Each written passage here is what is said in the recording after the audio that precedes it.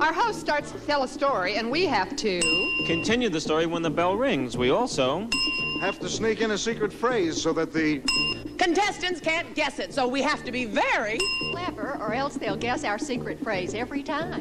And now here's the host of our show, Ding, Gary Coleman!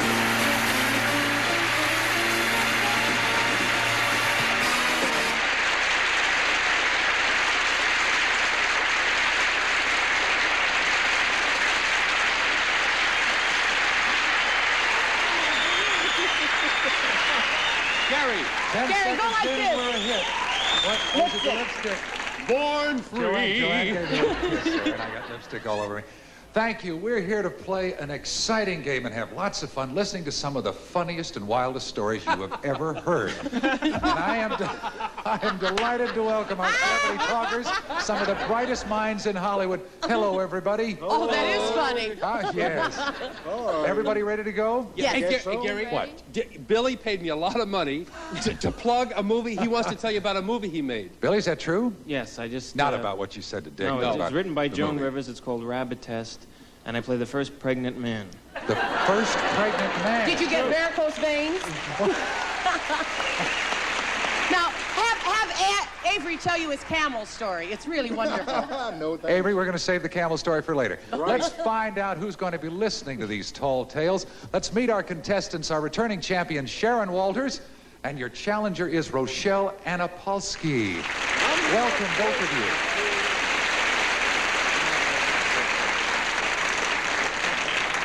Sharon, it's nice to have you back again today. Good luck on the program. Thank you very much. Rochelle? Had a great time. Oh, it's so exciting to be here. Tell me a with little all bit these about celebrities. yourself. I'm a housewife.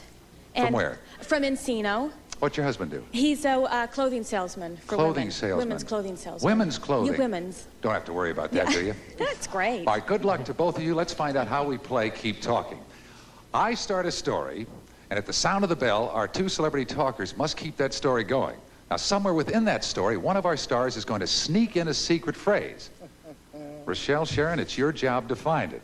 Now, remember, our stars are hearing the story and the secret phrase for the first time, and everything they say is completely ad-lib.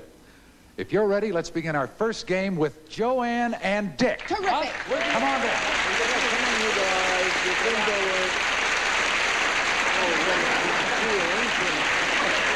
We've got a couple of chairs for you two.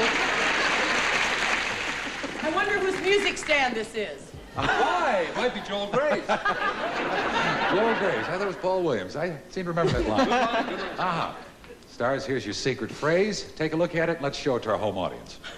Your hot pants set off the smoke alarm. Remember, contestants, both of our celebrities have the same secret phrase, but only one of them is going to use it. We're going to play 3 games. One of you will go on to play our bonus game for $5,000. All right, if you two are ready, here's your first story. I'm ready. Are you ready? Yes. Okay. Mrs. Smith Could is you do it a cleaning. little more colorfully? Yes. Mrs. Smith is cleaning when the doorbell rings, and she is petrified to see Burt Reynolds, who says, I love Joanne Worley. I've always been crazy about her. Do you know where she lives? I want to hug and kiss her. And Mrs. Smith said, no, I don't. He said, okay, I'll hug and kiss you. And he did, too, because he's an animal with a big body. Little staple right here. Yes, and he said, please, I will not show you anything that you didn't see in the centerfold. He said, what I want to do is I want to use you in my next movie because we're filming this marvelous film, and I know that you're... Oh, I'd love to, darling. Did you notice you can't see anything? Let me go change my clothes. This bathrobe doesn't show my good legs. So, Mrs. Smith went in the bedroom, and Bert said, aha, I got one here. And he said, hey, by the way, honey, do you have any money to put in the movie? She said, no, but when you see my body... And he said, would you put on a nun's habit? Because Sally and I are going together, and I really kind of like that. No, that's wrong. He said, how about little hot pants? That would be good. She says, okay, I'll put on a hot pants and a cement halter top. And he said, oh, hey, that's kind of kinky. Into cement, are we? And she said, yes. And so he said, beep. He says, what's that noise? She says, I don't know. He says, I think your hot pants set off the smoke alarm, or else it's an ad for Smokey and the Bandit. It could be that.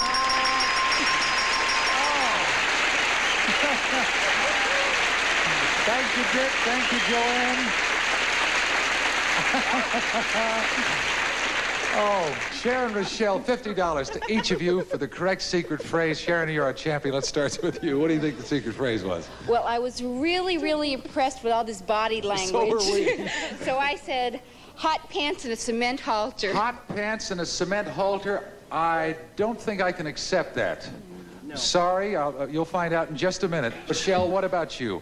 I think the cement halter top. The cement halter top. Both of you got hung up, pardon the expression, on the cement halter top. I'm sorry. Sharon, you came so close. Let's find out if anybody else on our panel picked it up. Marcia, Avery, Joanne, come on. Now, you were in it. All right, anybody pick up the secret phrase? The smoke alarm, something about the smoke alarm? Your hot pants set off the smoke alarm. That was the secret phrase. I'm sorry, neither one of you won $50 in this round. We do play 2 more rounds, and we'll get to that in just a moment. But right now, stay tuned right after these words. You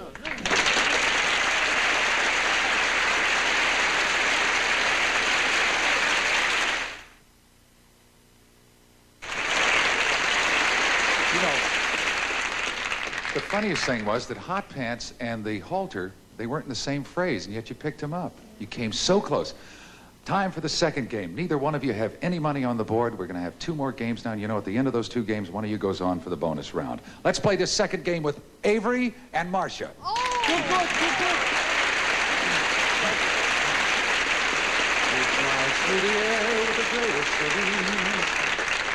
Avery, Marcia, here's your secret phrase. I don't want it. Take a look. You can have it. While you're looking at it, let's show it to our home audience. Buy me splinter-proof pantyhose at Macy's. Karen, Rochelle, this time we have doubled the value of the secret phrase. It is now worth $100. Remember, each one of the celebrities has the same secret phrase. Only one of them is going to use it. If you're ready, both celebrities, here we go with the story. Christopher Columbus stands gratefully before the King and Queen of Spain. Suddenly, the Queen leaps up and cries, Ouch! That's the second pair of pantyhose this week I've snagged on this dumb throne. I'm telling you, that's what you get, Chris, for bringing me a used throne. I don't care if it did belong to Frank Sinatra. I don't want it. I want you to go back to the New World or the Old World, any of those worlds. And in addition to the Don Ho records and the Vegematic, I want you To go up and get me one of those Indian huts and bring back some Indian nuts and get me a throne from one of those places. And he said, well, you know, you can't just go into one of those places and pick up a throne and walk out of with it. bring me some chiclets. Yeah, I told you about the Don Ho records. Bring me some chiclets, a Vegematic, a water pick, and some splinter-proof pantyhose from Macy's. You haven't brought me good things at all, Chris, and I'm not pleased. What do you mean I didn't bring any good things? Are you kidding? I brought you pizza. Nowhere else does it go like that. I brought you a hot dog stand. Where else you gonna find it? You go over there, you find it. I got pictures of Columbus Circle. Are you kidding me? I got stuff you can't find anywhere else. What, are you kidding me? Hey.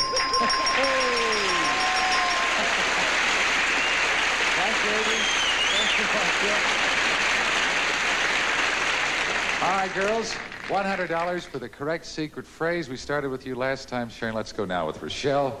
Rochelle, what do you think? I see you've got several phrases down there. Which one did you pick? Well, the Don Ho with the Vegematic was excellent, but I think it's a splinter-proof pantyhose from Macy's. Splinter-proof pantyhose from Macy's is right.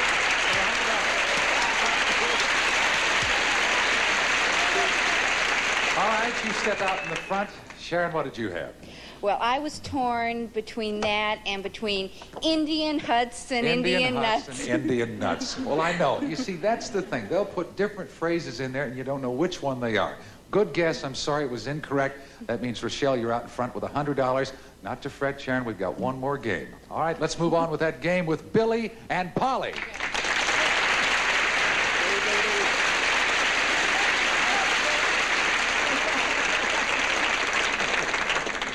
Billy, Polly, there's your secret phrase. Take a look at it, and let's let our home audience know what it is.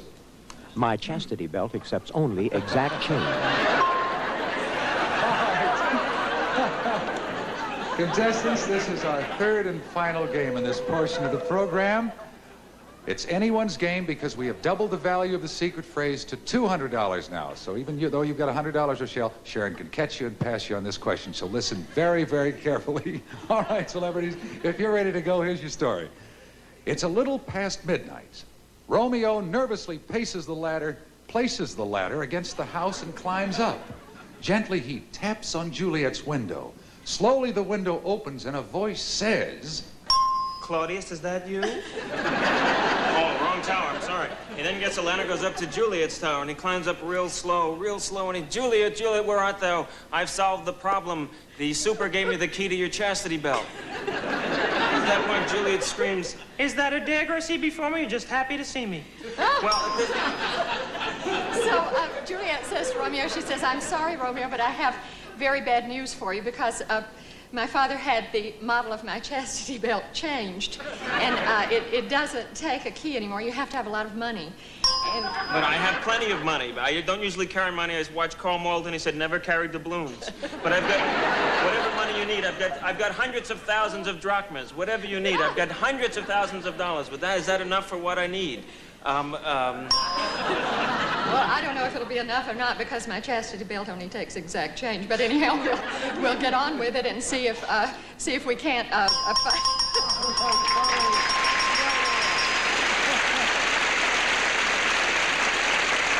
you, Billy. Thank you, Polly. All right, Rochelle, Sharon, very important answer here. We've got $200 riding on this answer for the secret phrase. Rochelle, you're ahead with $100, so let's start with you, Sharon, to go in the lead. What is the secret phrase? Well, I really liked all that stuff about the chastity belts, but I thought the model of my chest changed. The model of my chest change is incorrect. I'm sorry, Sharon. Well, we know who goes on to the bonus game, but let's see if she goes on with another $200. Rochelle, what's your answer? How about the chastity belt only takes exact change? That's the correct secret phrase. That gives you $300, and you will play our bonus game. Sharon, thank you very, very much for playing with us. You leave us with no cash, but a few beautiful gifts from the Keep Talking show. Thank you for playing. We'll see you again. All right, Rochelle.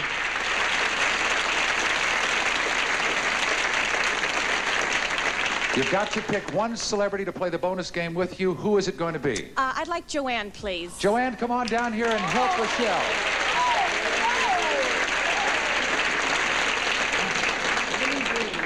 Your husband sells clothes and you wear those dumb pants? No, they're beautiful. We'll be right back to see if Rochelle can win $5,000 right after this message.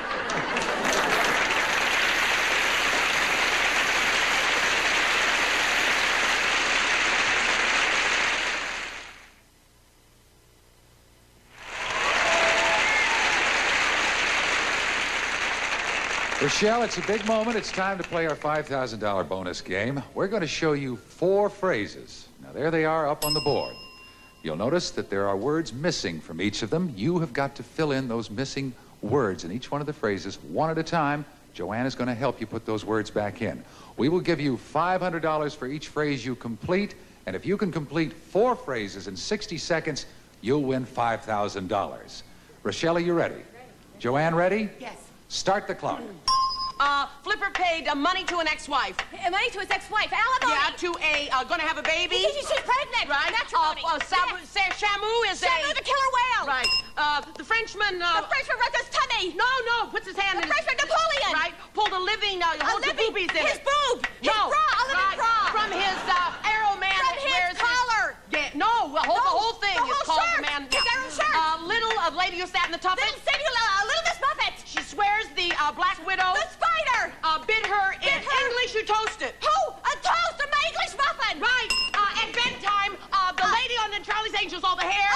A pair of faucets. Pulls the thing out of the wall. What does she to the pull? lamp. To the lamp. The switch. The light. The cord. Listen. The switch. No, what does this do? Put it in the Plug. plug. She pulls it out. She pulled the plug. She grabbed it. What does she do, though, when she pulls the thing out? She is... What? She's grabbing it. It's more than something. She's over. The opposite of over.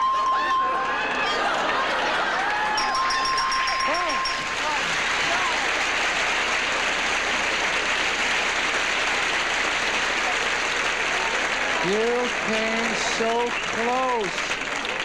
Is there a doctor in the house? I thought you were going to take off. All right. You have completed 3 phrases. We are giving you $500 for each one of those phrases. Rochelle, 1, 2, 3, $1,500. You came so close, darling. Let's take a look. at what you were going for. She mentioned plugs, and she went, the opposite of over is unplugs. Unplugs the $6 million man. Who fortunately happens to be her husband, Lee Majors.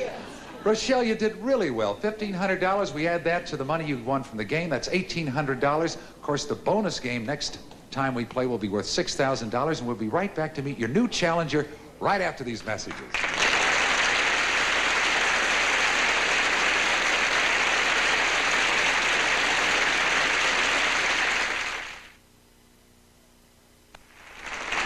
Thank you and welcome back. Boy, did you come close, Rochelle. Let's move on now and meet your new challenger, Joseph Sugarman. How are you, Joe? Good morning. I'm just fine. Thank you. Welcome to the program. Thank you.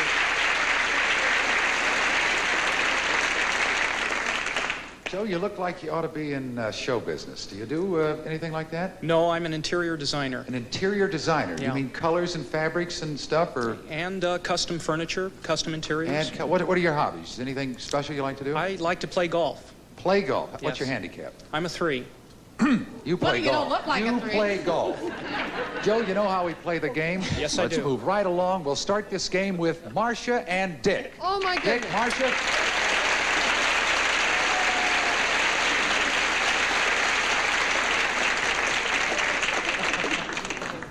Dick, Marcia, here's your secret phrase. Take a look at it, Thank you very much. and let's let our home audience know what it is. Come back here, because I'm not equipped to sit there and play the game with Marcia. While you're looking at it, let's let our home audience take a look at it. The Green Giant screamed when they froze his plum. Contestants, the secret phrase in this game is worth $50. Celebrities, if you're ready to go, here's your story. Okay. Adam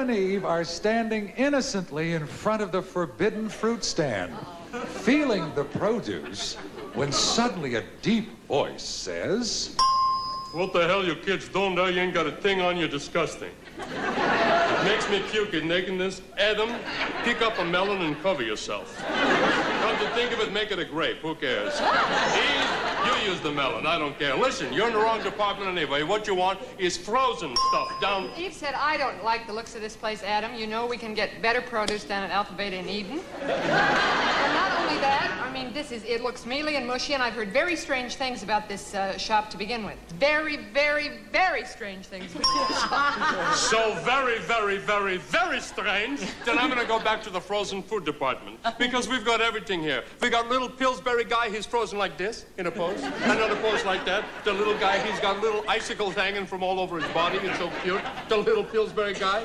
The Green Giant, we freezing... Sure. You make it sound cute, but terrible things go on here. I mean, the Green Giant screamed when they froze his plums. It was disgusting. And the Pepperidge Farm man was very upset when they smashed his buns. It was terrible.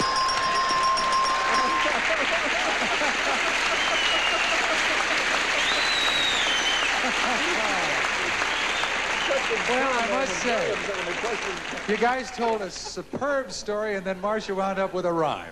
Terrific. Wonderful way to play the game. All right, Joe, Rochelle, a lot of phrases in that story. You're never quite sure.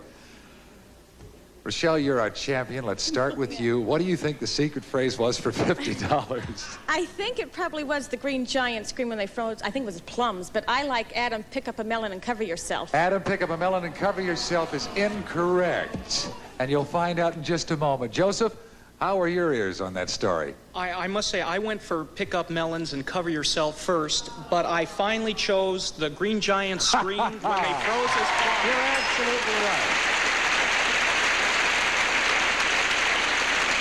The Green Giant screamed when they froze his plums, and you had it. First time out, you got to go with that instinct. Joe, you're in the lead with $50. We move now into game number 2. Of course, we're playing 3 games, and one of you goes on to play our bonus game. Let's play this game with Polly and Avery. Come on, Polly. Avery. Polly, Avery, here's your secret phrase. Take a look at it. Let's let our home audience see what it is. The mummy eloped with a box of Band-Aids. All right, Joseph, you've got $50. We've doubled the value of the secret phrase.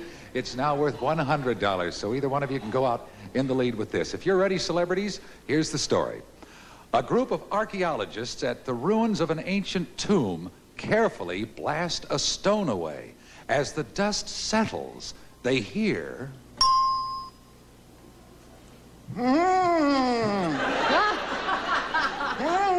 It's coming from behind a wall, so they open up this little hidden area, and there's Judge Crater. And it says, he's forgotten how to talk. Well, they didn't know what to do about it, so they started looking around. They found beautiful things. They found a beautiful gold... sepulcher, and they opened it up, and there was some fumes coming out of it, and it made them awfully dizzy, but it made them able to read the writing there, and it was an ancient Egyptian nursery rhyme which said, the mummy ran away with a box of Band-Aids and the Sphinx jumped over the moon. And so they didn't know what to do about it. Inside, they found these tanner leaves, and they rolled it up in an ace bandage, and they lit it, and they smoked it, and pretty soon the place looked kind of weird. You never know what you're going to see. There was a golden arch, and there was a kid singing, "Whatever Happened to Tutankhamun?" and under the golden arch it said, 10 sold as of today.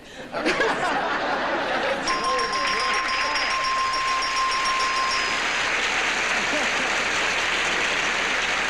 you, Aiden. Thank you, Polly. Boy, do they know how to play the game. All right, $100 for the correct secret phrase. You're in the lead, Joseph. We're going to go to Rochelle with this. You've got a chance now to jump out in the front, Rochelle. I notice you have 3 or 4 phrases down there. Go with your instinct. Remember, for $100, what do you think it is? It was the mummy ran away and the Sphinx moon, the Band-Aid with the mummy ran away with the spoon and the Sphinx Band-Aid in the... You have given me enough to accept it. The mummy eloped with a box of Band-Aids. You got $100. Joseph? Well, if you pick that one up also, you stay in the lead. There was 50. a lot there. It could have been some of the ones that you looked for? Well, it could have been the statement about Judge Crater, but I finally also had to go with the mummy ran away with the Band-Aids and the Sphinx ran away with the moon. All right, $100 for you. At the end of 2 games, Joseph 150, Rochelle, you've got 100. Not to worry, we've got one more. That's it. Time's up for today. Thank both of you. We will join you again right here, same place, same time tomorrow, and we'll continue this game to see who goes on to the bonus round. Celebrities, you were all absolutely perfect today. You. Come on down here and say goodbye to everybody. Thank you very, very much. See you tomorrow on Keep Talking. And remember what Marcia always said, my chastity belt only accepts exact change.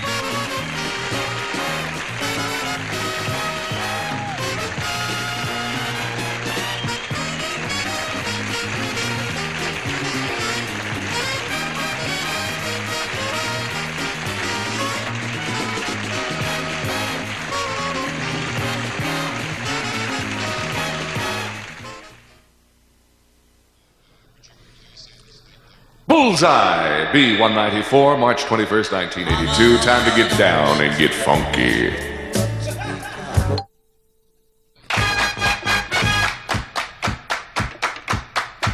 During the upcoming weeks, these are some of the celebrities who will be playing Bullseye for their favorite charities. From Days of Our Lives, Jack Coleman. From Happy Days, Linda Goodfriend. From Trapper John M.D., Brian Mitchell. And comedian Joanne Worley. They'll be playing the game of strategy, daring, and luck. They'll be playing Celebrity Bullseye. Now, here's your host, Jim Lang. Hey, thank you. Good luck. Thank you. Thank you very much.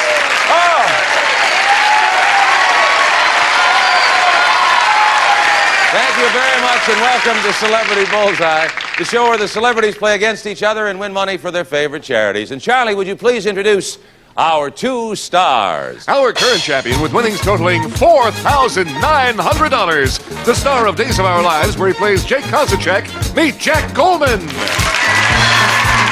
And his opponent with winnings totaling $2,300. From Happy Days, where she plays Richie Cunningham's wife. Meet Linda Goodfriend.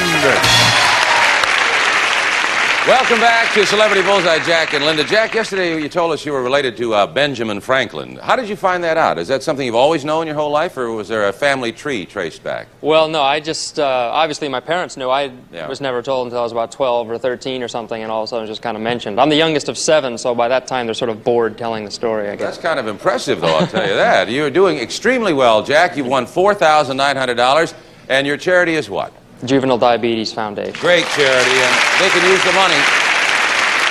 And Linda, looking very pert and pretty today. Oh, thank you. Yeah, your charity is Special Olympics. Do you know anything about it, what they do? It's a program for the mentally and physically handicapped, and it's a wonderful athletic program all over the world. It's just a cheer to go and watch those kids go.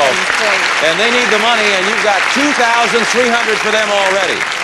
All right, let's get on to the game. You know, in our game, the players accumulate their money by correctly answering questions. Celebrities have been advised, when it comes to a name, the last name is sufficient for an answer. When it comes to a title of a book or a play or whatever, the exact title must be given. First player to bank $2,000 or more wins the game. Player to win 2 out of 3 games wins the match and goes on to play the bonus game, meet a new player. Now, so far in this match, Linda has won 1 game. You're 1 up, Linda. For game number 2, the challenger goes first. And we're about ready to start, and that means, Linda, you get to start this too. So you're in an advantageous position. We'll spin the information on the board, get it all covered up, and Linda, hit the button when you're ready, and away we go with Bullseye. Good luck. You have a choice of world records at $400 a question, medical facts at $300, and your contract is 3 questions. Which do you want to try, Linda? Medical facts. All right, medical facts it is. This worth $900, $300 a question. You must answer 3 to complete the contract. Here's your first one. It's the proper term for the bones which comprise the human spine. Is this term sacrum, vertebrae, or femur? Vertebrae. That's right. Vertebrae is correct, and you're on your way. Question number 2 of this contract. This pigment gives blood its characteristic red coloration, and it transports oxygen throughout the body, too. Is it corpuscles, hemoglobin, or plasma? Would you repeat that, please? Sure. This pigment gives blood its characteristic red coloration and transports oxygen throughout the body. Is it corpuscle, hemoglobin, or plasma? Hemoglobin. You're right. It is. It's hemoglobin. You got it. All right, 1 more to go and you'll complete the contract. Category medical facts. There are over 600 of them in the human body, and they include the trapezius and the pectorals. Are they bones, arteries, or muscles? Muscles. Muscles is right, and you have completed the contract. $900 sits in the pot. Linda, now you have a decision. You can bank that $900 for your charity, Special Olympics. You lose control, or you can leave it there and play on. What's your choice? I will bank. The money goes to Special Olympics. All right? You got it. That is yours forever. Control goes over to Jack Coleman. Now he tries to make some money for the Juvenile Diabetes Foundation. We'll spin the information covered up, and you're in control now, Jack. Good luck. You have television comedy at $500 a question. Nursery rhymes at $300, and your contract is only 1. All right? Which of those 2 will you try? Television comedy. Okay, that's worth $500. 1 question, and here it is. For almost 30 years, this man secretly filmed Americans caught in unusual and amusing situations with his candid camera. Was he Alan Ludden, Alan Funt, or Steve Allen? Alan Funt. That's correct, and you have the contract completed. Now, Jack, $500 in that pot. Do you want to bank that money for your charity, or are you going to leave it in and play on? What's your choice? I'll play on. All right. Control stays there, money stays in the pot, and we ask you to stay there, too, and we'll be right back after this. Don't go away. Welcome back to Celebrity Bullseye with Jack Coleman from Days of Our Lives and Linda Goodfriend from the old Happy Days show. And Jack decided to leave the money in the pot. Going to take a chance and go for it. All right, you keep control, Jack, so we'll spin the information covered up. Let's see if you can get a good one here. He hits the button, and up comes world records at $200 a question. Medical facts again at $300 a question this time, and the contract is 3 questions. A little larger contract. Jack, which do you want? Go with medical facts. All right, medical facts worth $900. 3 questions. Here's your first. It is the proper medical term for the roof of the mouth. Is it palate, epiglottis, or tibia? Palate. That's correct. Palate is right, and you're underway. 2 more to go in the contract. Here's your next contract. Next question, I should say. It is the approximate number of bones in the average human body. Interesting. The approximate number of bones in the average human body. Is it 106, 206, or 406? 406. Ooh, not right. I'm sorry. Jack, control goes over to Linda. In a big way. Linda, is it 106 or 206? 206. That's correct. It is 206 bones in the human body. And now, we have reached a very crucial point. Linda, with the money you have in the bank, the money in the pot, if you answer this question, complete the contract, you will win the match. Because you'll win the game and you're already 1 game up. So this is a question for the match. Quiet, please. This is very important for Linda. Listen carefully, Linda. This large muscle is the body's primary muscle for breathing. For the match, is it the thorax, the diaphragm, or the pectoral? The diaphragm. You've won the match. You're the champion. You did it. Congratulations.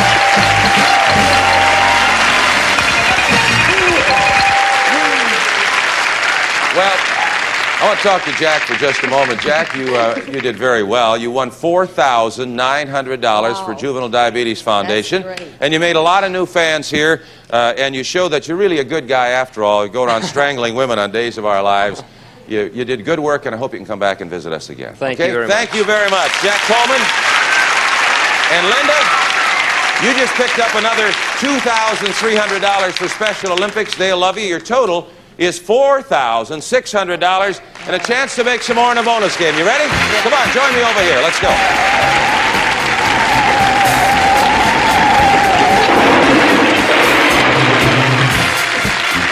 All right, Linda, I don't know if you remember how this works, but behind you are swirls going around. You hit this button right here, and everything stops, and you will see either bullseyes, money, or lightning. We don't want the lightning, because if lightning comes up, you win nothing here.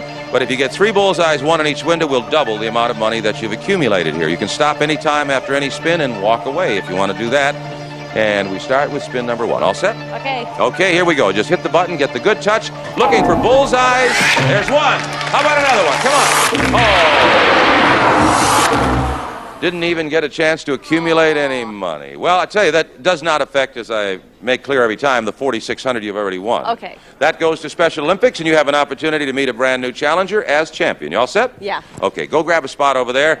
Linda Goodfriend is now our champion. And Charlie O'Donnell, wherever you are, would you please tell us who our next celebrity challenger is? The star of Trapper John M.D., where he plays Jackpot, meet Brian Mitchell. Hey, welcome back, Jackpot. I understand that you might get to launch a musical career on Trapper John. Is that right? Well, I don't know about on Trapper John, but I'm certainly working toward it, towards recording and that kind of film scoring, and I'm into music and that. Really? Do you play many instruments? Is that? Yeah, I play quite a few. Keyboards is my main instrument. I played those since I was 6 years old. So right. Well, that's multi-talented. You're not related to Ben Franklin or anything, are you? I mean, not that I know of. No. All I check my. The closest I come is a $100 bill, and you don't see many of those. You certainly don't. I know I don't. Brian, who are you playing for? I'm playing for Foster Parents Plan. What do they do, the Foster Parents Plan?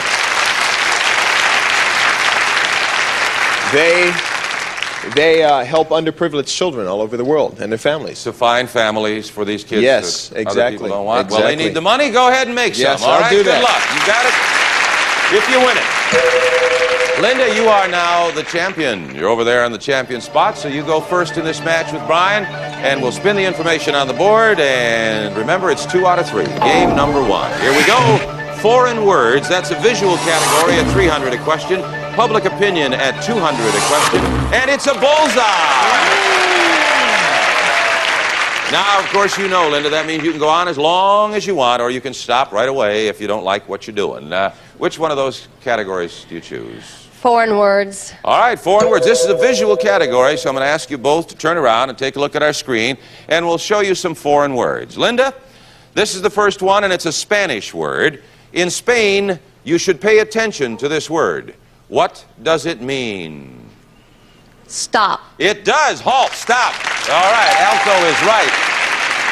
It also might mean high or elevated, too. Now you have $300 in the pot, and you can go on if you want, or end the contract right here. What's your choice? I'll go on. All right, you like the foreign words? Let's take a look at another one, then. Here is the next one, and this one is a German word. This word encompasses a great deal. What does it mean? Belt? No, I'm sorry, it doesn't mean belt. Control goes over to Brian. Brian, what does this word mean? Oh, jeez, I have no... World? It does! It's world! You're absolutely right. Unbelievable! Did you guess that? I had no idea. That's amazing. All right, now you're in control, Brian, and it's your choice. Do you want to go on to another word, or do you want to end this contract? Now, if I end this contract, am I still playing? As long as you don't bank the money, sure. I am going to end this contract. All right, the contract is over, and you want to keep playing, all right? So we leave the money in the pot. You keep the control. We'll spin the information on the board one more time and get it all covered up. When it's all covered up, Brian, you get to hit the button, and you select a category this time. We have foreign words. There it's back again at $300 a question. That's the visual. Dateline the 70s at $300 a question. And this contract is 4 questions long. Boy. Which will it be, Brian? Why is it whenever I watch the show, I can always guess? They're my favorite categories, and I get on the show, and none of these. It's my just goodness. fate, foreign I think. words. Let me go with Dateline the 70s. All right, Dateline the 70s it is. 4 questions here for you, Brian.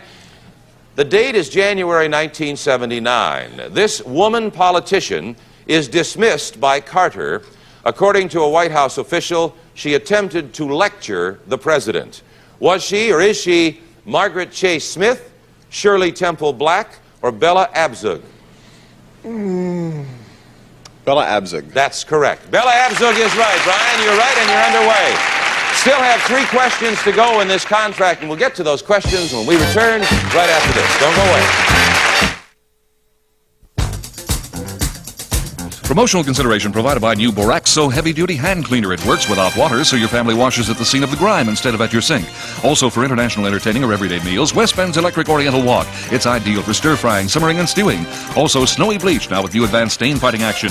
Powerful new ingredients that work on the toughest stains. New advanced formula Snowy. And now Jim Lang. Thank you very much, Charlie. A match between Linda Goodfriend of Happy Days and Brian Mitchell of Old Trapper John. Old Jackpot is with us, and he is trying to hit the jackpot. Right now, Brian, you have answered 1 question. You have 3 to go in the category Dateline the 70s. Here's your next one. Remember the 70s. It's August 21st, 1979. 3 armed men drive a stolen fish van into an underground loading area of a bank and steal over $1.5 million from a Brinks truck. Is the city where this robbery took place Boston, Chicago, or New York? Boston. Ooh, not right. I'm sorry, Brian. Control goes over to Linda. Linda, was the city Chicago or New York? Chicago. No, it was New York. They did it in New York. Control goes back to Brian. Still 3 questions to go on the 70s. Next question. It's September 5th, 1972. The world is shocked when 11 Israeli athletes are killed when members of an Arab terrorist group invade the Olympic Village in this city. Is the city Munich, Rome, or Mexico City? Munich. Munich is correct, and you have 2 to go. 2 more left, Brian. Here's the next one. It's January 30th, 1979. This African country passes a new constitution and adopts the new name of Zimbabwe.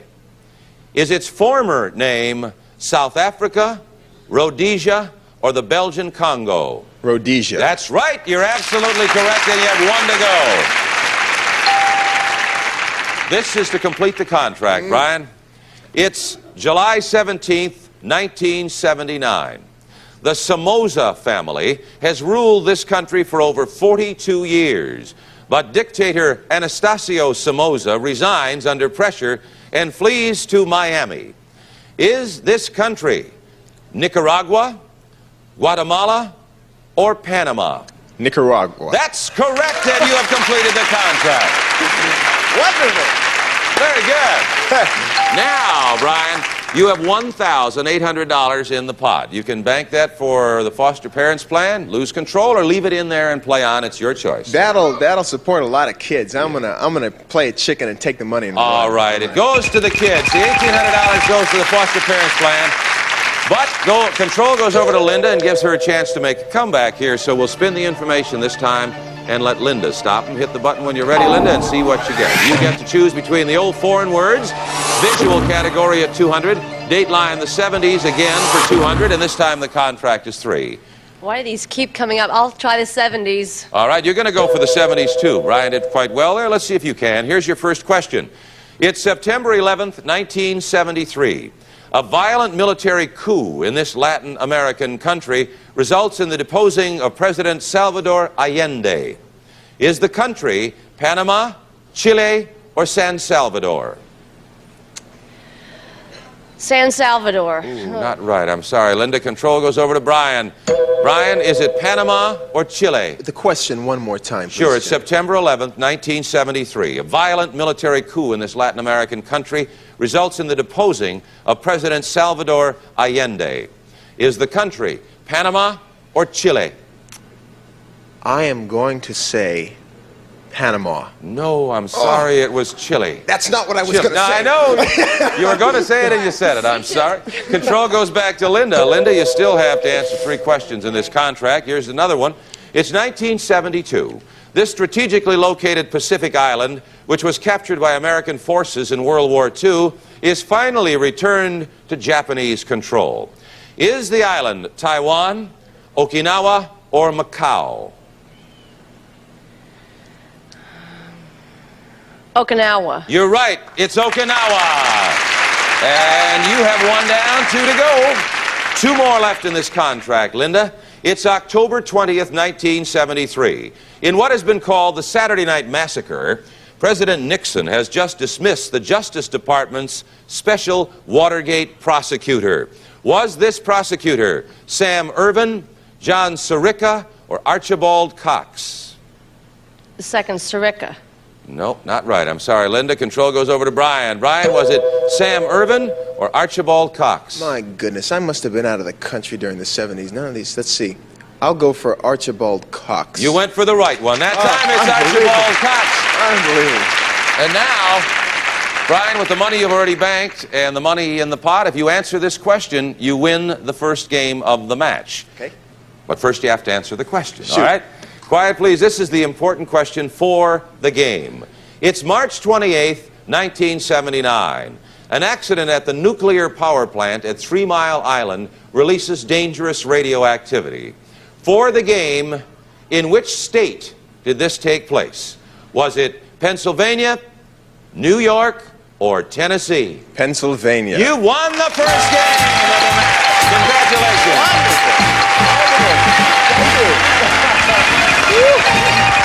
Hope they change these categories. Well, the banking of the money there paid off for you, Brian, because when Linda lost control there, you swept up the money. You have $2,400 now for the foster parents plan, and that's a marvelous start. Congratulations. But remember, the games, of course, we play 3 of them. There are 3 of them, and it's 2 out of 3, so nothing has been won definitely yet. Brian, you have an opportunity, though, to start the second game. Linda started the first one. You're in a very good position. 1 game up, and you get to start. Let's spin the information on the board. We get it all covered up. And, Brian, hit the button when you're ready. Let's see what happens. About zoology, $200 a question. Hobbies and games at $300 a question. Got a smile there. And contract is 3. Which will it be, Brian? I'm going to go for about zoology. About zoology. Okay. Well, you smiled so much at hobbies and games, that meant you didn't like it. Last time I was on this show, that one was the death of me, that category. I remember that. All right, Jackpot, here we go. 3 questions in the contract. This continent is the natural home of such unique species as the dingo, the platypus, and the koala. Is the continent Asia, Africa, or Australia? Australia. That's correct. Australia is right.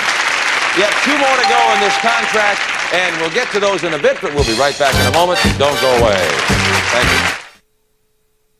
Well, we don't have time to finish this game or even this contract, so we're going to have to say goodbye for now. Linda, a precarious position here. I know. I'm worried. You don't have a game yet, and Brian does have one game. He's got control, and he's in the middle of a contract. And we'll pick it up right here tomorrow. I hope you can join us. Please be here. Until then, this is Jim Lang, hoping that everything you're going for hits the bullseye. Bye. Promotional consideration provided by Quazell presents this hand-blown crystal lamp from the Satin Lace Collection, designed to add beauty and warmth to your home, exclusively by Quazell Lighting. Also, Helen Rubenstein says, why let before your timeline spoil your skin? Get new moisture from Helen Rubenstein. It protects the skin where wrinkles begin. Plus, when it comes to America's favorite children's shoes for style and value, count on Mother Goose shoes and webs for growing boys and girls. Also, a 22-piece Master Mechanic multi-drive socket set from True Value Hardware stores, who combine value and personal service in over 5,000 locations nationwide.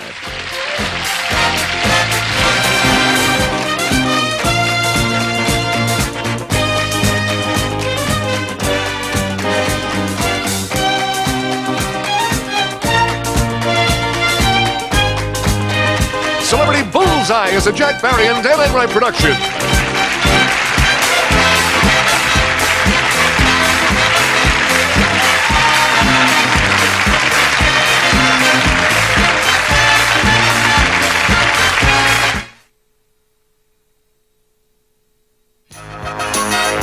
From Television City in Hollywood, this is the $100,000 Pyramid.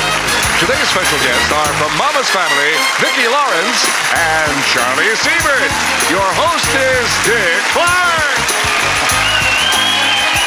Hey, yeah. Charlie O'Donnell, it is a Friday. A Friday means we have a weekend. A Friday means we give all the money away we have left. Vicki, you'll be generous. I'm due. You got to. I'm overdue. Jackie Chauvin is your partner. Jackie, what do you do? I'm an interior designer. I work with my aunt, and I just moved to Hollywood from New York, and moved to New York from Louisville, Kentucky, which is where I'm really from. You're from Louisville? That's right. I know people there. We'll talk later. We'll talk. Maybe you know somebody I know. Where are you from originally, Charlie? Kenosha, Wisconsin. Nobody else? No one else? It used to be in the old days that brought a standing ovation, but... Yes, like Oshkosh. Nice to have you here, sir. Mary Bourne, you're from Minneapolis? That's right. Welcome aboard. You know, while I'm at it, I should find out, Vicki, are you a native daughter? Yes, I'm a native Californian. There are three of us. Yeah, you know the other two. Yeah. No, it's hard to find a native Californian. We're happy to have you all aboard, folks. This is the $100,000 Pyramid. You go to the winner's circle. Hopefully, you'll get up to the top of that pyramid in record time. Right at the moment, it's 50 some odd seconds. 55, is it, Josh? Sure, yeah. I like them all. 55 is the long time. If you can beat the 55 seconds, you will be in the tournament, and I'll explain more of that later. Here are our subjects on this Friday. We have for moi, true or false, pleasing to the eye, I'll take Manhattan, Cherry-O, everybody's doing it, and we'll play the 7-Eleven and get the game underway with Vicki and Jackie in a second. Here we go. We'll try Cherry-O. Cherry-O, all right. Describe these things with a stem. Things with a stem. Ready, go. On the flower, it has little green, on the stem are little, a Georgia fruit with fuzz on it. You pick these in your garden. Flowers. It's a fruit, not an apple. Pear. Peas come in a pod. You pick a 4-leaf. Clover. And you pull the leaves off and you dip them in hollandaise. Avocado. No, you can steam it. Artichoke was the last one, Jackie. Jackie, you're with a rowdy bunch here. You're going to have to give us a little more voice. Okay. Just a little bit. No, seriously, we got to hear it all, or the judge can't make a call. Charlie? For Moy. That's an island off the coast of China. It's like something I would say. Yes. These are words that begin with the letters F-O-R. Okay. Words that begin with the letters F-O-R. Ready, go. A bunch of trees are... Forest. Yep. And this part of my head. Forehead. And I can't remember. Forgot. Yep. And where they keep the gold, Blank Knox. Fort. And I am going to, the gypsy tells you. Fortune. Yes, and you absolutely cannot do it. Forbid. Yes, and not native, but the foreigner. Yeah. I know what I did. Yeah. My head. I said in my head. I'm sorry, sweetheart. Well, we're tired. Well, it's forehead. You said head. Head, yeah. I missed it entirely. It's 6-6. Okay. Jackie? I'll take Manhattan. All right, having just come from there, that's a good sign. 7-Eleven time. 13 points means a bonus. And Vicki, she's going to describe these things people take. Things people take. Ready, go. I'm sleepy and it's the afternoon. I'm just going to take a short nap. I'm on a boat, the Love Boat, and we're going on a... I have a cold, so I have to take this. Aspirin? A spoonful of... oh, the road's blocked. I have to take a... Detour. A short walk, a promenade. A stroll. Yes. I swear and... Obey, on the honor. Bible. I swear and... a curse or an... cream of wheat or... All right. 11-6, sir. Mary, true or false, pleasing to the eye, or everybody's doing it? Do you have a preference? Let's try true or false. True or false? Describe for Charlie Siebert these things associated with a scandal. Things associated with a scandal. Ready, go. When you die, you leave your last and testament. Will. And if you have a mistress, you're having an... Affair. And I have a warrant for your... Arrest. And Texas, big city in Texas. Dallas, Austin. The IRS makes you fill out a form for your... Income tax. Return. And if you heard a blank, it's gossip. You've heard Rumor. And I'm running for office, and I'm running a blank to get elected. Campaign. 13 to 11. Vicki and Jackie have the choice now. Why she gives, and how about pleasing to the eye? We'll take pleasing to the eye. And you're taking the screen also. These are things associated with beauty. Things associated with beauty. Ready, go.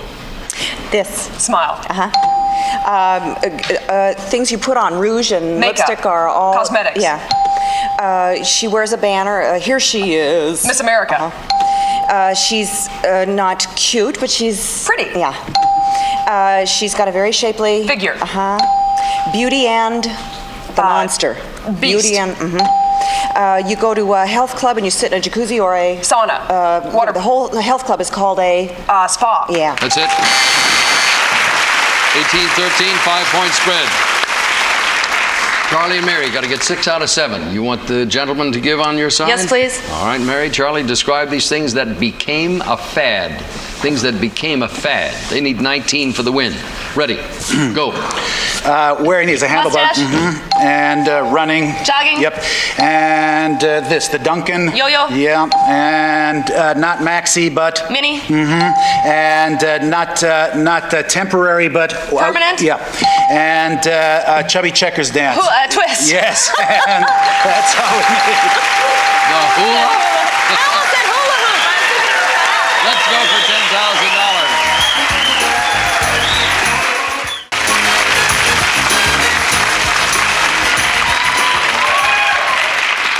$10,000. Let's go in reverse order. Lori Murphy went to the top of the pyramid in 43 seconds. Scott Wagner did it in 50. Georgianne Wright did it in 55 seconds. Scott and Georgianne sort of sitting there saying, see how that holds up. If you can go to the top of the pyramid, this time you'll win $10,000. If you can do it less than 55 seconds, you'll be back to play in the $100,000 pyramid tournament, probably. Though the time, you never know. We had somebody get in like the day before we did the thing, and she had the shortest length of time. So you never know how the thing is going to play. It's like the game. Please concentrate on the man's face, get all those pictures, and let's win the $10,000. Okay. Here is your first subject. Go. Chocolate chip, peanut butter. Types of cookies? I'm sometimes called a hare. I have long what white rabbit ears. would say? And conversation. Boring things. A cavitied tooth. Things that are drilled. Things that are filled. Clancy's boom. Venetian blinds. My voice. Things that are... my voice. Okay, pass it for now. Next. Migraine headache. Things that hurt, things that are painful, things that are agonizing. A hammer. Things that grate on your nerves, things that are nerve-wracking. A hammer, migraine things headache. Things that pound. Yes. Hurry now, hurry. Raised Venetian blinds. Things that are pulled up, things that are lifted, things that are uplifted, things that are above, things that are raised. I can't think of a memorial flag. Things that are lowered. Yes. See, but it's so Why do you do easy. that? While you're struggling over there, this is what happens at home and what happens to me on the side. While he's sweating bullets over here, I'm saying, say a memorial flag or something. What is There's no Clancy's pressure. boom? Well, see, You wanna this is explain a that? child. This is a child that You I'm and dealing Charlie, with. you and I like have a run into fool. this on other occasions. Yes, being an old man, I forget that people, it's just an old expression. Clancy lowered the boom. Clancy lowered the boom. See, Was it part would of have a been song? perfect if you were sitting here. I beg your pardon. But only you. But I want more money. Yeah, 3, 5, 6, 7, This girl's indomitable. $800. Yay! Thank you Back very in a much. second.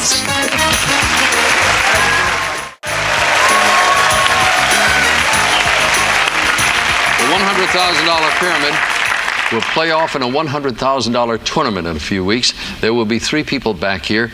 The 3 people who went to the top of the pyramid in the shortest length of time will be back to go for an additional $100,000. Let's see. Mary Boyne just won $800. What did you get before? $2,400 takes you up to $32 at the moment. Great. You still have a way to go. Yeah, see, I like you. You have a positive attitude no matter what. Great, good, wonderful. That's the Money's way the money. game should be played. Vicki, we have a moment. Tell me a little bit about Mama's Family. That was a series that started about a couple of years ago. About, 3 years ago on NBC. Tell us a little more about it. What is it? What's it all about? What's the basic premise for somebody who hasn't sampled it? Well, it's a story. It's a family in the Midwest. They're a little weird, though, aren't they? A little weird. Yeah, a little wacky. You are the head mama of the But family. yeah, then so it's obviously a little weird, yeah. Who else is on the show? Dorothy Lyman, Ken Berry, Alan Kaiser, Beverly Archer, and we are alive and well in syndication. All right. As we've mentioned many times in syndication, you have to look for us because it's a different station in a different time and all of that's never one time, so check the local listings for Mama's Family. Charlie Siebert and Jackie Chauvin now have the choices of Night Lights. Put out some feelers. The single file, of course. You'll notice the spelling on that. Add it up, also that, and ring around the collar. The Mystery 7 this time is sort of an exotic present, folks. Maybe exotic isn't the right word. If you get 7 out of 7, you will win a trip for 2 to Austria. Austria. That's interesting. I think that's the first time we've done that. That's Charlie? unusual, yeah. Yeah. Single file. Single file. Holy moly, look at that. Jackie guessed it. She picked it. Speaking of the Mystery 7. Let's go to Salzburg. Yeah? Okay. That'll be pretty interesting. All you need is 7 points now. All right, here you go. Here's the time. Everybody quiet, please. Ready, and go. False hair, a wig, or a... Toupee. Yes. And you don't take a bath, you take a... Shower. And a person singing alone sings a... Solo. Yes. And you look through to see things far away. Binoculars. Yep. And this was a fad. Hula hoop. Yeah. That one. And you hang somebody with a... Rope. This thing around the neck is the... Tie. No, when you hang Collar. somebody. The part of the rope that you hang them with. Noose. Yes. And you walk on these long wooden things to make you taller. That's it. You got it. Whoa, you got me nervous with noose. All right. Just about... It was a tough fight, Mom. Just about hung myself there. This is a dedicated player. The man will kill himself to get her to Austria. Jackie, you have won a trip for 2 to Austria. You will have 6 nights in Vienna. Nice. Isn't that something? All right. Nice. By the way, the shower, the solo, the rest of things for one person. 7-0 at the moment. Mary and Vicki. Yeah, we'll try Night Lights. All right. Describe these things associated with a star. Things associated with a star. Ready. Go. When you what upon a star? Wish. The town that we're in. Los Angeles. Well, where the movies Hollywood. are made. What little star? Twinkle. A person who reads the stars and tells your future. He looks at the Horoscope. stars. Zodiac. Yeah, but he reads the stars where they're sitting. Oh, astronomer. Astrologist. Yeah. It's not dull. It's real. Bright. And when you wish upon a star, it's real. It's like a rabbit's foot. It's. Ooh, all right. The other team has a little bit of a lead now. It's 7-5. Jackie, put out some feelers, of course. Add it up and ring around the collar. Ring around the collar.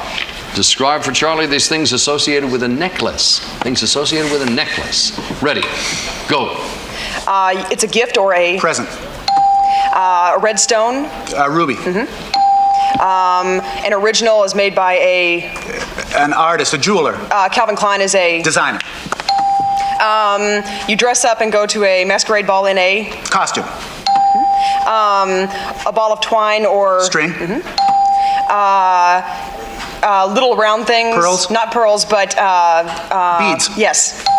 Tied around your neck. Choker. Yeah. You're almost out of time. Good. Jackie, I got to explain your partner.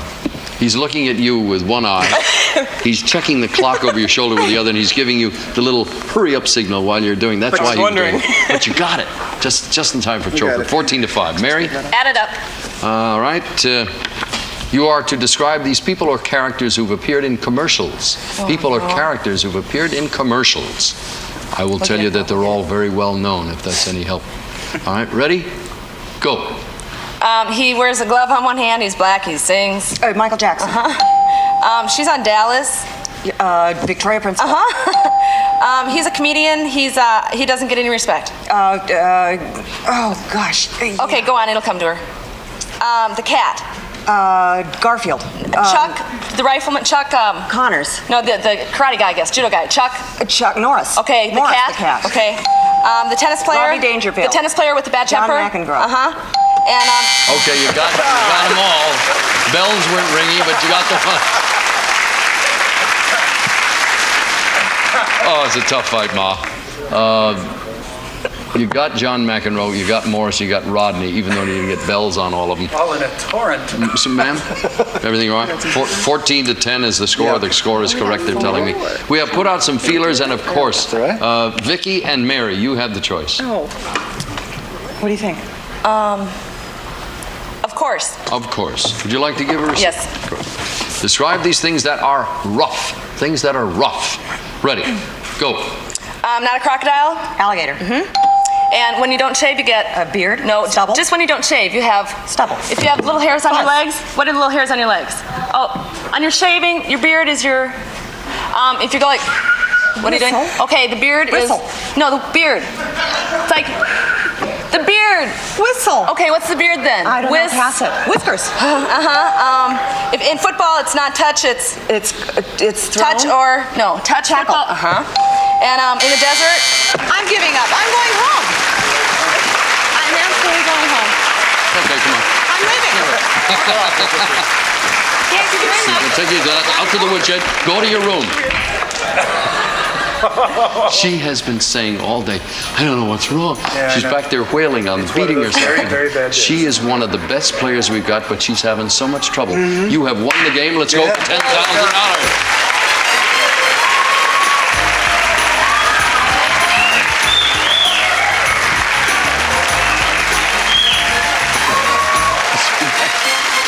Come home.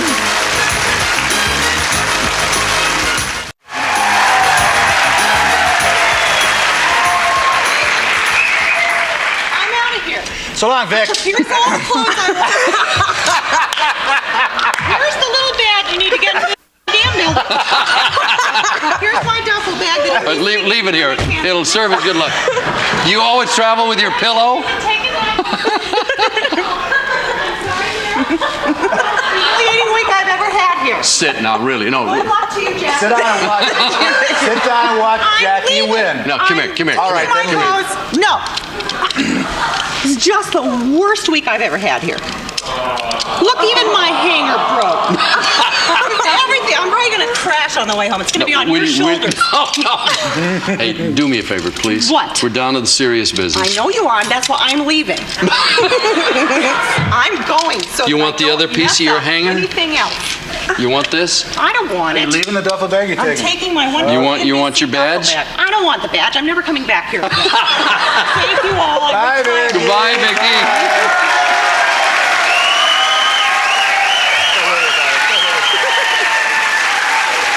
Okay. Get your mind to the game now. Concentrate. I'll give you about 5 seconds to get into the spirit of the game for $800. Quiet backstage, please. Here is your first subject. Go. Kabuki, Tokyo. Oriental things, Japanese things. I used to be the star of MASH. Now I make What Alan movies. Alda says. John Travolta's hair. Things are styled. Things are boofed. A restaurant's grill. An old spatula. Things that are oily, greasy. Yes. A calendar. Things with dates. A worm. Things that crawl. A worm, things that slither. A nervous child, an impatient child. Things that worry. Pass it for now. A motion picture projector room. Things are dark. A television set. Take a look. We picked up $500. We'll be right back. Ready? As a parting gift, all of our contestants will receive a copy of the new Pyramid board game. Now back to Dick Clark. Hey, this is nice over here. You guys get to sit down. I didn't realize that. You're up to $800 in winnings today, a grand total of $3,200. You'll be back on Monday. I don't know. I know Vicki's not going to be in this year. She has really gone. She's left. She was hurt. She just felt... Oh, Vicki, dear. Well, I'll give you an update. Charlie, we'll see you the next time. There she is. What do you do? Come on, sit in your... Come on, sit there. Lock the door. That's it. You got to sit with your clothes in your bag. Stay here and be humiliated. Make her feel warm, folks.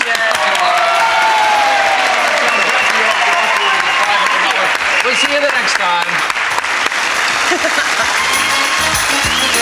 For winning the Mystery 7, Jackie, you and your guests will fly non-stop from Los Angeles to Vienna, Austria, enjoying the comfort and service of Alia, the Royal Jordanian Airline. You will spend 6 luxurious nights at the beautiful Intercontinental Hotel, located in the center of Vienna, where you may enjoy their many restaurants and food facilities. From Intercontinental Hotel, Vienna, congratulations.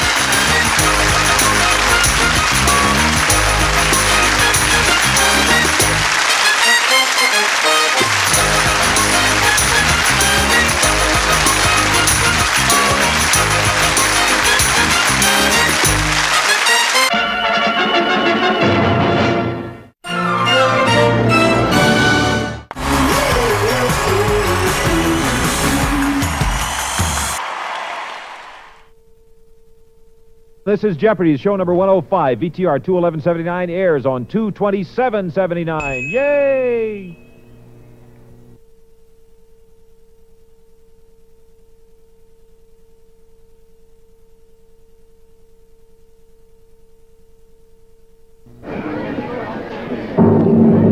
This is Jeopardy! Now entering the studio are today's contestants. First, the laboratory instructor from Los Angeles, California, Charlie Siebert. And a freelance writer originally from Brooklyn, New York, Heidi Schulman. And our returning champion, a federal investigator from San Diego, California, who so far has won a total of $16,625, Ken Hitchcock. And now, entering the studio is the host of Jeopardy, Art Fleming. Thank you. Thank you very much. Thank you, John Harlan. Thank you, my friends, and thank you, commentator here. Thank you, and welcome to Jeopardy, America's favorite answering question game, where we give you the answer, and of course, you must come up with the question. Well, Ken, as you know, you will select the first category and amount, but any one of you may ring when you recognize the answer. Remember, your response must be in the form of a question, and remember the Jeopardy. If you're wrong, the dollar value of that answer, of course, will be deducted from your total score. Let's play Jeopardy!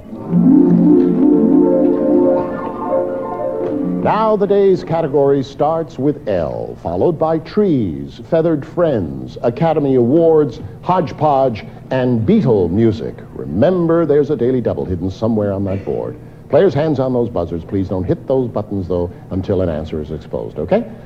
Right, Ken, as I said, you start the day's activities. Good luck to you all.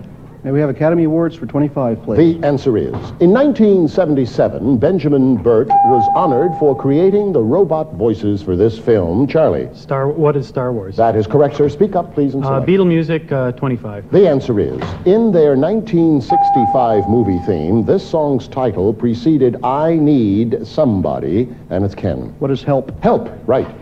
Hodgepodge for 25, please. The answer is, it's the profession of a mixologist. Heidi? What is word origins? No, I'm sorry. Ken? What is a bartender? A bartender. But that was a very positive try, Heidi. Ken, please continue. Beatle music for 50, please. The answer is, On this byway, the barber shaves another customer, Charlie. What is Penny Lane? Penny Lane is right, yes, sir.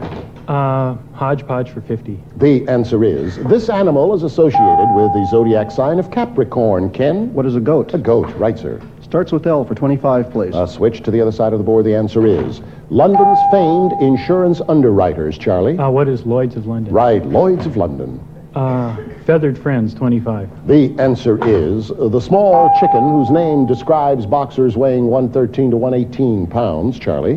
What's a bantam? A bantam, right. You're in the lead. Select. Feathered Friends, 50. The answer is worldwide, it's the most abundant variety of duck, Charlie. What's a mallard? A mallard is right. Well done. Feathered Friends for 75. I think you're impressed with these birds. The answer is this member of the starling family is renowned as a talking bird, Charlie. What's a raven? No. I'm sorry. Heidi or Ken? And it's Heidi. What's a parrot? No, I'm sorry. Ken, any idea? The myna bird belongs to the starling family. Go ahead, Charlie. Trees for 25. First time, the answer is the Cartwright's Ranch was named for this western timber pine, Charlie. What's a ponderosa? Ponderosa, correct.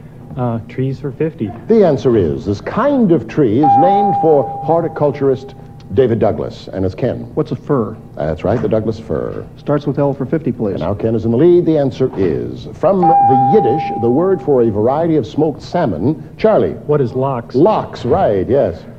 Starts with L75. You're having a good time, aren't you? Yeah, why not? Good, I don't blame you. The answer is slang for a friction match, literally one archangel who fell from heaven. Charlie. What's a lucifer? A lucifer is right, and I think we're going to rest now. We have Heidi minus 100, in comes Ken, our champion, 150, and Charlie having a ball, 250 in the lead. We'll be back with more of Jeopardy right after this word. Won't you watch with us? Thank you very much. Thank you.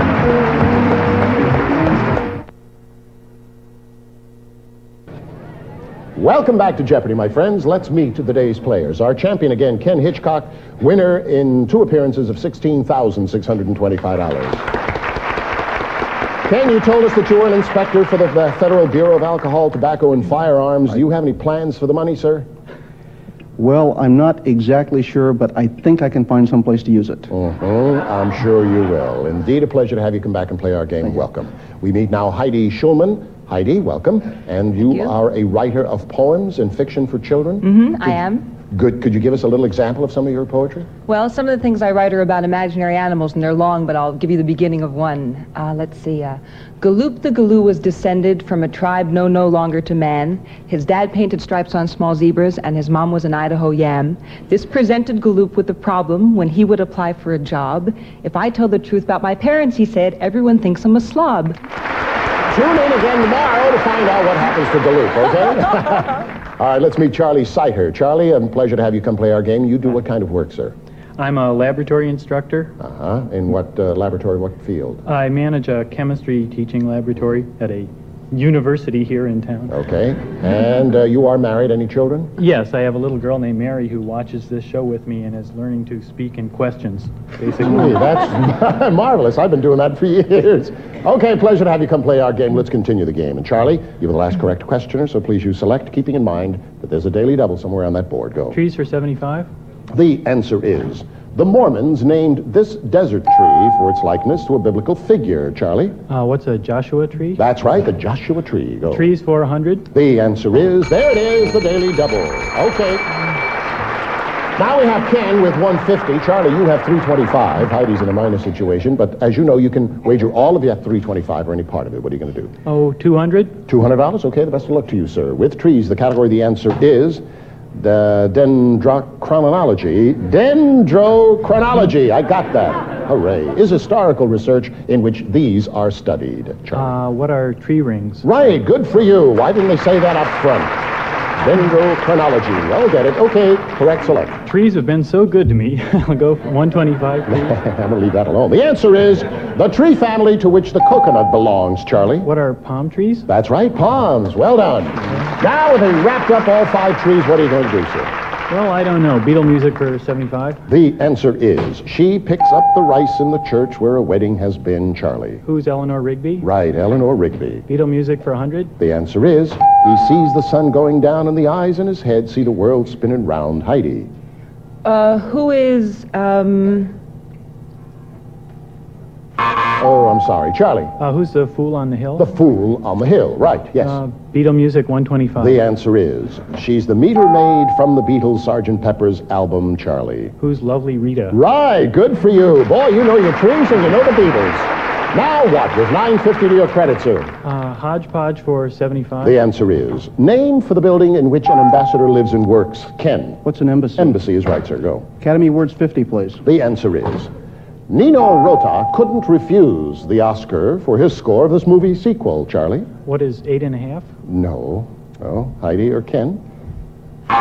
Oh, you just made it, Ken. What is Godfather 2? That's it, yes, Godfather 2. Just made it. And about a minute remains in Jeopardy. Can you select? Academy Awards 75, please. The answer is, in 1968, John Chambers won a special award for makeup for this science fiction film. Heidi. What is Planet of the Apes? That is right. Good. Get out of mine. Quickly. Hodgepodge for 100, please. The answer is, it's the location of the Sea of Tranquility, Charlie. What's the moon? The moon, site of Apollo 11 landing. Go. Hodgepodge 125. The answer is, the Georgie Award for Variety Artists is named after him. Ken. Who's George M. Cohan? That is right, sir. Go again. Academy Awards 100, please. The answer is, 1958's Best Picture was a musical adaptation of this Colette story. Ken. What is Gigi? Gigi, right. Academy Awards 125, please. Category, the answer is, she took Best Actress honors for Born Yesterday. Ken. Who's Judy Holliday? Judy Holliday is right, and you have $625 now. Starts with an L for 100, please. The answer is, the structure built by Daedalus to house the Minotaur. Charlie. What's the Labyrinth? Labyrinth is right, okay. Starts with L 125. The answer is, this is a gift by will, especially if money or personal property, and it's Charlie. What is a legacy? Legacy is correct, yes, sir. Okay, there it is. The gong. We're out of Jeopardy, and Ken and Charlie, you're the high scorers, and both of you men will go on to play double Jeopardy. Heidi, Heidi, Heidi, I am so sorry that we have to say goodbye to you, but we have some parting gifts for you, and our thanks for coming to play our game. Thank you, it's been fun. Thank you. And my friends, we're going to play double Jeopardy, where everything doubles, right after this pause. Won't you watch with us? Again, congratulations, fellas.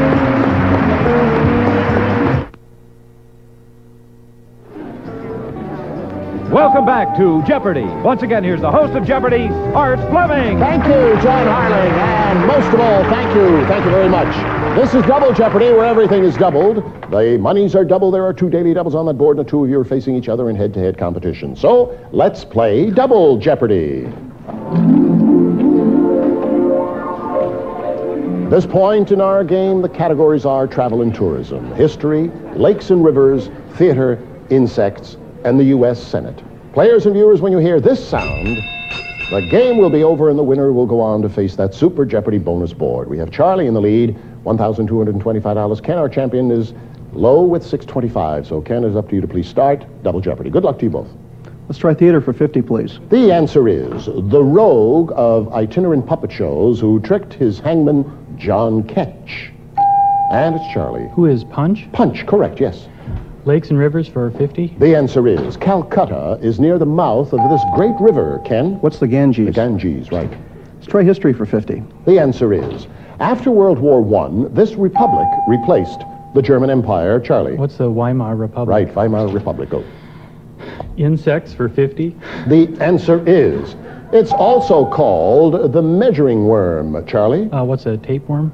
Oh. No, Ken. What's the inchworm? The inchworm. Oh, you hate yourself after that one, huh? The tapeworm. All right, go ahead, Ken. Theater for 100, please. Back. Go ahead. Go ahead. Theater for 100, please. The answer is, in France, this Sartre play is called Huis Clos, and it's Ken. What is No Exit? No Exit is right, go. Theater 150, please. The answer is, Stephen Sondheim wrote the music and lyrics for this play set in Japan. Ken? What is Pacific Overtures? Right again, Pacific Overtures. Theater 200, please. The answer is, musical review that featured Harlem 70 and Stompin' at the Savoy. Great old musical, Bubbling Brown Sugar. All right, Ken, try it.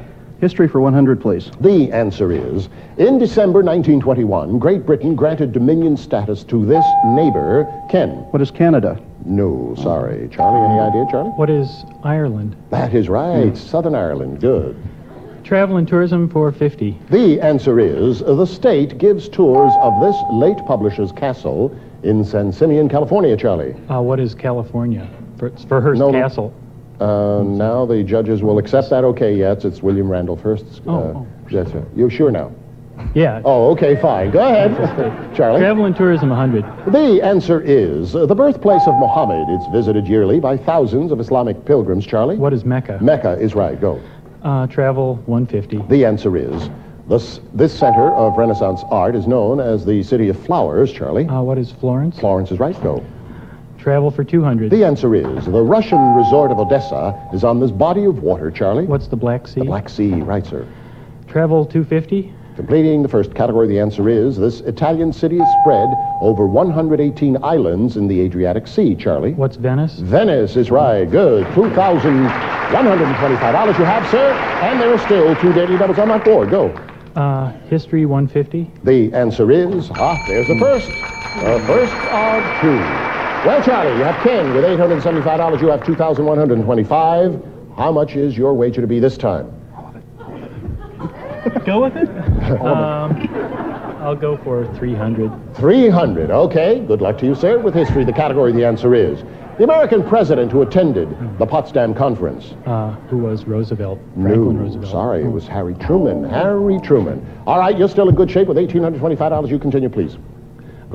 History for 200. The answer is the administration of this U.S. president created the Tennessee Valley Authority, Charlie. Who was Franklin Roosevelt? There is Franklin Delano Roosevelt with the rest now. We have Ken with $875, Charlie $2,225, and we'll be back with more Double Jeopardy right after these words. Please watch with us. Thank you very much. Viewers and players, welcome back to Double Jeopardy. Yep, you're looking for a champion to go on to face that Super Jeopardy bonus board. And Charlie, you were the last correct questioner. There's still a daily double up on that board. You select. All right. Lakes and rivers for 100. The answer is, at 625 miles in length, it's the longest river in France. Charlie. What's the Seine? No, sorry. Ken, any idea? Ken? What's the Marne? No, Loire. The Loire. All right, Charlie, try it again. Lakes and rivers, 150. The answer is, this lake is also called the Sea of, Kinnereth. And then we have Gennesaret or Tiberias. Charlie. What is the Dead Sea? The Dead Sea? No, sorry. Ken? And what are you going to do? What is the Red Sea? No, it's the Sea of Galilee. The Sea of Galilee. All those biblical names. Try it again. It's not my day. Well, lakes and rivers for 200. The answer is, this 143,550 square mile sea is actually the world's largest lake. Charlie. What is the... Oh, sorry. Ken, any idea? No prize? The Caspian. Caspian. Charlie, try it. I don't know why, but lakes and rivers for 250. Let's see. Might get it lucky. The answer is, this is the Mississippi River's longest and dirtiest tributary. Charlie. What is the Missouri? Missouri, right. Now you know why. You got 1825. Go again, sir. Quickly. Insects for 100. The answer is the number of wings on a fly added to the number of wings on a bee. And it's Ken. What is 6? That is right. 2 on a fly, 4 on a bee. Good. Okay. Let's try theater for 250. The answer is they wrote the words and music for Babes in Arms, and it's Ken. Who are Rodgers and Hart? That is right. Well done again. 975. Quickly select. Okay, U.S. Senate, 250. Insect? U.S. Senate, 250. Senate, 250. The answer is this Louisiana senator is the son of Kingfish, Ken. Who's Huey Long or Russell Long? No, the judges will accept that. Fine. Russell Long, good. Fine. Okay, about a minute remains in Double Jeopardy. Senate, 200. 200. The answer is, there it is, the second daily double. Okay, big decision time. Charlie's in the lead with 1825. Ken, you have 1,225. This is a plain daily double. What's your wager to be? Let's go for 800. $800. Okay, if you are correct, so you'll be in the lead. Good luck to you. With the U.S. Senate, the category, the answer is, this Idaho senator sought the presidential nomination in 1976. Who was Birch Bayh? No, it was Frank Church. Church. Sorry. Ken, please. Okay, let's try insects, 250. The answer is, in Aesop's fable, the ant taught this insect to plan ahead, Charlie. Who's the grasshopper? The grasshopper is right. Go.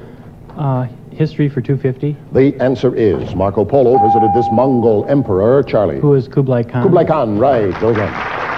Insects, 150. The answer is 150 you asked for. We have to disallow this $200, and the answer is on that 150.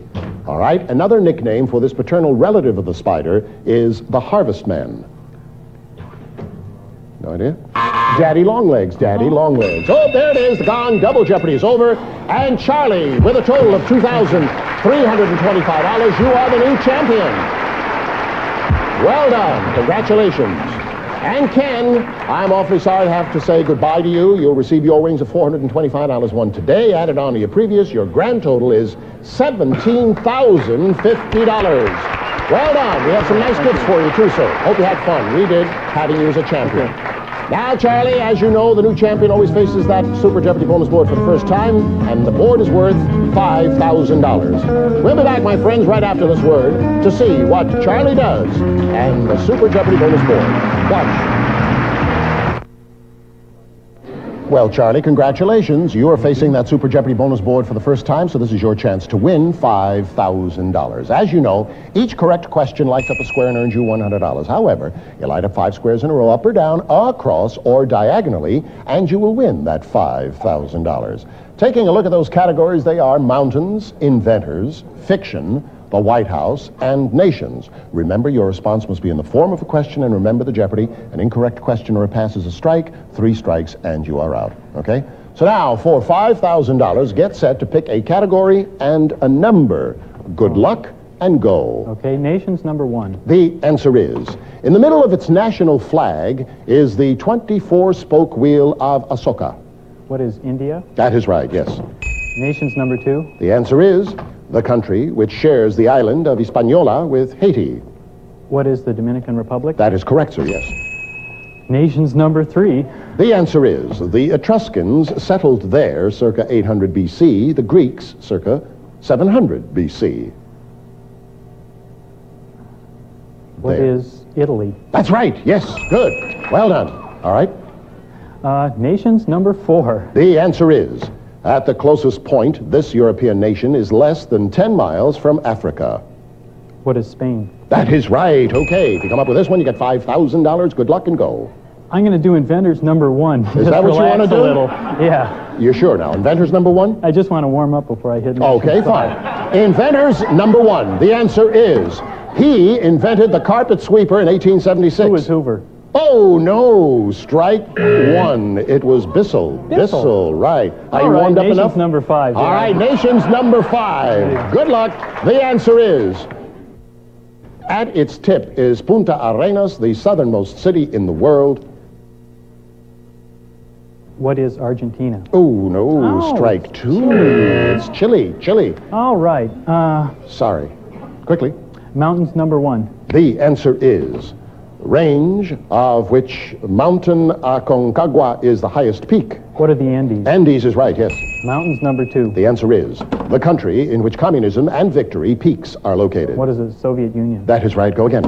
Mountain's number 3. The answer is the Tanzanian peak. That's the highest solitary mountain in the world. What's Mount Kilimanjaro? Kilimanjaro. Right, sir. Go again. Mountain's number 4. The answer is, in Japanese, its name means never dying mountain. What is Fujiyama? That is correct, yes.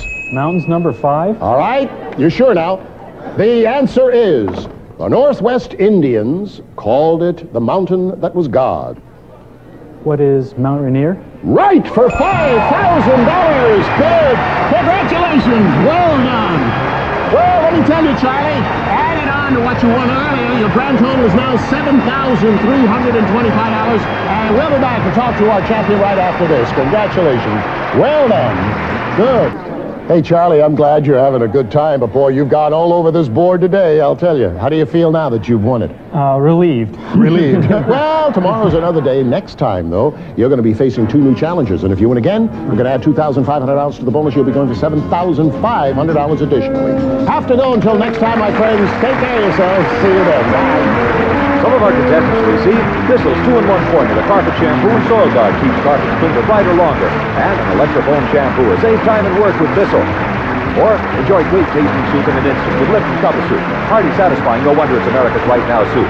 Or Z-Brick brand facing bricks. Add character and charm to your walls to create a beautiful new living environment. Z-Brick, the last word in wall covering. Or Lacrosse quality manicure accessories. A standard quality for nail files, tweezers, nail strips, emery boards, cuticle and nail scissors and nippers. Lacrosse. Or Polyglycol protection for your car. A heat-activated formula that penetrates, protects. Polyglycol won't let Mother Nature rip you off. Available at new car dealers everywhere. Or long-lasting DuPont Lucite paint. Custom blended in rainbow of more than 1,000 colors for inside or outside your home. Tough sealing Lucite goes on easy, looks great.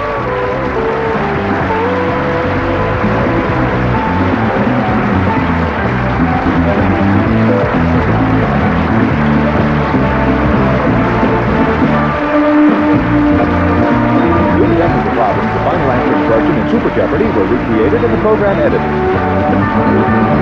John Harlan speaking. Jeopardy is a Merv Griffin production.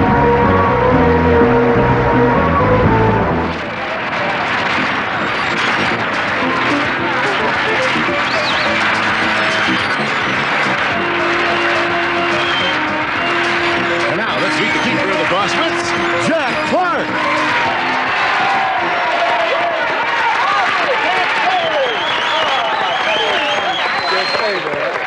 How are you? Welcome to our show, to the loony bin, the rubber room, because of these four people.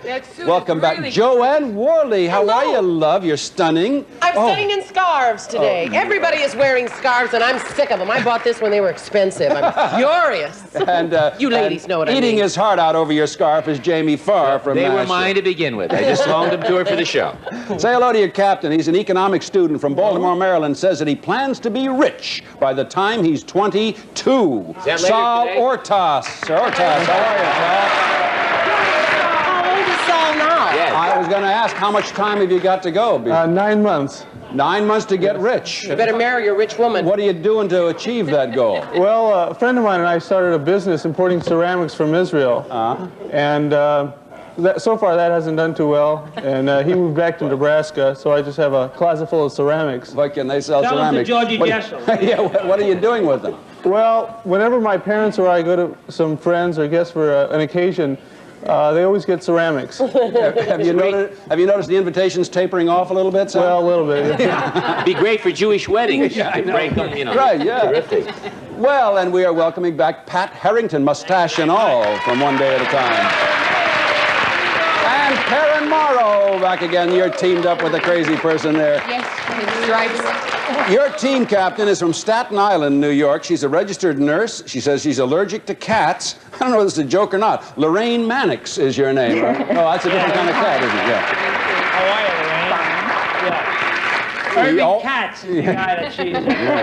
Yeah, have you always wanted to be a nurse, Lorraine? Well, I used to work at a hamburger joint, and I got tired of that, so I worked in the dietary kitchen of a hospital, and I decided to go into nursing. Well, not bad. Did you find anybody around the hospital who helps you with your allergy to cats? No, but I take an allergy pill when I need to, and I don't let my allergy stop me from owning a big, fat, striped tomcat. Oh, no, really? You're brave, very brave. That's wild. I can't imagine from the new movie Death Wish. So, well, good luck to you today, Lorraine. Thank you. And Saul, we're going to play Crosswits. We do crossword puzzles around here. Every puzzle has a mystery about it. Every word that goes up is a clue to the mystery. 10 points a letter, 100 points to solve the puzzle. Our big winner plays the crossfire round. We have a super vacation available for you. Our contestants tossed a coin. Our cat lady, Lorraine, won the toss. So you're going to start out, your team. Now for the captains, the player. I'd like to watch that. Yeah, they do that. Do you have an instant replay? It's an old doubloon backstage. Yes, it Is there a belongs. guy with a whistle and he says... Bruce Bellenden. Now, you captains, whoever puts the first word on a puzzle and solves the puzzle based on that one word could win this. Jay, tell them. It's a brand new car. It's the new Chevette, a 4-passenger car from Chevrolet that's roomy, zoomy, solid, and simple. Chevy Chevette. It'll drive you happy. Yeah, all right. There's Jerry Fiala showing you the car. Now, I must caution you, captains, if you do not solve the puzzle, if you take a chance on the car, then you lose your turn. It could cost you some points. Your decision to make. Lorraine, let us go. I would like Pat Harrington for 6 across, please. Here he and it come. 6-letter word for you, Pat. Has a reputation for bouncing. A check, a ball. No. 7 seconds. Reputation for bouncing. A charo. CH, not enough letters. What are you laughing at? Time is gone. Lorraine, up to you to save it. Buggies? Bouncing buggies. No. Logical. Incorrect. Sal, you take over on your way to wealth. Who'll start? I would like Jamie Farr and 5 down, please. Here it comes, Calling Jamie. me first. Don't you think 7-letter word. Jamie, you ready for this? He's the man behind the wheel. He's no sissy or sucker. He's the man who moves the goods. He's the man we call... Bruce. No. He's the man behind the wheel that caused... Oh, you know it. It's Claude Akins. No. I don't know. Leave the driving to us. No, he's no sissy or sucker. He's the man who moves He's the a goods. trucker. Trucker is what we're after, yeah. Well, I I just wanted you to go through that again. I want to see if you'd scratch your face. It's really my... The MC scratch. Solve or task, you get a chance at a brand new car if you can solve the puzzle based on the one word. You want to try for it or go on for more points? I'll try for the car. Okay, it's all up to you. You're on your own, my friend. There is the clue. It is trucker. Take that to the solution of the puzzle. It's a brand new set of wheels. Take 5 seconds and think about it. Oh, where's the band? Save people. What's your answer, Saul, for a brand new car? Citizen band radios? That's correct!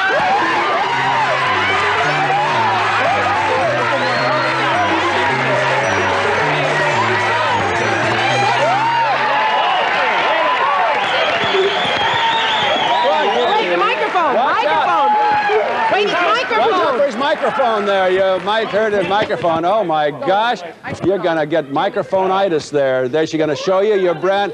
That'll drive you happy, Saul.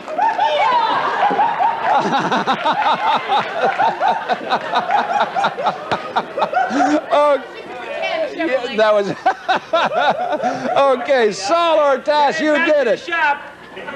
Here's some of the words you didn't need up there. Fad was up there. Call, talk, smoky, duck, rubber duck, and autos, trucker. Rubber's the one that has a reputation for bouncing incidentally, but you didn't need all those. Saul, we're thrilled for you. Brand new car is yours. Lorraine, you'll start the next puzzle, though. Catch up, maybe win the day in a big trip. We'll see how that turns out in just a minute. Don't you move.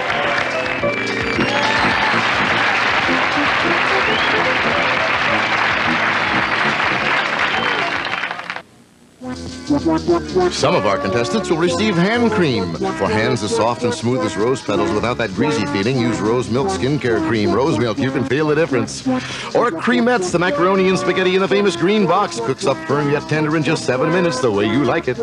Or Turtle Wax, the world's largest selling liquid car wax. New improved hard shell formula. Cleans, polishes, protects in one easy operation. Turtle Wax with a hard shell finish.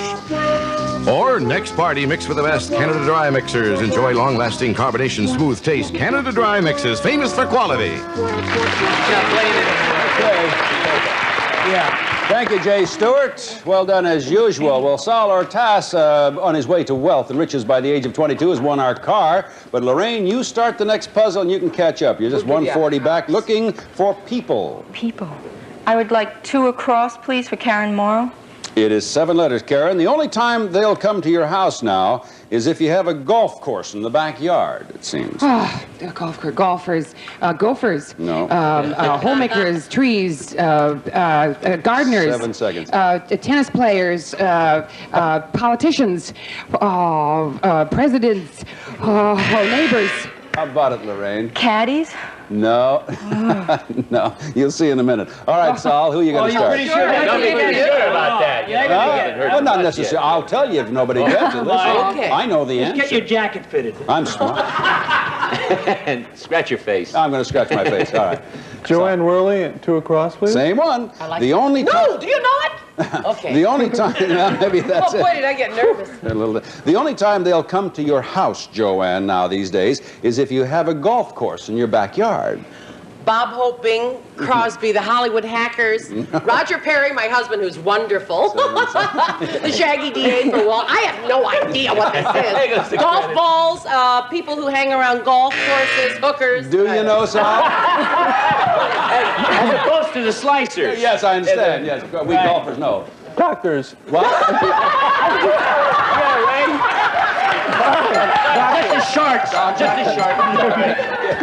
You have the prescription underwear on again, Saul? That's a correct answer. Yes, that's it. Doctors. He's younger than we thought he was. He said that right in the middle of an exam. Yeah. Yeah. And he didn't turn the other way and cough. You turn your cheek away when you do that. Trying to resurrect some kind of order to this craziness. Jamie will try to continue now, Saul.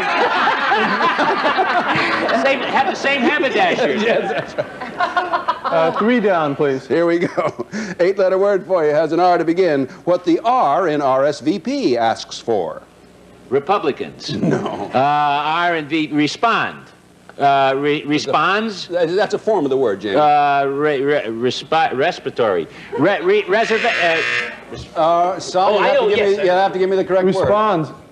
Response is correct answer, yes. Good for you. All right, yeah. Well, that was close. Joanne now for you, Saul. 7 across, Here we please. come. 4-letter word, has P to begin. By virtue of a spell, Joanne, this is a couple and not a fruit. Adam and Eve. And they had a little of both, didn't they? Oh, that's a pear. A pear is correct, yes. Good for you. Run up a big score. Jamie's up now, Saul. 4 down, please. Here it comes. 6-letter word for you, Jamie. I, 3rd letter. Mayo is famous all over the world as one. Oh, sandwich spread. No. Hold it. Thank you, machine. It's a clinic where we all belong. Yes, it is a clinic, yes. All right. Joanne now, Sal, if you're interested. 8 across, please. Here we go. 5-letter word. Ends in N. My French poodle acts so bright, Joanne, you'd almost think she was what? Simone Signoret. Only she's much heavier, isn't she? Well, no. A lot of French poodles are not that heavy. French. No. Funny. No. Finchy. No. She acts so smart, she was intelligent. Human, right. Just up there. Woo. Got quite a score running up there for you, Saul. Jamie's up looking for people. 1 down, please. 4-letter word for you. Has an O, 3rd letter, Jamie. Moby Dick is one. So's Mary Poppins and Ben-Hur. Republicans? No, come on. That was in the... Moby Dick and a book. Books are right. Yeah, book. Good. Just about got it filled in, Saul, and you're up over 500. Can I What do you leave want a to do? call for 6:15? Yeah, I'll have a conference. Take your Nobody will 7 call you, so seconds. forget Tell us the people we are after. Where's his band? Okay. That's it. We got it. You got it? Take you up to 610 if you're right, Saul. Is it Masters and Johnson? It are Masters and Johnson. Yeah, good.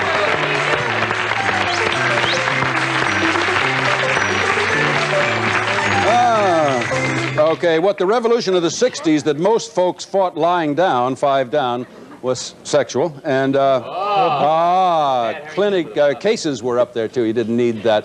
Another 100 points and another prize. Saul, here's Jay. 5 down is sexual. Right, Jack, it's a trash compactor. Tappan's easy way to handle trash. Simple operation, safety key, push-button spray deodorant, bag storage rack, 3,000 pounds of pressure. Tappan home appliances since 1881. Back to you, Jack. Okay, thank you, Jay. Lorraine, you got to get going. You're starting the next puzzle. You're 600 behind. We'll see how it turns out. We're rooting for you, my dear. We'll get the puzzle ready. Come right back.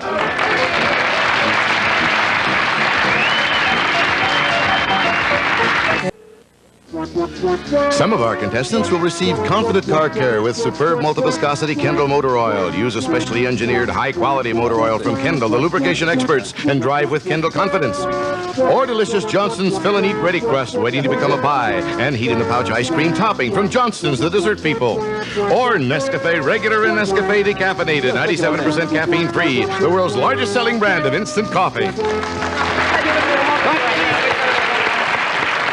Thank you again, Jay Stewart. Ready to go. Jerry Fiala, all in blue, is ready with her staff and ready to go to work. Lorraine, you need some points, my dear. 610 to zip. And we're looking for, this time, thing.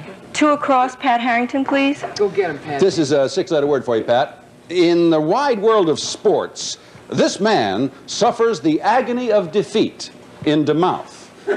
In? The agony of defeat in the mouth. Well, it's got to be Cosell. Yeah, that's exactly right, my friend, yes. Well, look at that. You got a score. Terrific, Lorraine.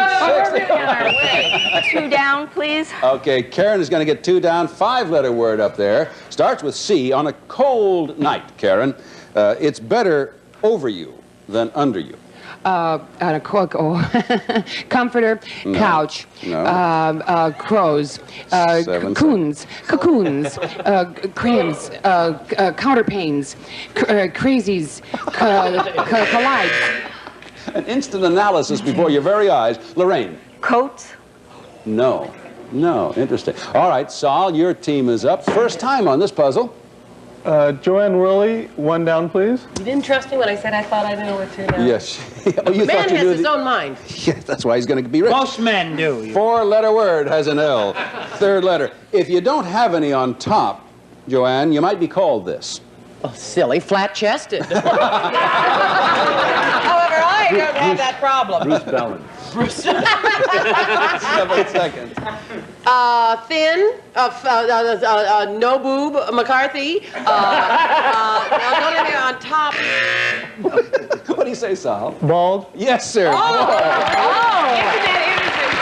I'm so glad. I'd like to call a conference. You weren't quite top Yes, up there, let's have a conference. All right. I'd like to call a conference. Already? Yes. Well, you're very courageous. Take your 7 seconds. Tell us the thing.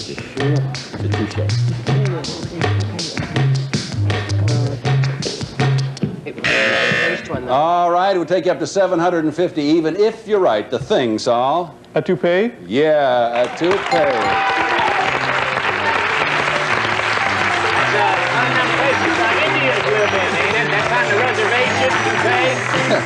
On a cold, you said almost everything, Lorraine, and your team. What was 2 down? Yeah, 2 down. On a cold night, it's better over you than under you as a cover.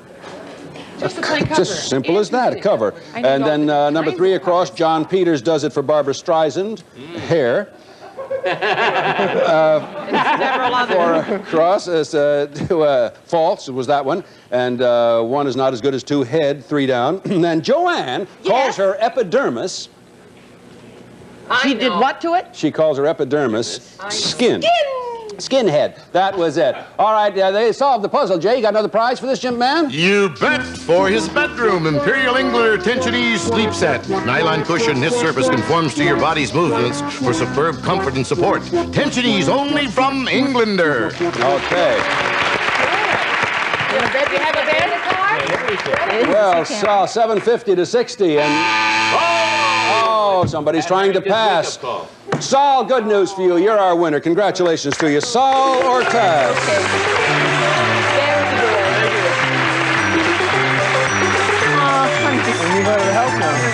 Well, Lorraine Mannix, I'm sorry it turned out this way for you. They just got control of the darn things and kept running, didn't they? I had a good time, though. I'm glad you did. We enjoyed having you here. Thank you. And continued success as your nurse. Have a nice party gifts for you backstage. Thank you, dear. And everybody's kidding me. I'm getting the heebie-jeebies here. Sol, you've got a brand new car already, and that's just the beginning. Crossfire round coming up next. Maybe a dynamite vacation. We'll see how it works out. Don't go away, please.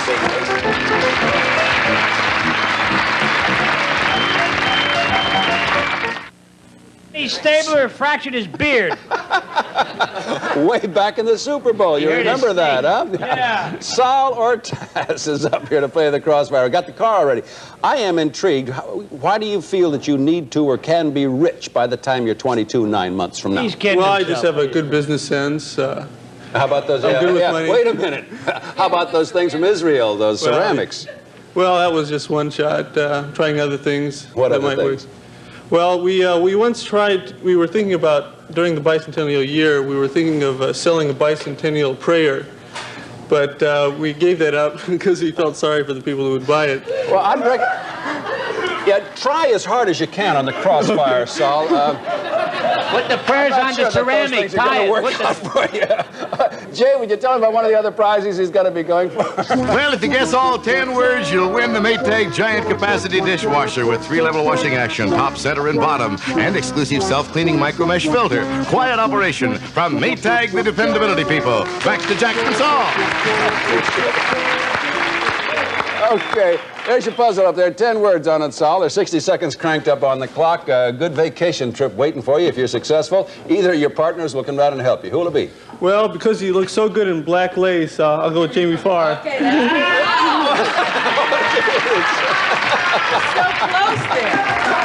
You'll put the prayer on the ceramics and you make a fortune. That's right. Okay, good luck for you. He'll help you all he can. He's dynamite at this, too. So we'll start the clock as soon as you ask for your first word. One across. Dogs, such as Welsh, Scotch, Irish. Terriers. Terriers. Terriers is right. One yeah. down. One down. Musical instrument used in Salvation Army band. Trombones. Tambourine. Good for you. 2 down. 2 down. A famous song and a famous river in Virginia. Swanee River. No. Virginia. We'll go to 3 across. 3. Where ammunition is stored or a periodical. Munition. Periodical. 4 across. No, a phonograph record. A phonograph. Disc. Disc is right. 3 across. 3 across. Where ammunition is stored. Magazine. Magazine is right. 5 down. 5 down. Auto. Car. Yep. 7 across. 7 across. Close at hand. Near. Deer.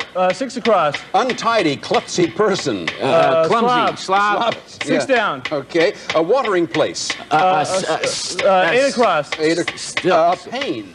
An ache. Yep. 2 down. 2 down. A famous song and a famous river in Virginia. Virginia. 6 down. Or a watering place. C. A watering place. Spa. Spa is right. 2 down. A famous song. Famous. Shenandoah, yes. Across the wire. That's Shenandoah. What is the Shenandoah? There's a song about that. Shenandoah. Oh, doggone it. How close can you get? You're not a bad winner, though. You got the car. And what else we got for this gentleman, Jay? Well, Saul, listen to this. You got a Polaroid camera from the famous Spiegel catalog with more than 500 pages, new twice a year with over 50,000 quality items, providing value, selection, and savings. Spiegel, Chicago, 60609. And you get luggage. Atlantic Heritage Carry-On is lightweight and crafted in soft leather like vinyl with comfortable cushion lift handle from Atlantic Products Corporation. And you can use your cam and your luggage for your trip to Las Vegas. Yep, Sal, a week in Las Vegas, you're going to stay at Union Plaza Hotel, one of the world's largest casinos, 750-car garage, showroom, 2 lounges, 3 dining rooms, a pool, 504 superior rooms, furnished by Union Plaza Hotel. Okay. And here's our singing and dancing group entertaining you right in your very own. Saul, not a bad day. The automobile is yours. The trash compactor, a year's supply of trash, a sleep set, the luggage, camera, and Las Vegas for you. Good luck in your career, my friend. You'll succeed. Great idea. Put the ceramics in the trash compactor. All right. Tomorrow it will be Pat and Jamie teamed up. Joanne and Karen, the ladies against... Are you going to get it there? Be sure and join us, boys and girls, and see what happens with this crazy mix-up. Jack Clark, bye-bye. If you're planning to be in the Los Angeles area for an extended stay and would like to be a contestant on the Crosswits, please call 462-2212. For tickets, write KTTV, 57 to 46 Sunset Boulevard, Hollywood, 90028. This is Jay Stewart speaking. The Crosswits is a Ralph Edwards production. Our current champion. If she wins one more game, she breaks the Joker's jackpot and wins a brand new automobile and $5,150. Now, from Television City in Hollywood, CBS presents The Joker's Wild. And here's the star of our show, Jack Berry.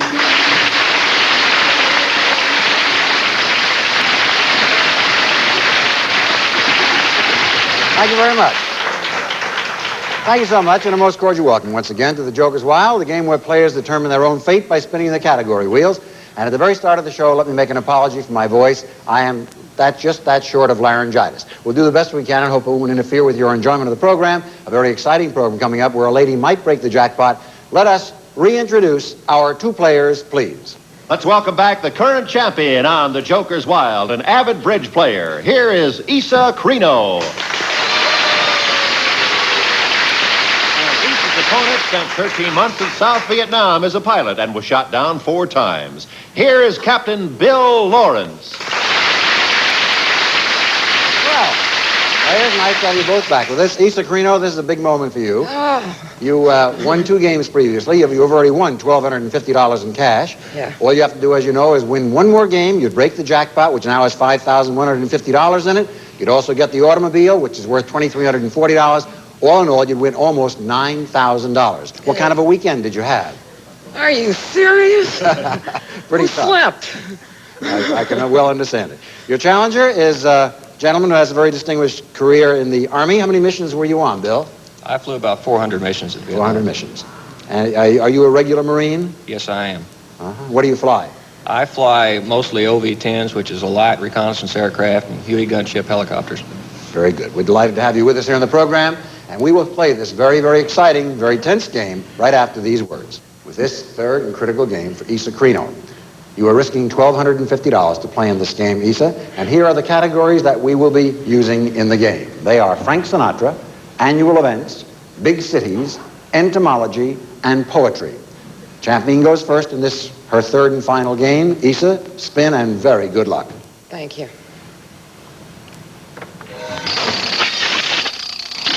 Annual events, Sinatra, Sinatra. How do you play? I'll take Sinatra for $100. $100. Here's the question. This Sinatra progeny is the most recent to enter show business, following in the footsteps of Nancy and Frank Jr. What is the name of the latest Sinatra to enter show business? Tina? Right for $100. Off to a good start, on the way to break our jackpot. First spin for Captain Bill Lawrence. Good luck. Thank you. Joker. Big cities. Joker. It's a triple. How do you want to play it? I'll try the big cities for two. All right, it's a $200 question. This is a big one for you. Located in the center of England's most densely populated area, this city is famous for its textile industry. It is also the home of the highly respected daily newspaper, The Guardian. For $200, name this English city. Birmingham. Wrong. Wrong. If your opponent can answer, she can pick up $200 more. Name the city. Liverpool? No. No. Manchester. Oh. Manchester. I'm very, very sorry, but you'd still stay in the lead, 100-0. Your spin, Isa. Sinatra, poetry, Sinatra. Well, it was all right before. I'll try it again. Everybody tries Sinatra, try it again, okay? In 1967, Frank teamed up with his daughter Nancy to record a smash hit that went to the top of the music charts. For $100 more, what was the name of that song? These boots are made for walking? Nope, that isn't the song. Now you can get $100, Bill, if you can tell me the name of the song. The name of the song was Something Stupid. That is it for $100.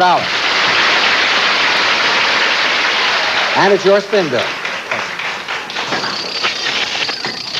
Big city, Joker, poetry. I've never been much on poetry. I think I'll try big cities again. Okay, you weren't too much on that last time either. Well.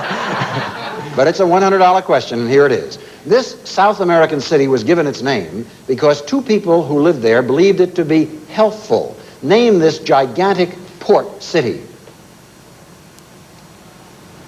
Buenos Aires. Correct, for another $100. Score stands 100-200. The champion is trailing at the moment. Isa, spin.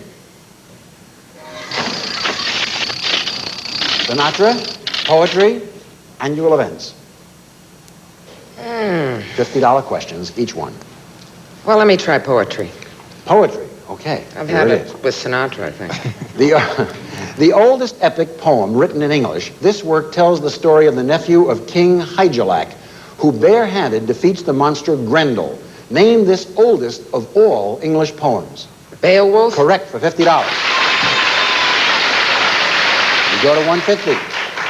Captain Bill. Big city, Joker, Frank Sinatra. Let's try Frank Sinatra again, Jack. $100 question. Here's the question. Known primarily as a singer, Frank Sinatra startled everyone with his performance as a snarling, would-be presidential assassin in a suspenseful movie. Name the movie.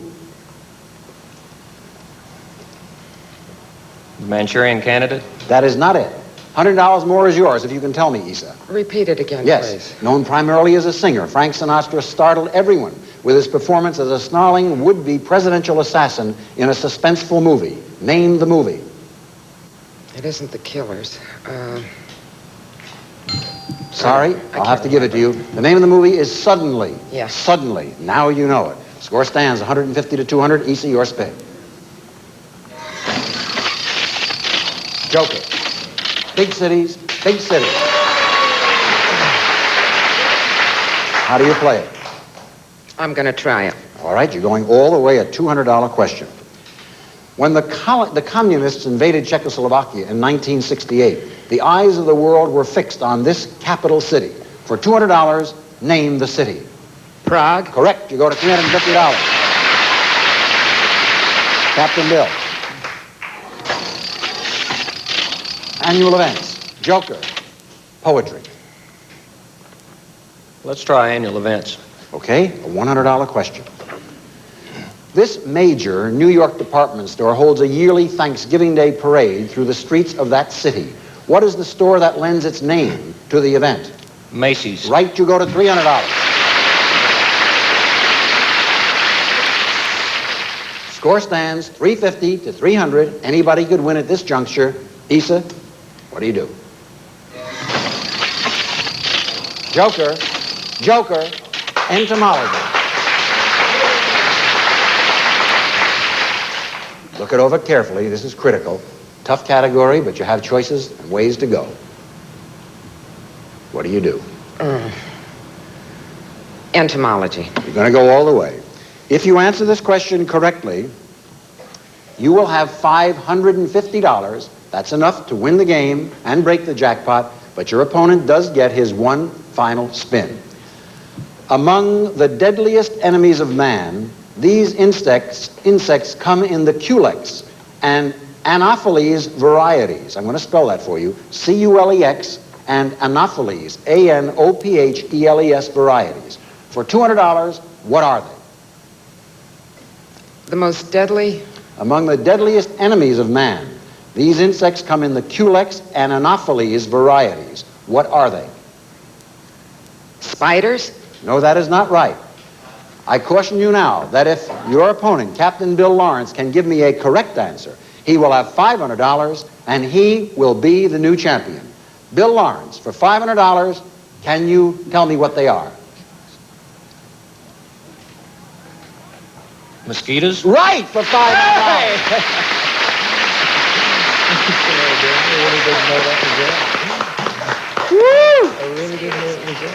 Was that a lucky guess? I'm afraid it was. I'd heard of Anopheles, and I wasn't really sure.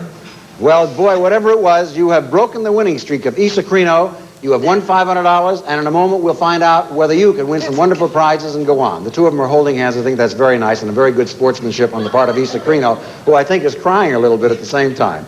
Issa, I'm sorry you don't get the money, and you've been a lovely, lovely contestant. Backstage will be some prizes. Let's all say goodbye to a lovely lady, Issa Crino.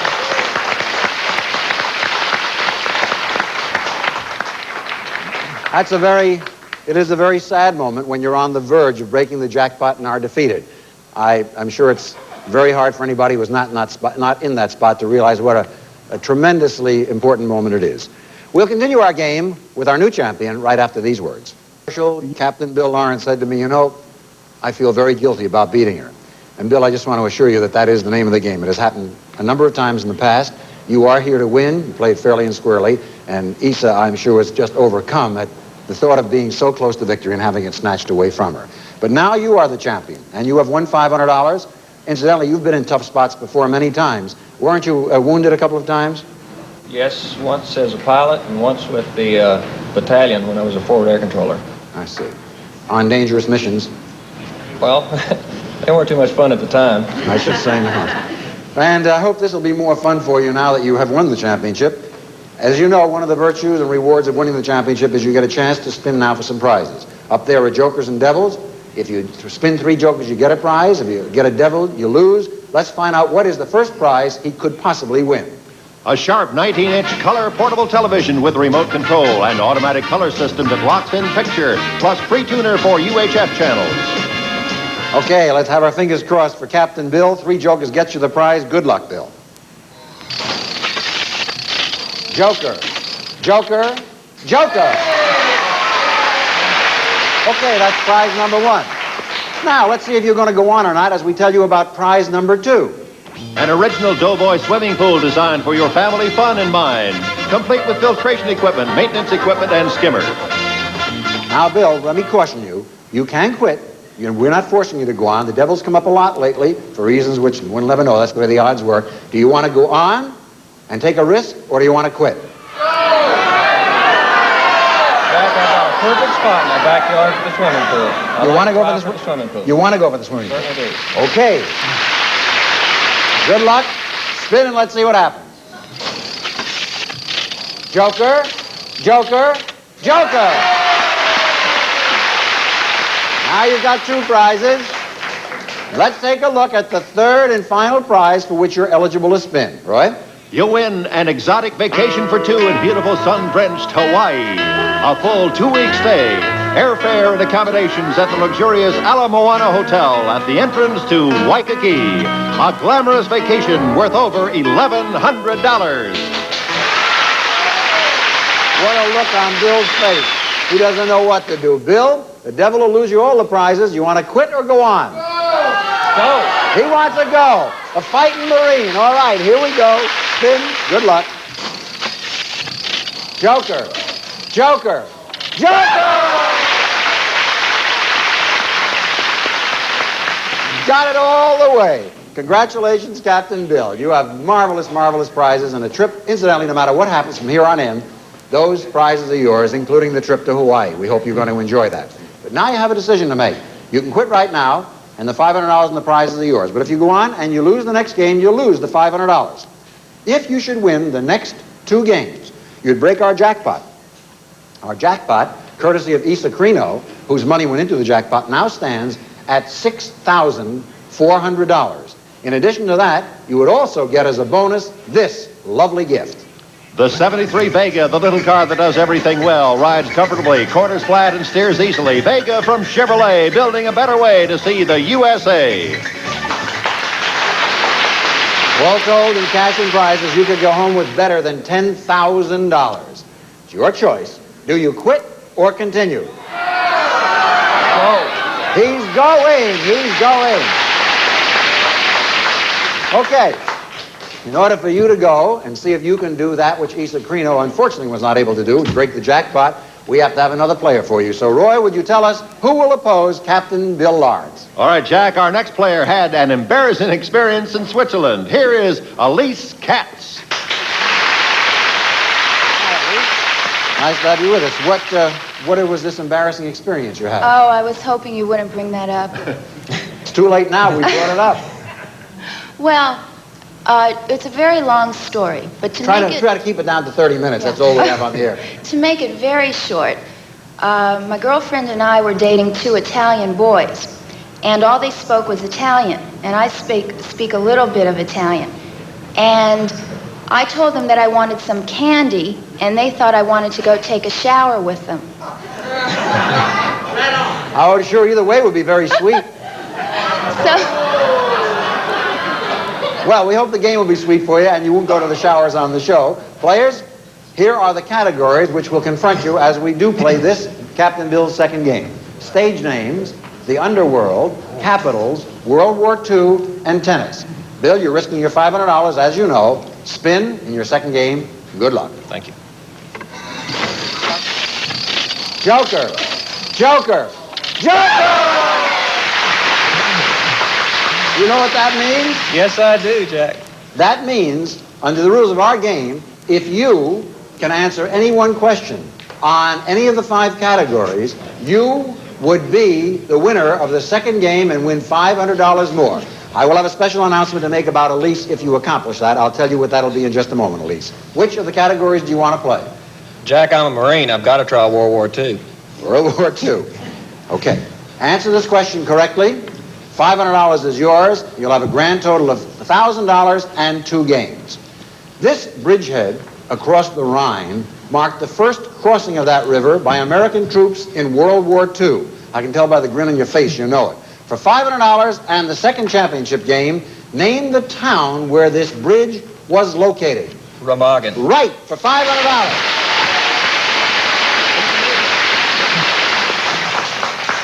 There you have it. Captain Bill has won his second straight game, winning $1,000, and in just a moment you'll get another chance to spin for prizes.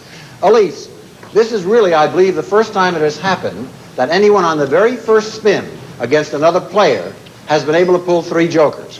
So, we have made a special provision for that. We cannot ask you to keep on playing, but since you didn't even get a chance to play at all, we will invite you to come back to the program in a couple of weeks and play against somebody else. Fair enough? Okay, fine. Very good. Thank you very much for being with us, Elise. We'll see you in a couple of years. Goodbye.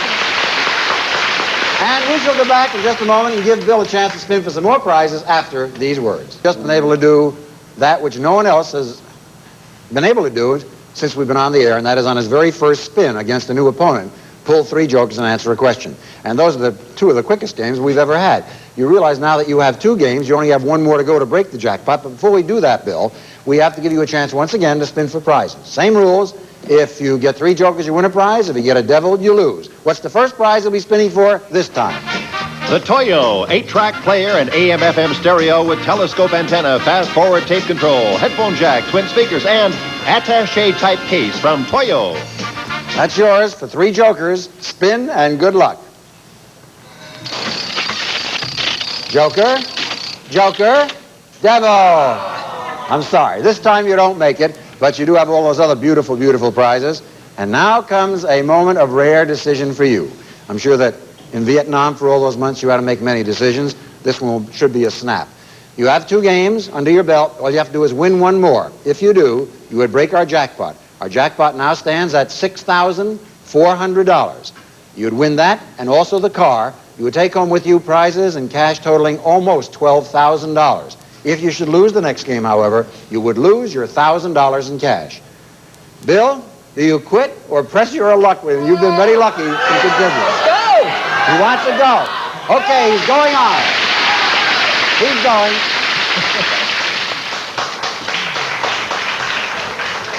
He's going, and he's going to be in a battle of his life right now because we want you to meet his next challenger. And who is she? Please, Roy. A jogger that we welcome to the Joker's Wild. Here's Mary Ann Jenkins. Hi, Mary Ann. Hi. How much do you jog every day? About 2 miles. 2 miles. And where do you jog? There's a high school near my home, Dorsey High School. Uh-huh. Do you notice that jogging, I'm sure there are a lot of people jogging along with you, right? About 20 people every morning. And do you notice that it changes their physical appearance in any way? Definitely. How? Well, there have been tremendous weight losses. For instance, there was a man running, well, he started out walking, and he must have weighed over 200 pounds. Now I think he weighs less than I do. My goodness. A lot of people who are watching should probably would like to know about that. And it's a good tip. In the game, which we'll be playing between you and Captain Bill, this is 3rd and very important game. Here are the categories which we'll be using. They are fairy tales, song hits of the 50s, France, gay 90s, and currency. Bill, you're risking $1,000, but you could win almost $12,000. We'll give you a chance to play the game right after these messages. Play a complete round, players. So rather than do a half a round, why don't we ask you both if you can come back to the next show? Mary Ann, can you come back to the next program? Be glad to. Very good. And how about you, Bill? I wouldn't miss it. I bet not. It'll be your 3rd game. Maybe we'll crown a new champion here, breaking our jackpot. In any event, congratulations for the money that you've won in the prizes so far, and we'll see on our next program whether you can go all the way. When we come back, we'll show you the new categories. We'll start the game and see the result. Incidentally, I understand that you jog as well, Bill. How many miles do you jog a day? I run about 5 miles a day. 5 miles a day? Ooh. I jog too, but only a mile. I'm an amateur compared to both of you players. Any rate, this has been a sad day for Isacrino, but a very, very happy day so far, at least for Captain Bill Lawrence. Will it be happy for him on our next show? That's something we're going to find out. For those of you who are watching, we hope you enjoyed the Joker's Wild and that you'll join us the next time. For all of us here on the Joker's Wild, thank you for being with us, and goodbye, everybody. Thank you very much. Departing contestants receive delicious fill-and-eat Ready Crust. Your dessert will seem like it came from the pastry chef. Ready Crust, a special treat. And a selection of ready-to-use Holland House cocktail mixes, including dry mixes, liquid mixes, and gourmet cooking wines. Holland House cocktail mixes, plus Sears Meal in Minutes. Let you fix foods ahead of time and seal them in plastic bags. Plus Sears 3-speed hang-up hand mixer, light and powerful. And Princess Gardner, matching leather accessories, smartly styled. A fine name in personal leather goods, Princess Gardner. Plus Burgess Safari Light, the fluorescent lantern that goes anywhere. Plus Burgess Super D cell and power pack batteries. Use Super Ds for all household cordless devices. This program was edited for broadcast. All contestants are selected in advance and are advised of the rules of the game. Ladies and gentlemen, this bonded security agent has just placed a certified check for $50,000 in one of these 66 surprise packages. Today, someone may win any one of our fabulous prizes, or that grand prize of $50,000 on Treasure Hunt. From Hollywood, it's Treasure Hunt. And here's the star of our show, Jeff Edwards.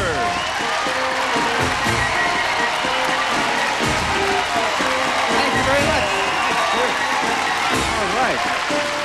Thank you very much, and welcome to Treasure Hunt, the television show with 66 prize packages. And one of those packages today contains a check for $50,000. Now, ladies and gentlemen, let's welcome back our continuing winner, Karen Wasson. Hi, Karen. How are you? Hi.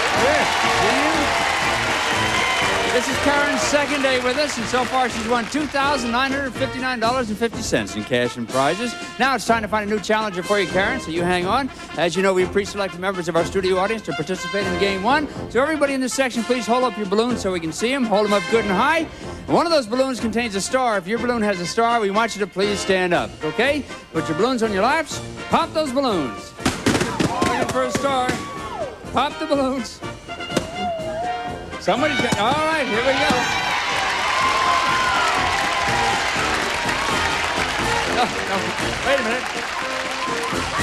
No. See, that's the star, and that's nothing. All right. You go over there. You go over here. Okay, and I'll see you next week.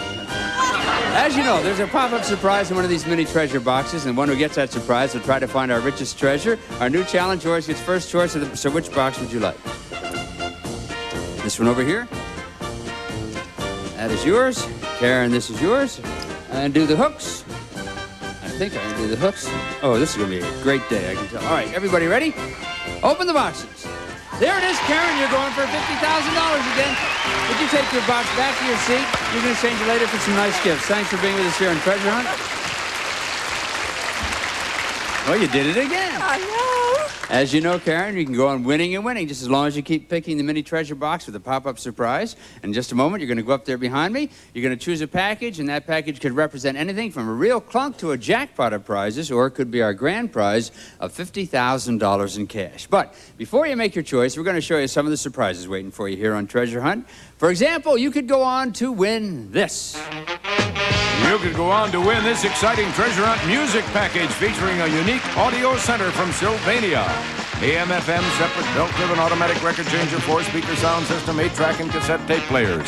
Plus plenty of storage space for records and tapes. Total retail value of this fabulous package of musical treasures, $2,719.95. Or, Karen, if you're lucky, you could go on to win this. From Delta Line, you could win a 9-day round-trip cruise from Los Angeles to Vancouver, British Columbia. Elegant accommodations and cuisine and the thrill of exploring the Pacific coastline aboard a Delta cruise liner. This fantastic trip plus 2 special added surprises with a total retail value of $4,541. Well, that's a great showcase. Now, remember, Karen, there's some mean old clubs up there, but also you can find furs and trips, and don't forget, someplace in one of those packages is a check for $50,000. I hope you find it. Good luck to you.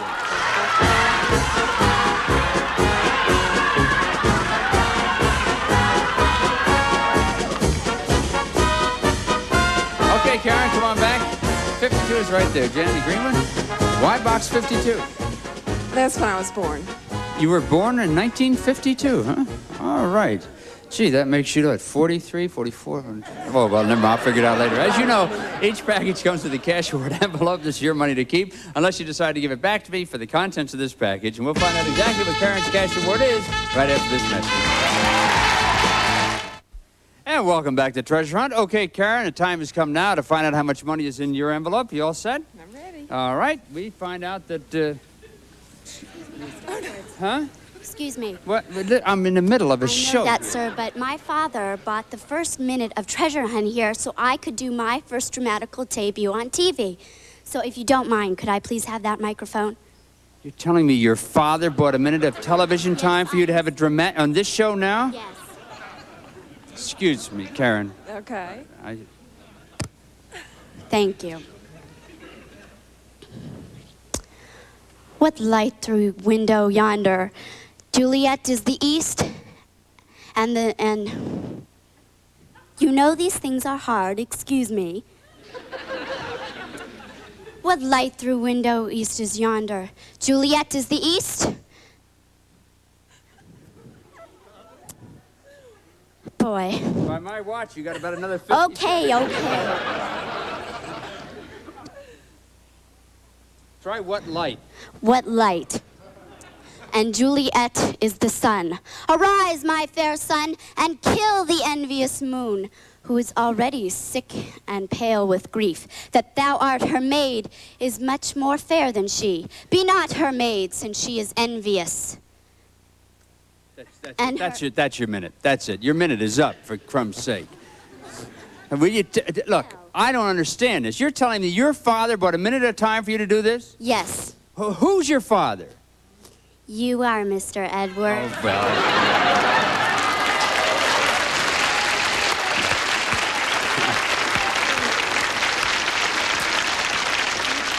I forgot to ask her the other question. What was that? Who's her mother?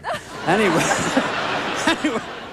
All right, let's get on with this thing. Let's open the envelope, Karen, and see how much money you've won. You have won $855. $855. And I will pay you off right now. Okay, here we go. 100, 200, 300, 400, 500, 600, 700, 800, 850, $855. $855, Karen. Now, that's all your money.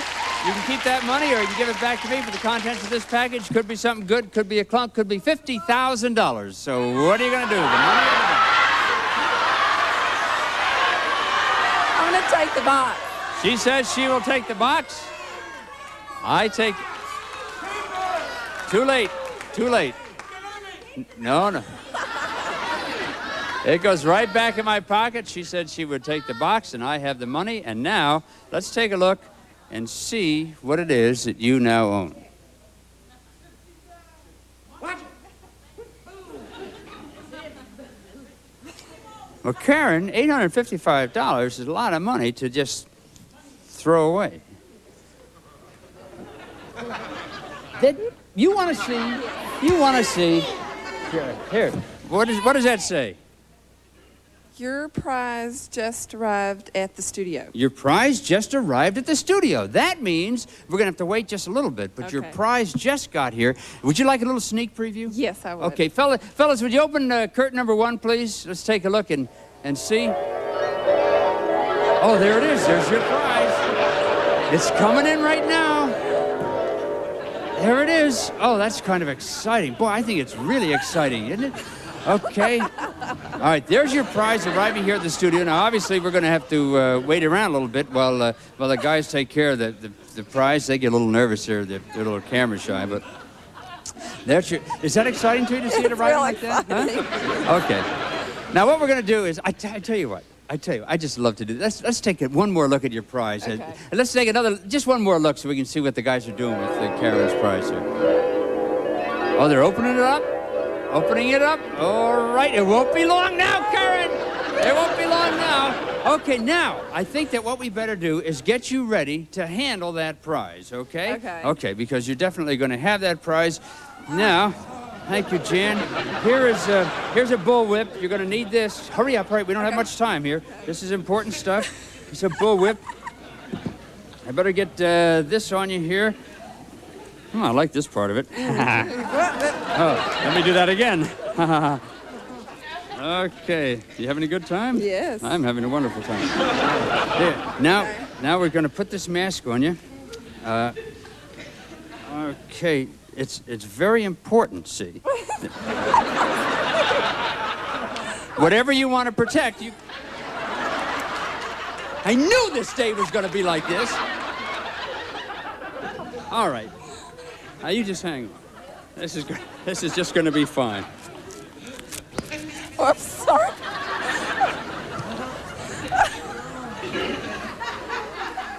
My mother thinks I'm a doctor. She doesn't know I do this kind of stuff. Okay, that's fine. You look terrific. There you are. All right.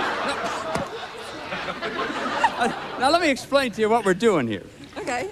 I wanted you to have plenty of padding, and a mask, and a bullwhip, and plenty of protection in case you really had to tangle with that prize. Now, they should have the son of a gun out of the crate about. Yes, it sounds to me like it's out. So you ready? Are you ready? I'm ready. Get the bullwhip ready. In case you have to tangle with your prize, I want you all set, because that prize is waiting for you right up there. That's right, Karen. It's your very own.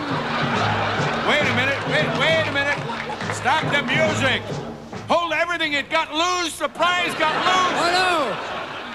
Oh, no. Oh, no. Listen, I don't know what to do. I'm not too nervous because it's not my prize. It's your prize, and whatever is loose is coming after you. So I would suggest the best thing for you to do is go home and pack and spend a couple of days out of town in Lima, Peru.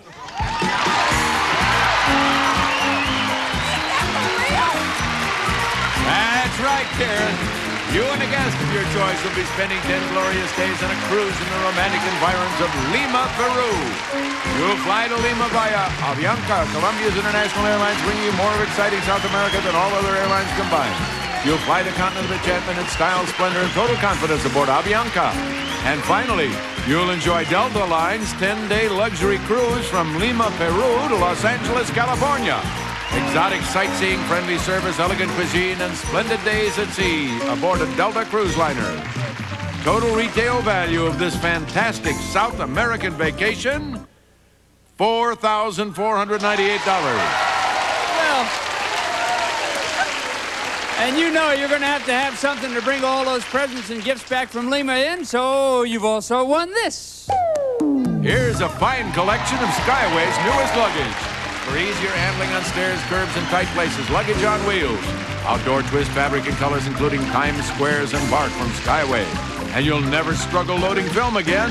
From Konica comes the FC1, the automatic 35mm SLR that actually loads the film itself. Konica. Total retail value of the luggage, the camera, and your magnificent vacation to Lima, Peru. $5,857.50. Well, Karen, you're another big winner here on Treasure Hunt. We'll be back with another Treasure Hunt right after this. And welcome back to Treasure Hunt. Right now we need a new challenger for Karen Wasson. So all of you in this section, please hold up your balloons. Hold them up good and high so we can see them. One of those balloons contains a star. If your balloon has a star, we want you to please stand up. Get ready. Put your balloons in your laps. Pop those balloons. Looking for a star? You have a star? Stand right up. Who's got it? You got it, okay. Come on down. And down here, as you already know, there's a pop-up surprise in one of these mini treasure boxes. One of you who gets that surprise is going to go on a treasure hunt. You have the star, so you have first choice. Which box would you like? This is yours. Karen, this is yours. I'll unhook the boxes. Put your hands in your boxes. Right up there. Open the boxes. Karen, you're going again for $50,000. You can take your box back to your seat with you. You can take it later for some nice gifts. No, you did it again. You're never going to get back to Houston at this rate. That's fine. I like it out here. All right, Karen, in a minute you're going to choose one of those packages up there. As you know, it could be a clunk, could be the jackpot. But before you make your choice, we're going to show you some of our fabulous prizes. For example, you could go on to win this. Fred the Furrier, New York's largest furrier, presents this magnificent dyed Norwegian Shadow Fox full-length coat. Lavishly accented with a sumptuous shawl collar. It can be worn loose or fitted. The drama of this Fred the Furrier fur will make any woman feel like a star. Total retail value of this spectacular full-length fur coat, $2,995. But you really want to be careful so that something like this doesn't happen to you. Shell, you kept $899 and you gave up a check for $46,000. $46,000 is in that box. There it was. That could have been yours. It's not yours. I know, that was a sad day. But don't forget, Karen, someplace up there, among the clunks and the cars and the furs and the jewels, is a check for $50,000. Go get it. Good luck to you.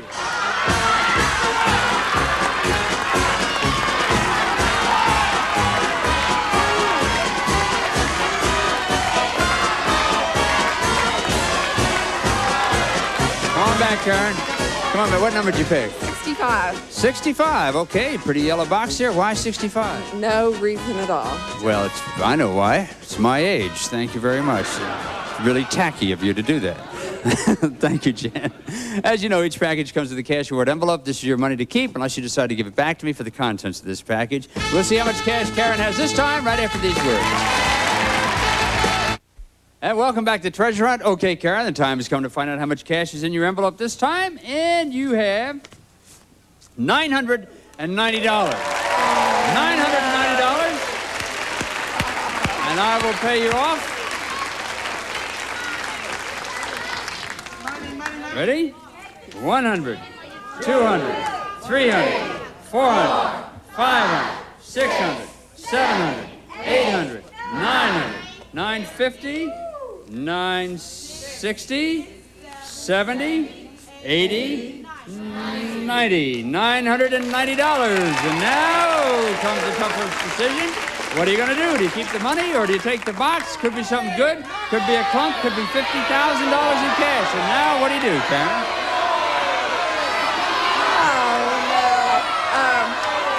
I'm going to take the box again.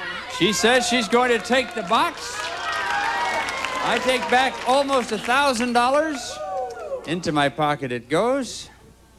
You got a lot of what we call intestinal fortitude, Karen. Giving up almost $1,000 for that. You gave up $1,000 for that. Now, Karen, you know that you can't look in there. Yes, I know. So you take one step over there. That's it. And let me tell you that what you have is a note. And it says, call the Swami for the prize. Now, I will call the Swami, and we'll find out what your prize is. Swami, how I love you, my dear old Swami.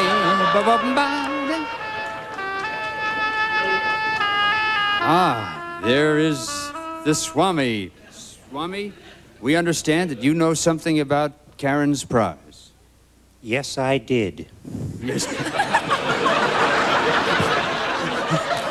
Somehow I've heard that phrase before. What is this, your crystal ball?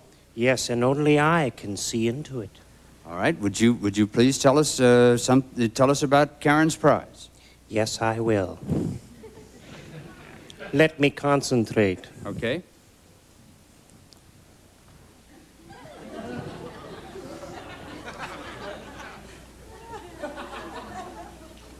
Yes. Okay. What about it? I see clear lanes ahead. I see clear lanes ahead. Clear lanes ahead. Sounds like some highway driving to me, Karen. What else about the prize? You want else? Yes, give me else. Let me concentrate. I see many curves ahead. Many curves. Oh, Karen, that's exciting. Whoa! All right, what else? What, you want else? Yes. Oh. Oh. I am looking at the latest model with classic design and streamlined form. Oh, boy, Karen. Karen, I wish I were you right now. This is too much. What else? Come on, Swami. Again, you want me to concentrate? Yes. Okie dokie. Oh, I see it now. Yes. I see it. What? I see something. I see something very shiny. Yes. It's very swift. Yeah? Yes, now I am looking directly at the lady's prize. What is it? I'm looking directly at it. Where is it? I'm looking directly at the lady's prize. She gave up almost $1,000. Looking right at it. What is it? It's a bowling ball. That's right, Karen. It's clear lanes ahead with a few curves thrown in for good measure with this classic, streamlined, shiny, super swift little bowling ball. Total retail value, $24.68. Oh, Karen. Looks like you got clunked. You have the only $990 bowling ball on the block. Thanks again for playing Treasure Hunt with us. Of course, Karen's going to be back with us again on Monday because she's our champion. You'll have another chance to win another Treasure Hunt. But right now, it's time to find out where that $50,000 is. First, here's Johnny Jenkins with some gifts for our runners-up. John? Some of our contestants will receive get the full-size Speed-O-Lite iron from Hamilton Beach. You'll never run out of steam from Hamilton Beach, Scoville, with 70 years of quality. And American Tourister Spectrum, casual soft-side luggage designed to go the distance. It's not how good it looks, it's how long it looks good from American Tourister. And Cella's Chocolate Cherries, pure chocolate shell, luscious real fruit cherry in a 100% liquid center. Cella's chocolate-covered cherries. Here's Jeff. And now it's time to find out exactly where that $50,000 is hidden. This gentleman is our bonded security agent, Mr. Emil Oturi. Nice hand for Mr. Oturi. Mr. Oturi, will you verify the fact you did hide the check for $50,000? Yes, I did. Where'd you say it was? 38. 38 is where it is, right down there. Nobody got it today. Maybe on Monday somebody will pick it up. Hope so. There it is. Check for $50,000. Until Monday, this is Jeff Edwards wishing you good luck. Goodbye.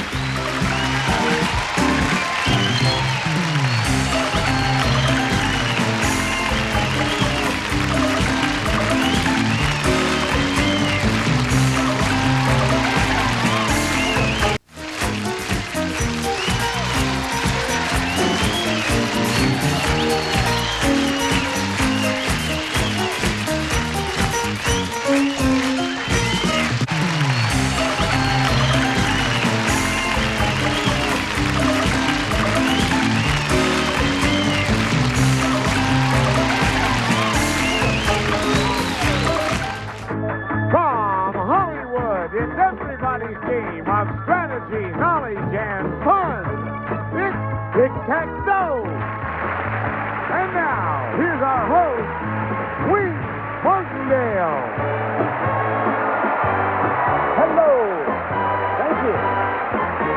Thank you very much. Welcome. Thank you. Thank you, Jay Stewart. Welcome, everybody, to our show, and we got a good match going. We didn't have time to get a new match underway. First of all, meet our champion and then the challenger. Here she is right here. Our current champion, whose winnings total in cash and prizes $6,900, is an office manager who enjoys tennis, sailing, and playing bridge. Meet Lois Fishman. And her opponent is a homemaker and mother who once lived in a cabin. She enjoys refinishing furniture and sewing. Meet Diane Ware.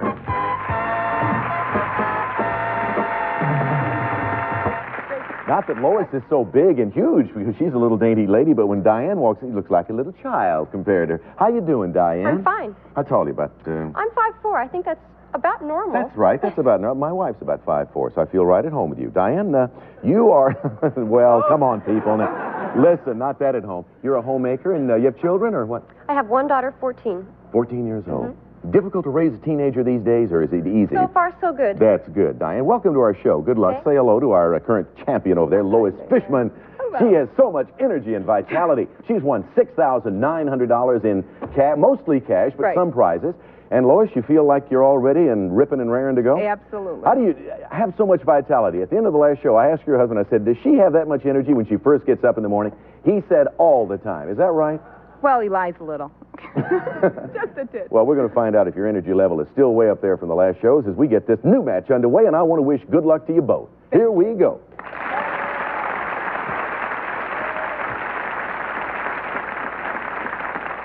Let's take a look at the subjects we're going to deal with. Our questions will be wrapped around these subjects. Lois and Diane, where are you? Presidents, action films, the 30s, mixed words, biographies, country music, opera, and young stars. Lois is our champion, of course. You get to make the first selection.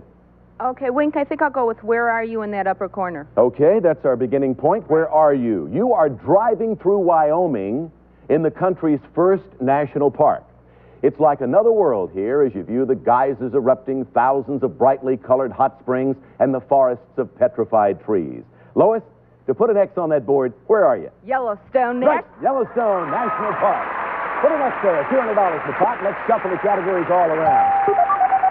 Subjects take different positions on the board, and Diane Ware, it's your first opportunity. Well, here goes. I'm going to take action films in the middle. Ah, you are a lady of action, right to the Yeah. center box. For $300 to the pot, Diane, and I'll give you a little extra time to think about your answer. This 1977 film by director Steven Spielberg tells of a man's encounter with the first spaceship to land on Earth. Diane, first, I want you to give me the complete title of the film. Secondly, name the actor who plays the leading role of Roy Neary. Here's your extra time. Okay.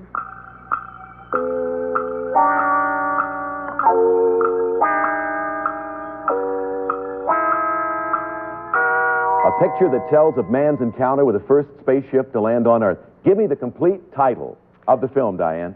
Close Encounters of the Third Kind. That's correct. Name the actor who plays the leading role of Roy Neary. Richard Dreyfuss. Richard Dreyfuss. Let's move the categories around. Still $200 in the pot, and Lois's opportunity to really jump out in front. Lois? I think I'll take mixed words in the lower whatever corner.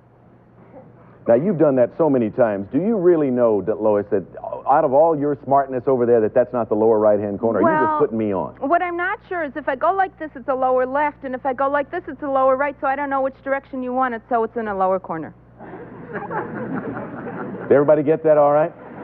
Because I am totally confused. So am I, so it's a lower corner. Okay, mixed words. Take a look at this mixed-up word, Lois. This is a person who rents property. Name it. A tenant. Correct. T-E-N-A-N-T, a tenant. Putting that there, let's shuffle the categories again.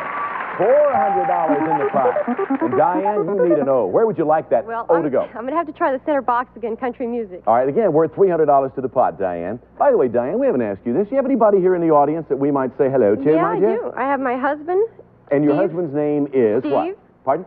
Steve. Steve, where are you? My He's daughter. that big man over there in the second row. And who else, Diane? My daughter, Anushka.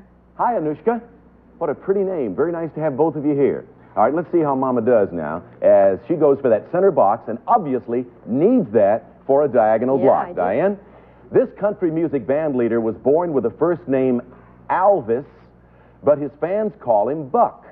His big hits include I Got a Tiger by the Tail and Act Naturally. First, I want you to name him and then name his famous band. Think about those, Diane. Okay.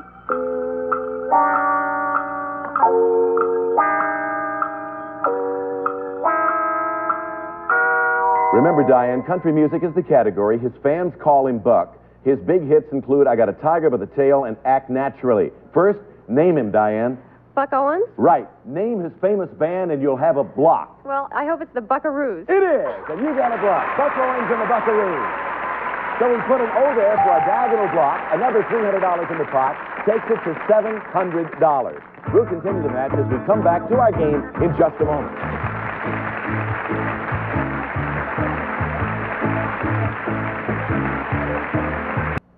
So far, our champion Lois has defeated 2 opponents. If she does the same thing to 3 more opponents, she'll have 5, and that will mean this.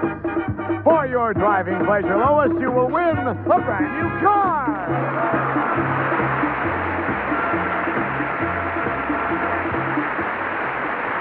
Okay, back to the board. $700 in the pot. Let's move the categories around, and a quick shuffle takes us back to our current champion who is trying to continue her winning ways. Lois, select. Where are you in the lower corner? Okay, again on the category, where are you? You are in London, inside a medieval fortress. Guards known as beefeaters carry out duties the same as they did in the Middle Ages. This fortress has imprisoned many famous people, including Sir Walter Raleigh and the wives of Henry VIII. Lois, where are you? Buckingham Palace? No, it'd be the Tower of London. The Tower of London, the fortress called the Tower of London. Right. Let's move the categories around. Still 2 X's, 1 O on the board. And Diane, here's a chance for you to even things up. Well, I think I'll take... Yes? Action films again. I'll try that again. All right, that was good for you last time. Diane, the film classic The Defiant Ones tells of 2 escaped convicts, one black and one white, chained together as they head for freedom. Tony Curtis was one of the stars. I want you to name the other. Sidney Poitier. You got it. Very good for a second O. Put an O in action films and let's shuffle the categories again. $900 pot. Lois? Oh, I knew it. Opera for the block. I take it that's the one category out of the entire board you'd hope wouldn't come up for you. That was close. That's it. Oh, yuck. All right, you are going for...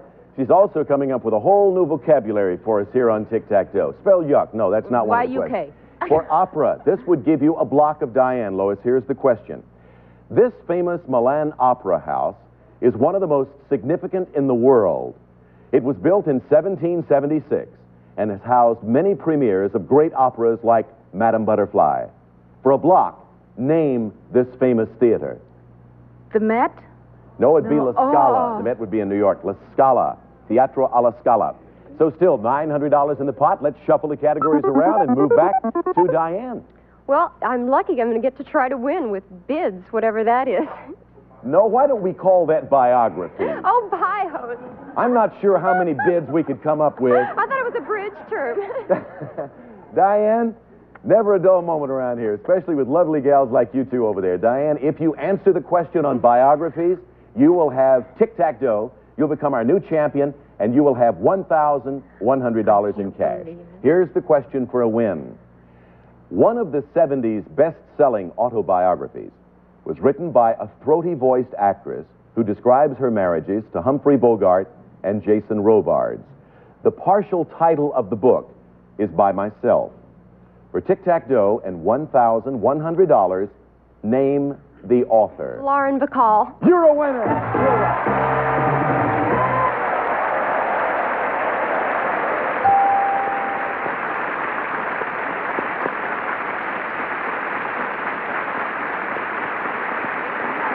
So we got ourselves a new champion over there in Diane Ware. Diane, congratulations to you. Thank you, Wink. You started out, you were two behind, and you ended up coming from behind to win the game. It's a real surprise. I'm real thrilled. Well, we're thrilled for you. $1,100 yours, and the opportunity to go up against our mean dragon here in just a moment. Lois, you know the feeling, that feeling of victory, and now you know, as they say on television, the agony of defeat. But it's okay. You can't Thank have you too many agonizing thoughts in your mind with $6,900 in cash and merchandise. Not at all. Lois, you have just been delightful, and I want to thank you for being with us on Tic Tac Dough. Thank you very much. It's been great. Lois Fishman, everybody, a delightful young lady, really.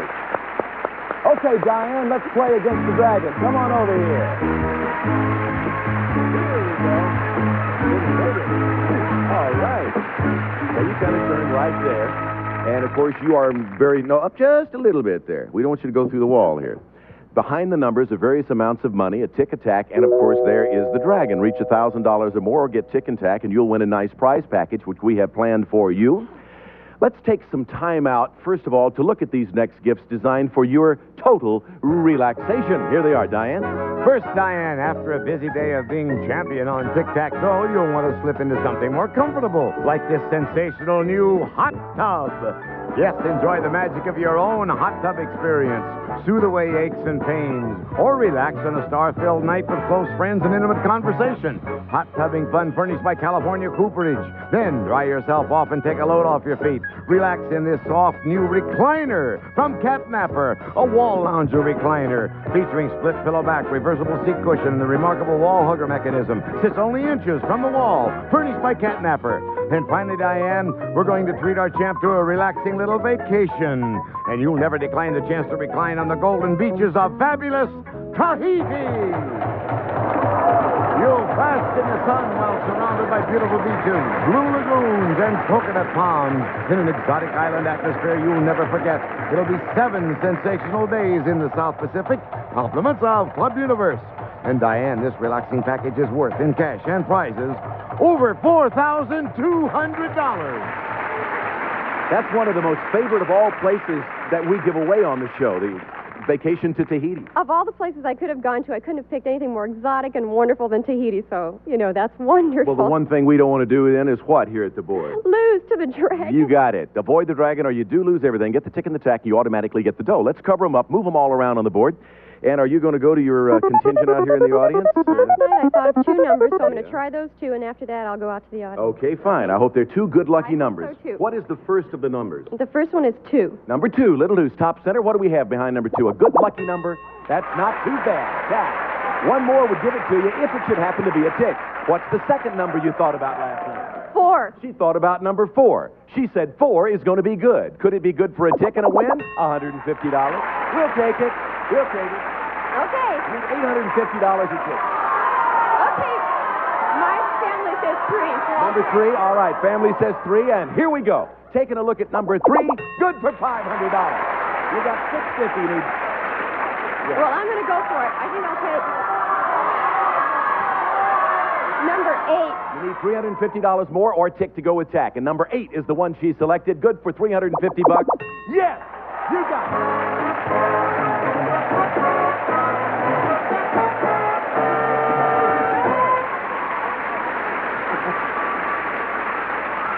She said, you couldn't prove it to me. I can't even add at this moment. Well, that's all right. We have a computer up here to do your addition for you, and I can assure you our computer is never wrong, and you went to $1,000 with $50 to spare, and that means W-I-N, and a trip to Tahiti. You got to feel good right I feel wonderful. It's amazing. now. Since you were so smart, you came up to your first two numbers. Where, in your mind last night, did a number come to you that said, that's the one I want to stay away from because the dragon's behind that number? No, I didn't think of any other Well, number. let's see where the dragon was located on the board in this particular game. 1, 5, 6, 7, or 9. It turned out to be number 6. You have the trip to Tahiti and all the prizes that go along with that trip, combined with your cash. Your total winnings as a new champion on Tic Tac Dough are $5,350. We'll be back in a moment to get a brand new match underway with this little lady named Diane Ware. We'll be right back. Martindale. Well, we know how Diane feels right now, jubilant and very, very delighted that she is our new champion. Let's see how she does as she tries to hold on to her championship by playing against this particular player. Who do we have, Jay? He is a teacher of improvisational theater, and his interests include golf, reading, and people watching. Meet Bill Steinkellner. Hi, Bill. Hi. Welcome. Hi. Specifically, what is meant by improvisational theater? Well, in improvisational theater, you don't have a script, and you're just given sort of a role and a situation, then you just make things up as you go along. Do only actors take your class? No, I've had, like, law students and engineers. I've had a grandmother. I've had a 10-year-old kid. And the great thing about it is it really helps to develop character. What do you mean by that? Well, you know, you find yourself in a situation, a new situation, you're a little apprehensive about things, and this helps you learn how to improvise your way through life. Well, the situation you're about to face now is called Tic Tac Dough. It's a little X and O game. Okay. And on occasion, you have to improvise up here. So let's see how well you do, okay? Okay. Bill, Diane, take a look. The subjects for this game of Tic Tac Dough are names the same, comic books, rivers, games, geology, potluck pictures, famous actors, mythology, and Dans and Dons. Diane Ware, you're the champ, so you go first. All right, I'll take famous actors in the lower left. Famous actors, our first subject in this game, and here is the question. Diane, this actor made one of show business's greatest comebacks when he won an Oscar for Best Supporting Actor playing the tough Angelo Maggio in From Here to Eternity. Name him. Frank Sinatra. Yes. Old Blue Eyes, Frank Sinatra. We put an X there.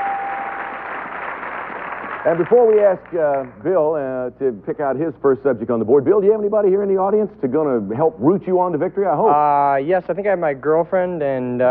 Where is she? I don't know where she is. Oh, there she is. A little bitty lady out And I have there. one of my students next to her.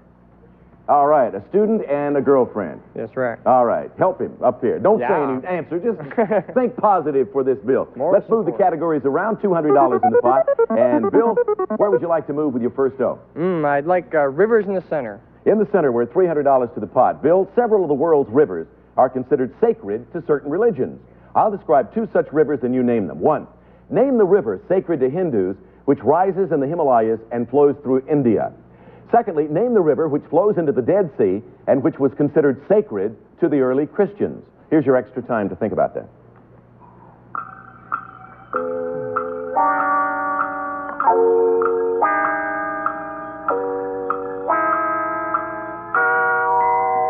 Okay, Bill, name the river sacred to Hindus which rises in the Himalayas and flows through India. The Ganges? That's right. Now name the river which flows into the Dead Sea and which was considered sacred to the early Christians. Euphrates? No, the River Jordan. Oh, the River Jordan. Jordan River. Let's shuffle the categories again. Still one X on the board and only $200 in the pot. Diane will try to at least double that with her next X. I'll try the upper right-hand corner, mythology. Mythology. Question. Diane, this handsome god was known to both the Romans and the Greeks. His shrine at Delphi became the most important shrine in the Greek religion. Name him. Apollo. Yes. Apollo. Good for an X in the box on mythology, and let's shuffle again. $400 in the pot. All right, Bill. I'd like to go to the center for the names the same. All right, for a diagonal block, the subject is names the same. Bill, a television comedy star named McLean shares a last name with a two-time presidential nominee named Adlai. First, what is the last name? And then secondly, of what state was Adlai governor before running for president? Think about that.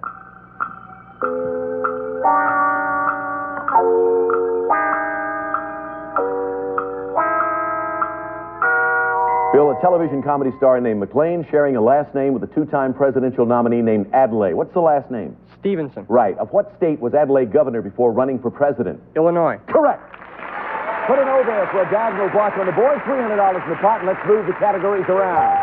We shuffle and move back to Diane Ware again. Diane? I'm going to take mythology again. I liked it so much. All right, good subject for you the first time around. Try this question. This Greek god was the king of all gods of all men.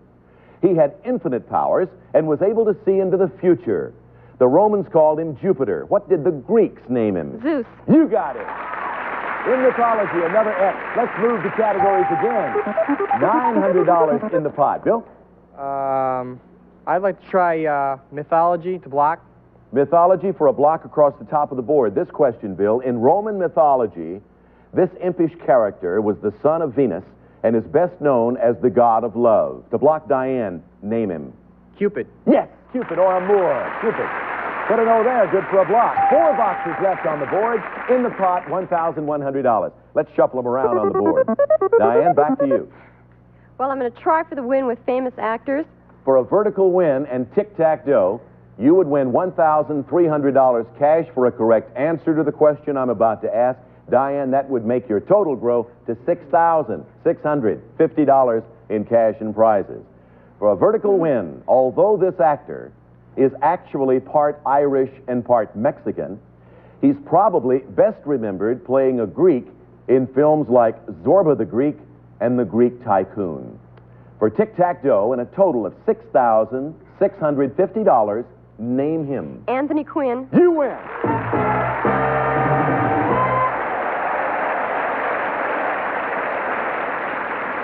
Congratulations again to you, Diane, for a total of $6,650. You continue your reign as champion. And to you, Bill Steinkellner, I'm sorry about that, but that's the way it goes. There has to be a winner and a loser eventually. You came out on the short end, but we do have a couple of nice prizes, and our thanks for being with us. Bill Steinkellner, everybody. Let's have a nice round of applause for Bill. As he says goodbye to us, we'll be back in just a moment. We're late. We'll see you next time with a new match. Bye-bye, everybody. Gift offered to special guests on Tic Tac Dough include lovely his and hers watches, elegantly styled by Jules Jurgensen. Ladies' solid 14-karat gold one-piece bracelet case and a Gent Sports Analog Day date in two-tone case with matching bracelet from Jules Jurgensen. Some of our party contestants will receive an enhanced instant hair conditioner. Overworked hair is drained of its natural moisturizer, and enhanced moisturizes overworked hair. And Mad Savannah Cura says, try mild Palmolive dishwashing liquid. Palmolive softens hands while you do dishes. Makes loads of thick, long-lasting suds. Also, when you got anything that sticks or squeaks, reach for WD-40. It makes things work smoother and last longer. Do it with WD-40.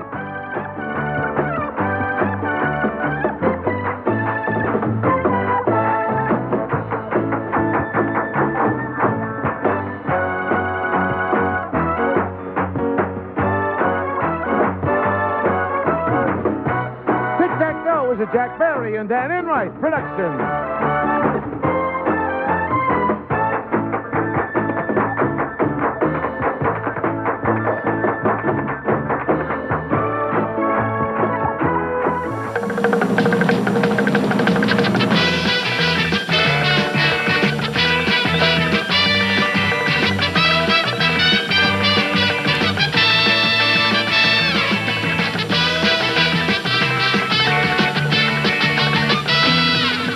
And now, from the travel crossroads of the world in beautiful Hawaii, it's the Diamond Head Game, starring Bob Eubanks. Oh, thank you very much. Aloha and welcome to Diamond Head, coming to you from the paradise of the Pacific. Now, today I'll be asking 2 contestants from each of our 4 islands questions with an international flair. Then one player at the end of today's show will enter Diamond Head, where there's over $100,000 in cash and prizes. And later in the show, we'll explain how you at home can win a vacation here in Hawaii. Now, as always, please, won't you join me in saying aloha to the beautiful Miss Jane Nelson. Jane? Okay, let's get started. I'll join Jane on island number 1. We're going to find our first 2 contestants. Who up here wants to play the Diamond Head Game? Who would it be? Jan, would you like to play? Jan and Wayne. Jan and Wayne, come down here. We've got our first 2 contestants. In just a moment, I'll be asking them questions on Diamond Head.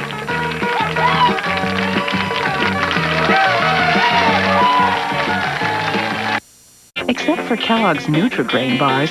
Where there's over $100,000 in cash and prizes. Now, here's how we play the game. That's right, $100,000 in cash and consolation prizes. I'm going to ask you 3 questions. For each correct answer, you'll get a point. However, if you answer a question incorrectly, that point automatically goes to your opponent. So remember, put your hands on your buzzers. Once you buzz in, well, I cannot repeat the question after that. If you're ready, here we go. In the classic children's tale Pinocchio, something on Pinocchio's body grew longer when he... What do you think it is, Jan? His nose. His nose grew longer, yeah. I got all these funny answers for you to give, and you buzz in too quick. Next question, and you have to get this one right, Wayne, to say, and you know that. Wayne says, I'll get it. Don't worry about a thing. Fairy tales have long been a favorite of children. In the story of Rapunzel, the main character lets something down. What did he let down, Wayne? Her hair. Yes, that's true. Hey, Wayne said he knew, see? All right, Jan and Wayne, you've got one apiece. The winner of this question wins the island. They'll be joining the other winners on that climb up Diamond Head. Here it is. Dr. Seuss is a very famous man for something involving children all over the world. Is he, Jan? Poet. No, he's a children's author. That means that, Wayne, you have just won this island. That fantastic color television, Jan. We have a nice consolation prize from Del Webb's Coolima Hotel for you. Thank you for playing the Diamond Head game. Okay. Game Show Network is truly 805 Culver. I'm going to move to island number 2 and find out who wants to play the Diamond Head game now. Who wants to play our Diamond Head game now? Clarence! Clarence, who are you? Clarence and Linda, join me. Clarence and Linda, let's play the Diamond Head game. We've got our next 2 contestants. Let's find out what they're playing for. It's a trash compactor. General Electric compactor puts the squeeze on trash. Drop in trash and push a button. In less than a minute, trash is automatically reduced to less than 1/4 its original volume. And a water softener. Ecodyne's Imperial Water Conditioner. Fine furniture styling outside. Fine water softener inside. It's Lindsay. That's what you're playing for, contestants. One of you will be our second competitor in that exciting climb up Diamond Head. Clarence has smile all over his shirt and all over his face, too. Yes, are you excited? Sir. Yes, I am. You are Clarence who? Kamai. Clarence Kamai. Yes, all sir. right. Playing against Clarence today is... Linda Morgan. Linda Morgan. Linda, you live here in Hawaii? Yeah. All right, contestants, it's nice to have you here. Now, you know how to play the game, so here's our first question for you. Jane's going to help us out, too. Jane has something in her hand. She's displaying a statue of the Roman god of wine. Now, I need a true or false answer here. True or false, this god was called Inebrius. Clarence, what do you think? False. False. It's called Bacchus. You're right, Clarence. You got the first one right. Thank you, Jane, very much. Linda, got your hand on your buzzer? Here we go. Second question. Mars, the red planet, is named after another one of the Roman gods. Now, was Mars the ancient god of war, music, or love? What do you think, Linda? Music. No, ancient god of war. Clarence, you got it. You've just won this island. Linda, we have a nice consolation prize from Del Webb's Coolima Hotel. And thank you, contestants, for playing the Diamond Head game. Okay, we've got our first 2 players for that climb up Diamond Head. When we come back, we'll pick 2 more on island number 3.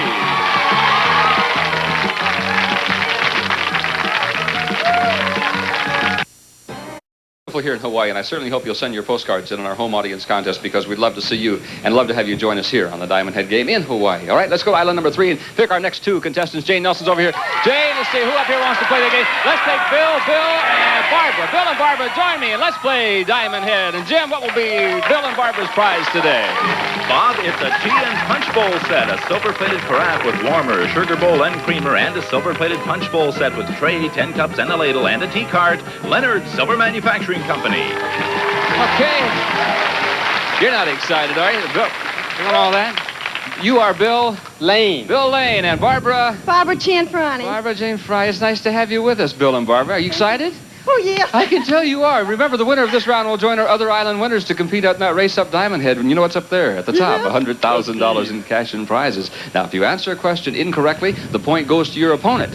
And once you buzz in, I can't repeat the question, so let's try it and see what happens. As we move to your first question, I got a true or false question to start you off with. Here it comes. True or false, Polynesia was the name of the first queen of Hawaii? False. Bill, what do you think? False. False is right. Yes, you're on your way. Bill's got the first one right.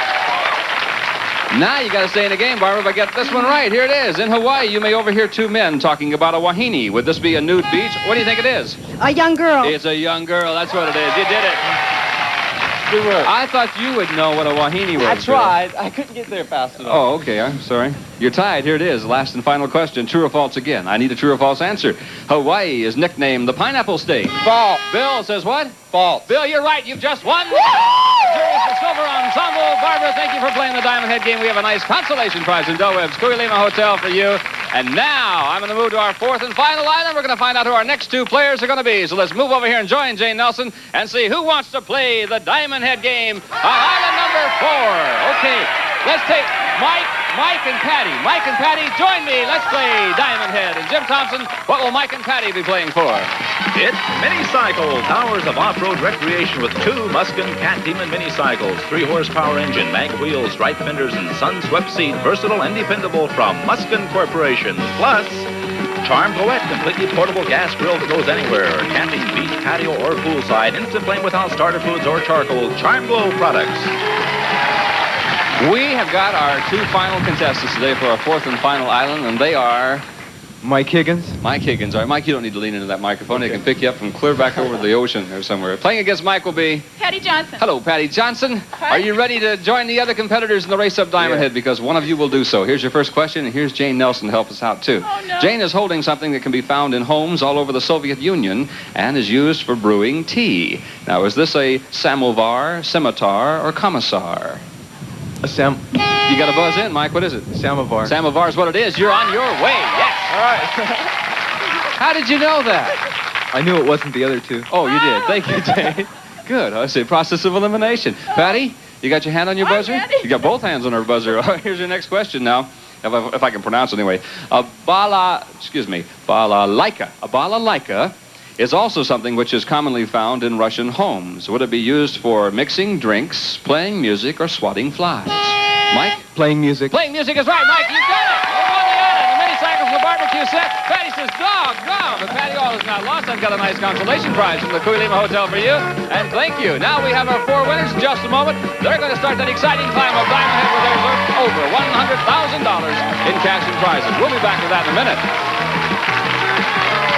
Okay, so we're going to... Hey, congratulations, Bill, Mike, Clarence, and Wayne. You guys just absolutely wiped the girls out today, didn't you? We've got 4 guys ready to climb up Diamond Head. We're at the top. There's over $100,000 in cash and prizes. Now, you know you've all won some great prizes when you won your islands, and those prizes are yours to keep no matter what happens. But now, each of you will attempt to climb up here where I am.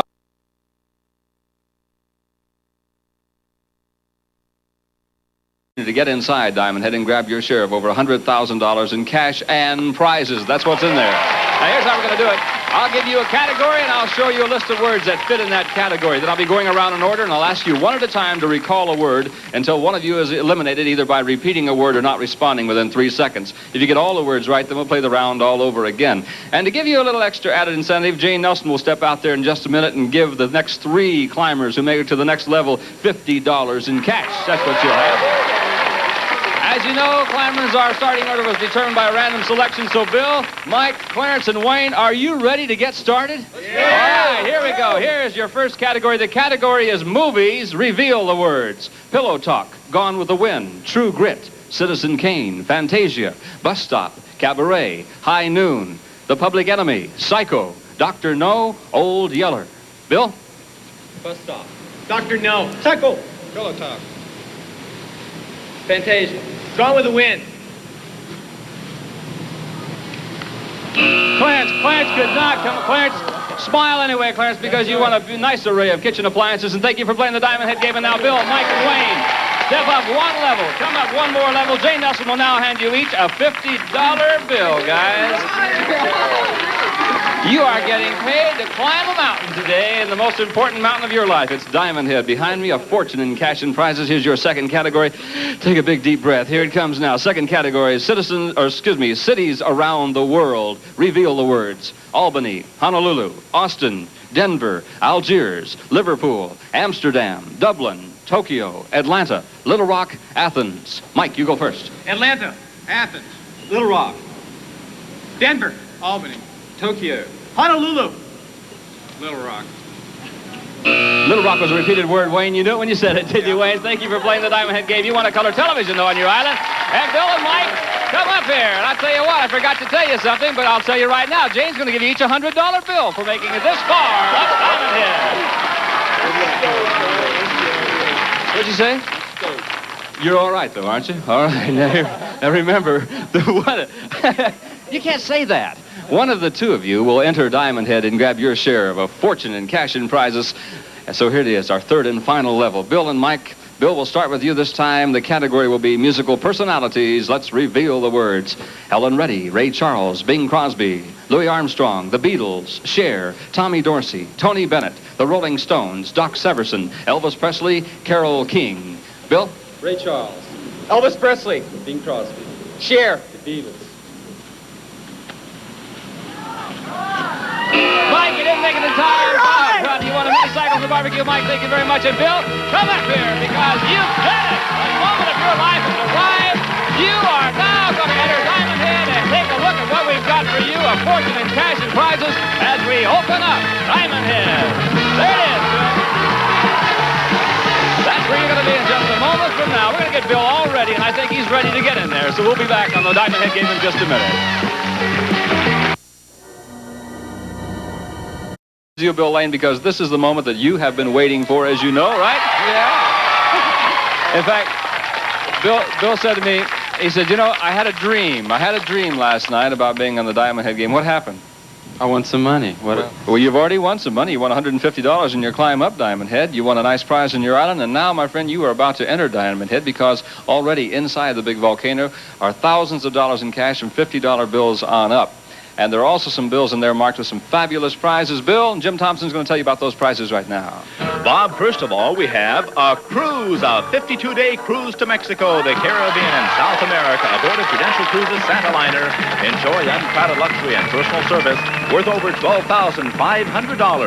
Also, would you believe, a brand new car. It's a brand new 280S Mercedes-Benz with air, power sunroof, cruise control, and leather interior from Eurocars of Hawaii Limited, worth over $16,000. And it's a boat.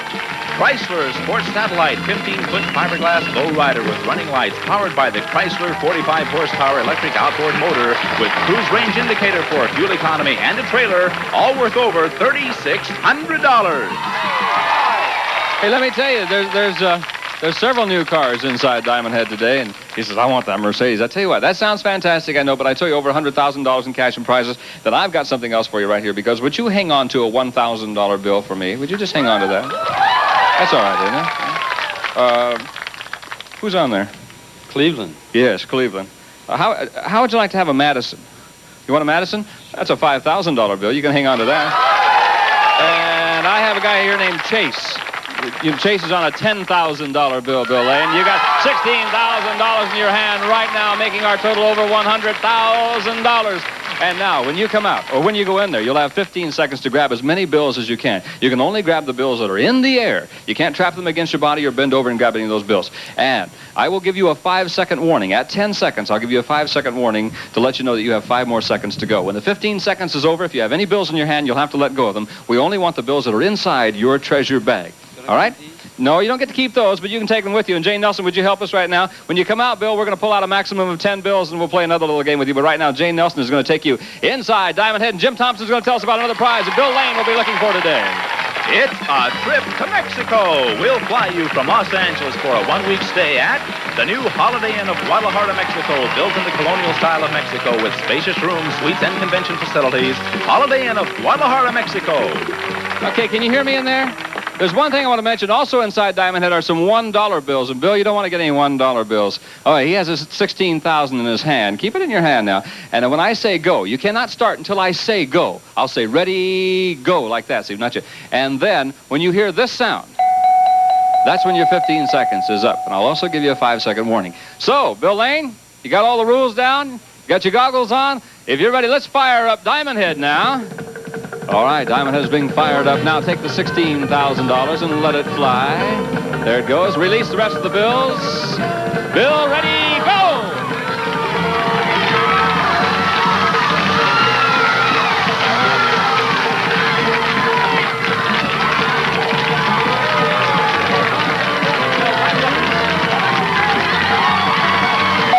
All right, time is up, right there. Jay Nelson, help Bill Lane out of Diamond Head, take off his treasure bag, and let's see what he's got inside.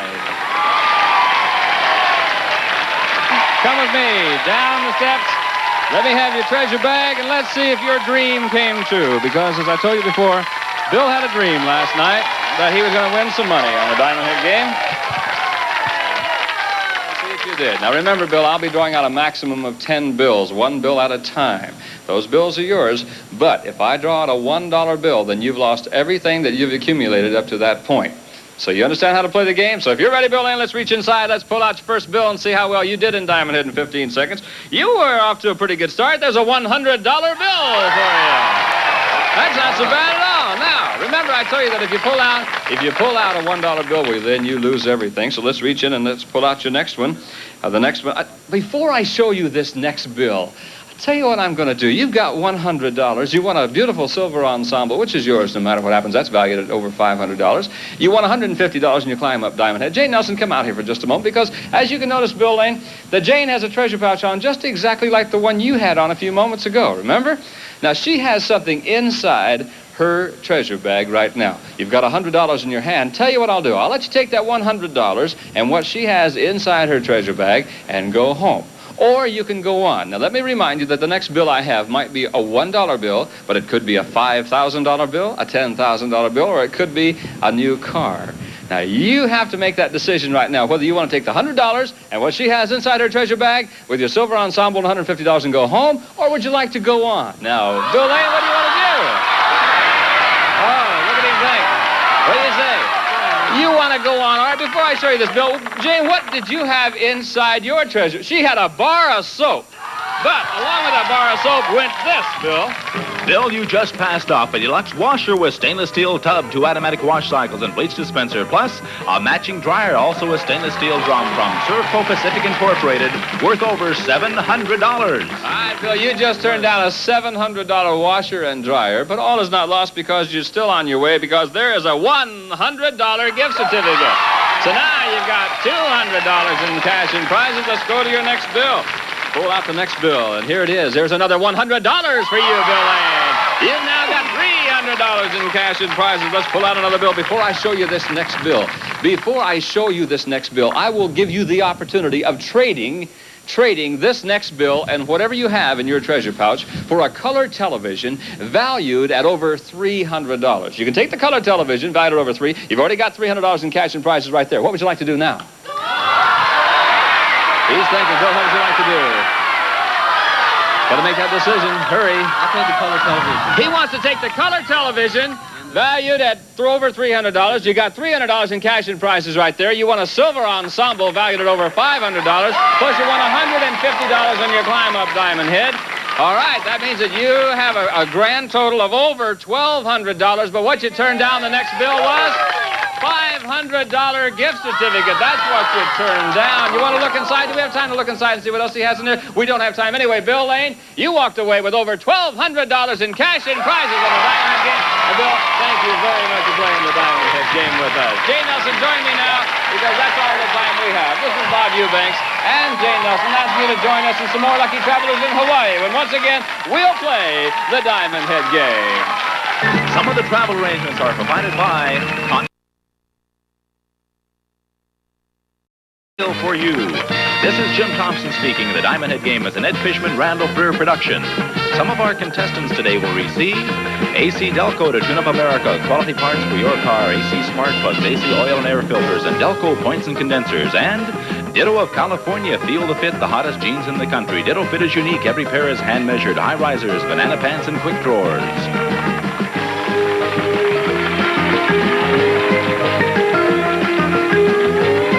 Prices and models of automobiles may be changed due to availability. The price of the Toyota does not include tax and license. Airfare to Guadalajara is based on high-jet economy. Hotel accommodations are limited to certain months and availability. The cost for the cruise and Hawaii trips are based on tour prices and are available only during certain months. The departure points for Hawaii trip are Los Angeles, San Francisco, and Chicago.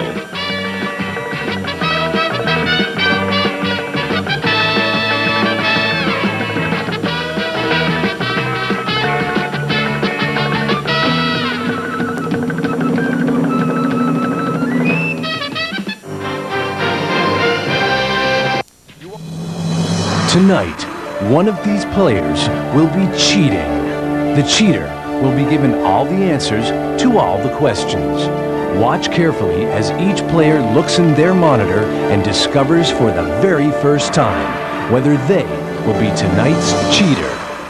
Alicia Coleman, singer, Are you the cheater? No, I'm not the cheater. Kevin Pendergast, teacher. I'm not the cheater. Dennis Gubbins, river rafting guide. I am not the cheater. Tricia Lehman, law student. I am not the cheater. Matt George, magazine editor. I am not the cheater. Man Alfonso, childcare worker.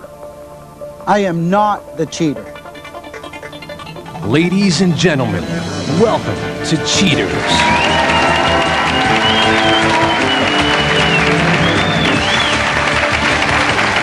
Welcome, I'm Bill Dwyer. The cheater just told their first lie of the game. Were you able to spot it? The object of the game is for you honest players to figure out who the cheater is. Now look at your monitors and you'll see our first question. And cheater, whoever you are, you're also seeing all the answers to this question.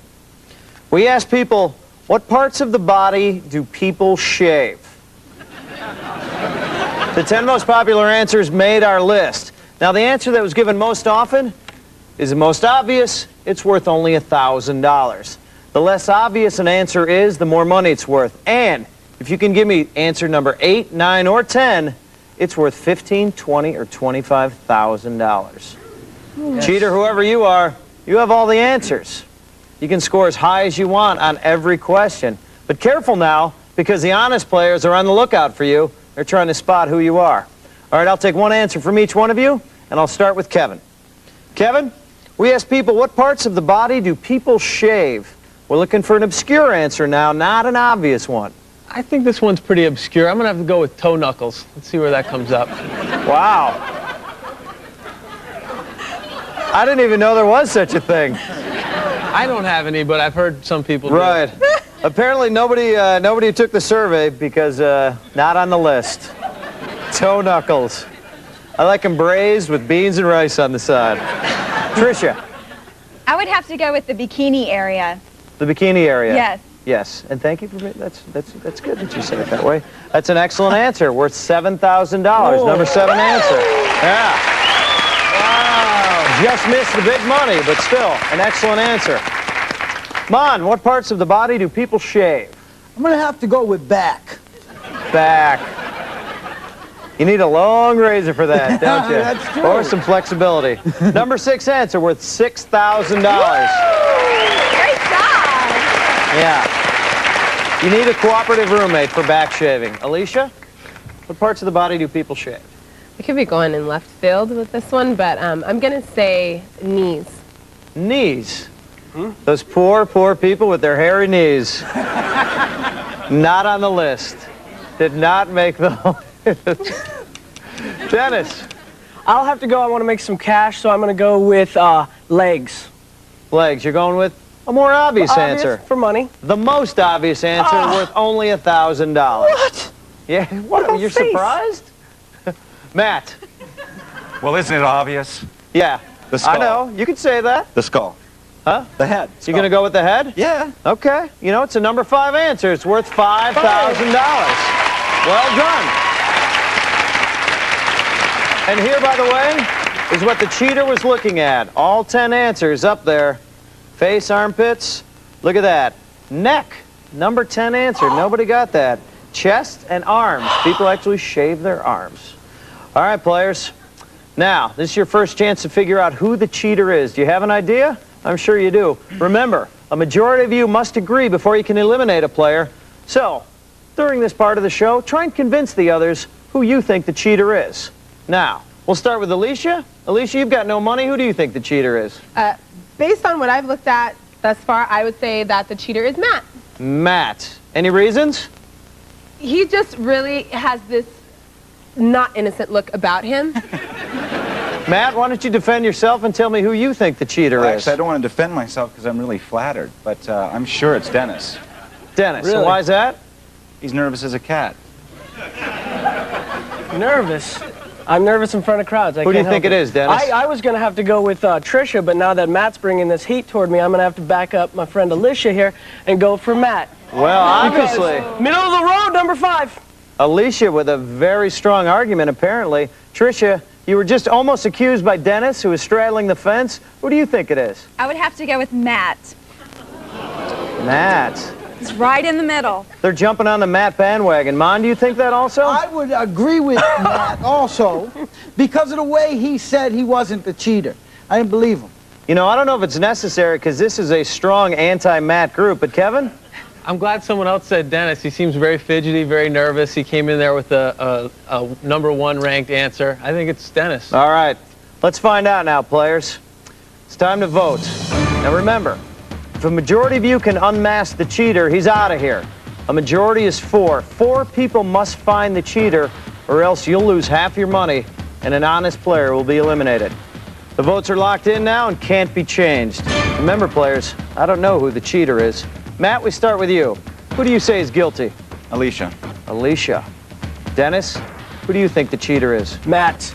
He's going with Matt. Alicia? Matt. Matt.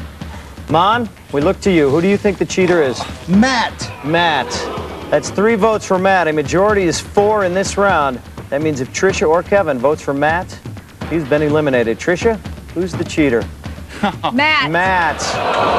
That is a majority, Matt, and you are out of the game. That means you lose all your money, $5,000, gone. And now you must tell us. And tell us the truth, Matt. Are you the cheater?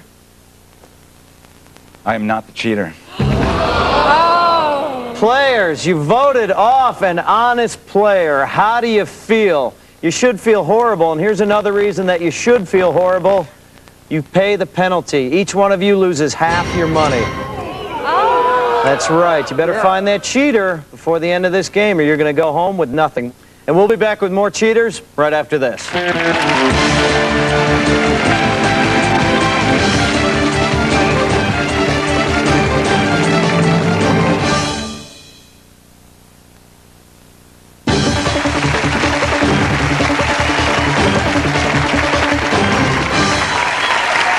Welcome back.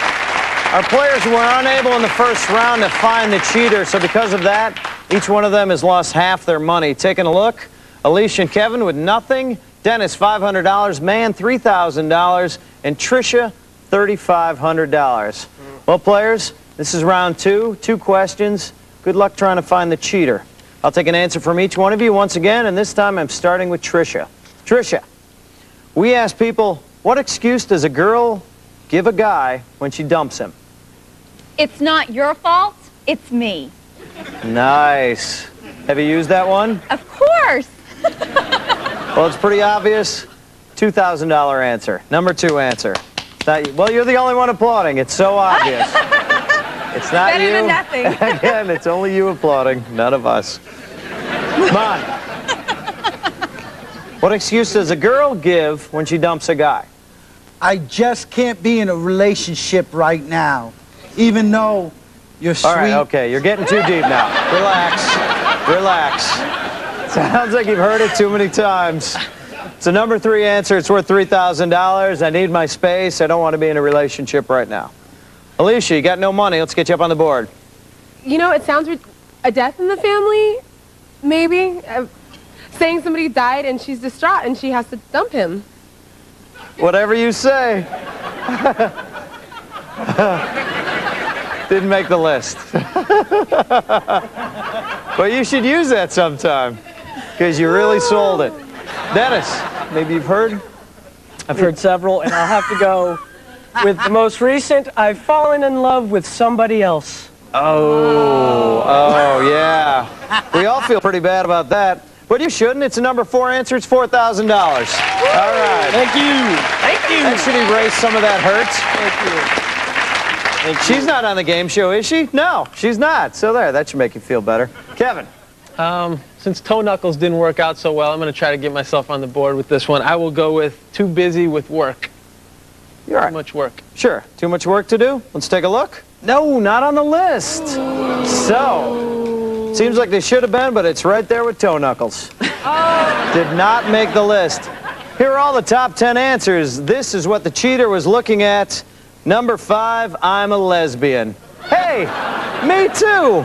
I love the ladies. You're too good for me, you got fat, and you're lousy in bed. The number 10 answer. These are so unfamiliar to me. I've never heard of such a thing. Why would this ever happen? All right, let's go on to our next question. We're starting with Mon this time.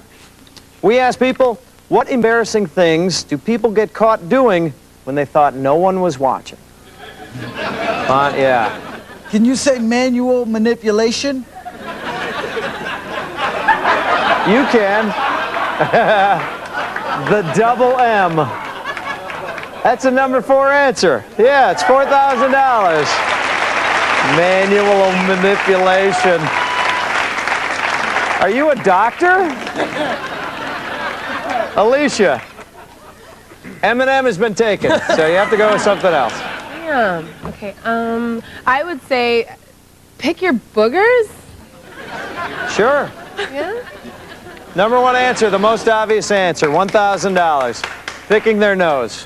However, get you up on the board. Good job. Dennis. I'm going to have to go with sleeping on the job. Yeah, people get embarrassed when they thought no one was watching, sleeping on the job. Not on the list. Oh, I thought that would sneak in there, Dennis. Probably came in at about 12 or 13. All right. Kevin, you've got nothing. Absolutely nothing. Now let's go.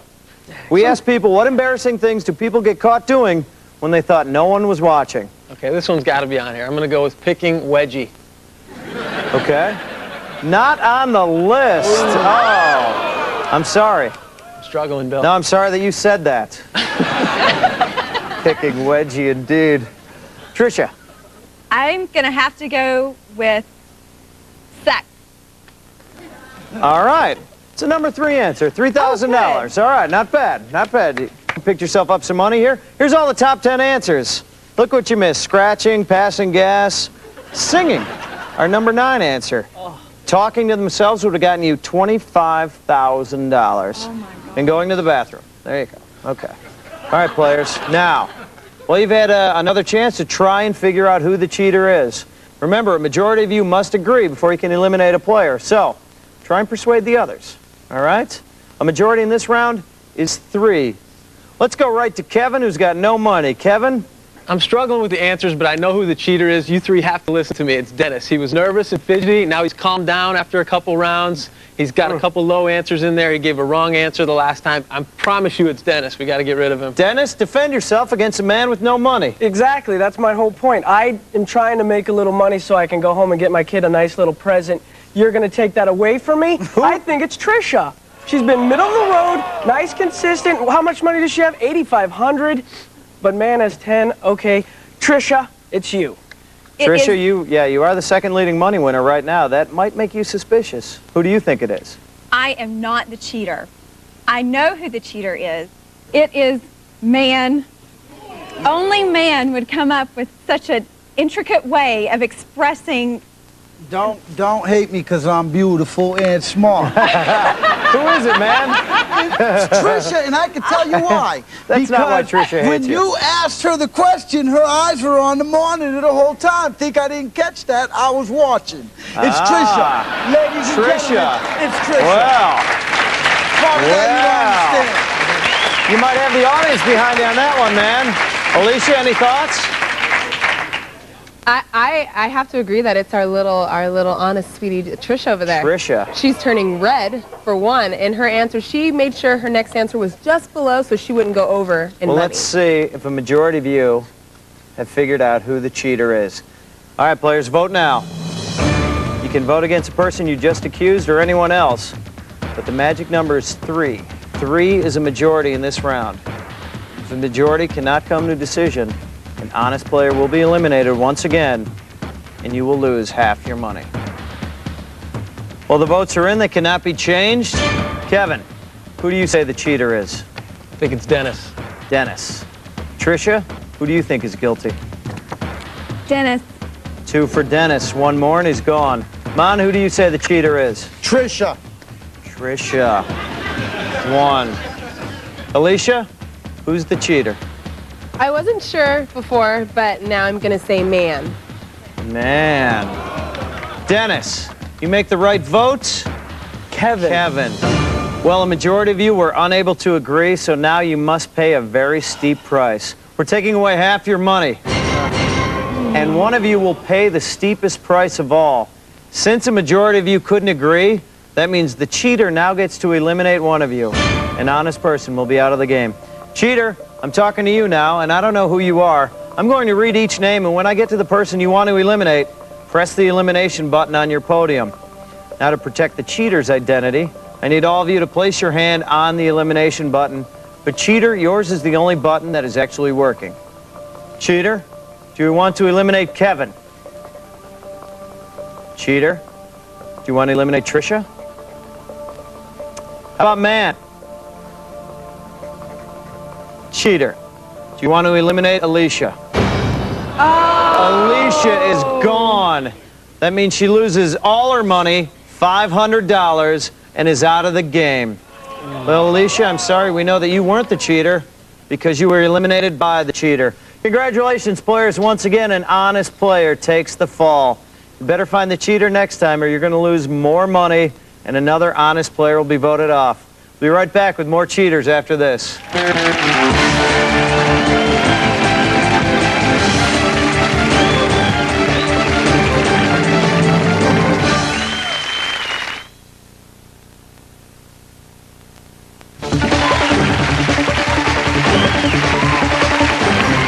Welcome back to Cheaters. Taking a look at our scores. Man is in the lead with $5,000. Close behind is Tricia with $4,250. Then there's Dennis, $2,250. And Kevin with absolutely nothing. Players, you've shown that your instincts are as sharp as butter. You haven't been able to find the cheater at all. Let's go this round, okay? One answer from each one of you. And this time, I'm starting with Dennis. Dennis, we asked women, what animals are men most often compared to? The more obvious your answer, less money it's worth. Stud? A stud? Yeah. A little more specific. Because that could be any kind of animal. A male horse stud. A male horse kind of studly like, yeah. How about that's the number 8 answer, and that's worth $15,000, Dennis. Congratulations. Yeah, right back at you. Huh? Yeah, you're the stud now. Kevin, studly answer from you, if you would, please.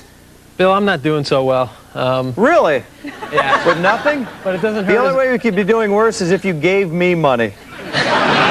It doesn't hurt as much when you take away half our money. That's right. I'm going to go with Tiger. Tiger. All right, that's women answering. And that is an excellent answer, Kevin. Number 9 answer worth $20,000. Wow. All of a sudden, you're in the lead, Kevin. Tricia, this is a question asked of women. What animals are men most often compared to? And one big money answer left up there. Snake. Snake. Sure, you can compare a man to a snake. Just missed the big money. Number 7 answer, $7,000. You're doing well. And now, Mon, you started this round in the lead, and you got some catching up to do now. I'm going to have to say a dog. A dog, sure. Women compare men to dogs. Number 2 answer, $2,000. Pretty apparent. Here, players, go ahead, take a look at all top 10 answers. Remember, this is what the cheater's been looking at. Number 1, of course, is pig. And number 10, weasel. Weasel, of course, yeah. Donkey, rat, ape is in there. All right. All right, you guys did pretty well on that one. Everybody made some money. Next question, starting with Kevin this time. Kevin, we asked people, what things do people do that they regret the morning after? Now, there's the obvious answer, which probably popped into your head, but you need to make some more money now. Yeah, I'm just going to go with the safe one. I'll say get real drunk. Drinking too much or getting drunk? The number 2 answer, $2,000. To avoid that, don't go to sleep. There you go, Kevin. Little tip for you. Tricia, what things do people do that they regret the morning after? I've done this myself. Give out a telephone number. Oh, your sordid personal life. Do we need to hear that, Tricia? You know what? It's a great answer. It's the number 8 answer, and it's worth $15,000.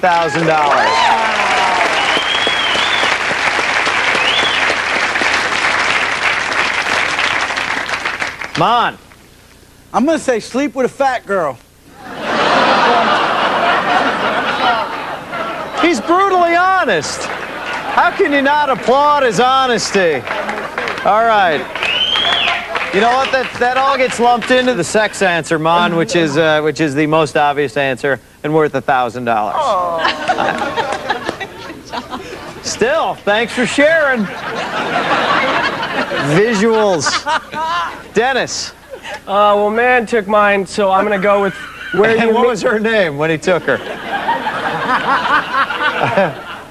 I'm gonna go with where you meet these women, and that is going to an all-you-can-eat buffet. So that would be eating so your answer, too much. Eating too much the night before. You regret that the morning after. Sure. Number 5 answer, $5,000. Eating way too much. Nicely done.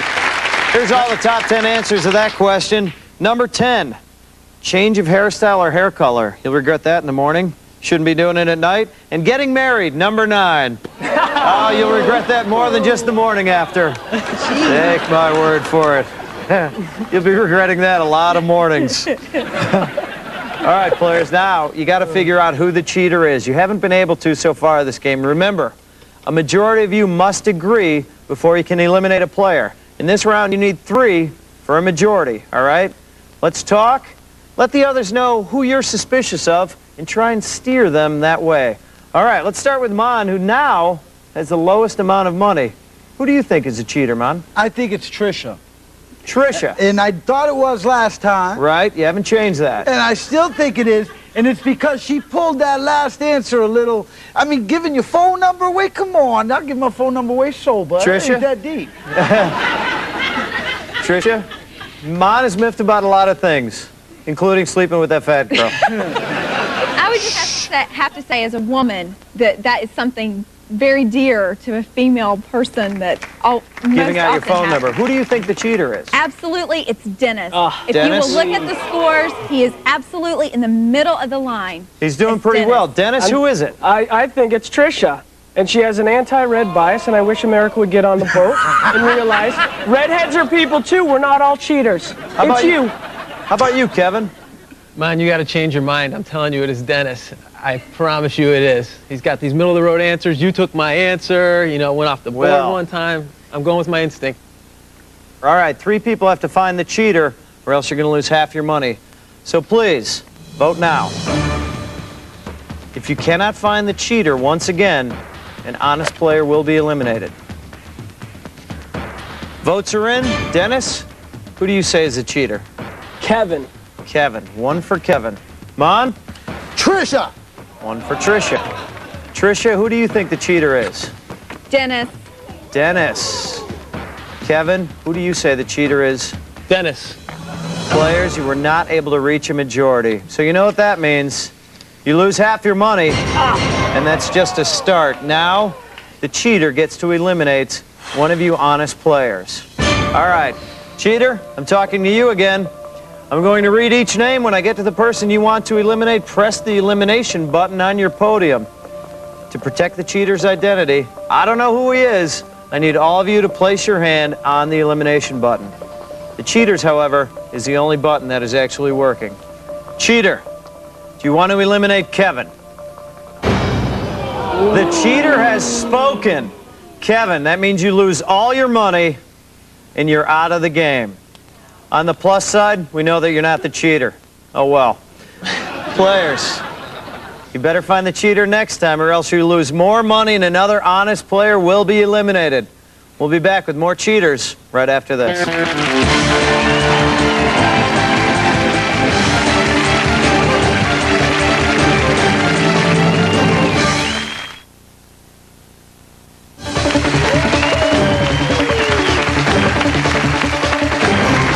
Welcome back.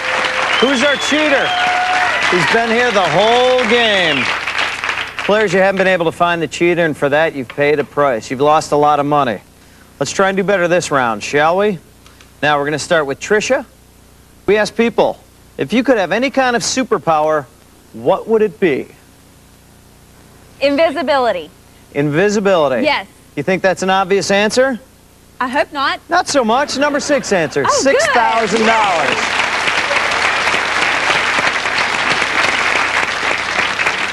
Mon, what kind of superpower?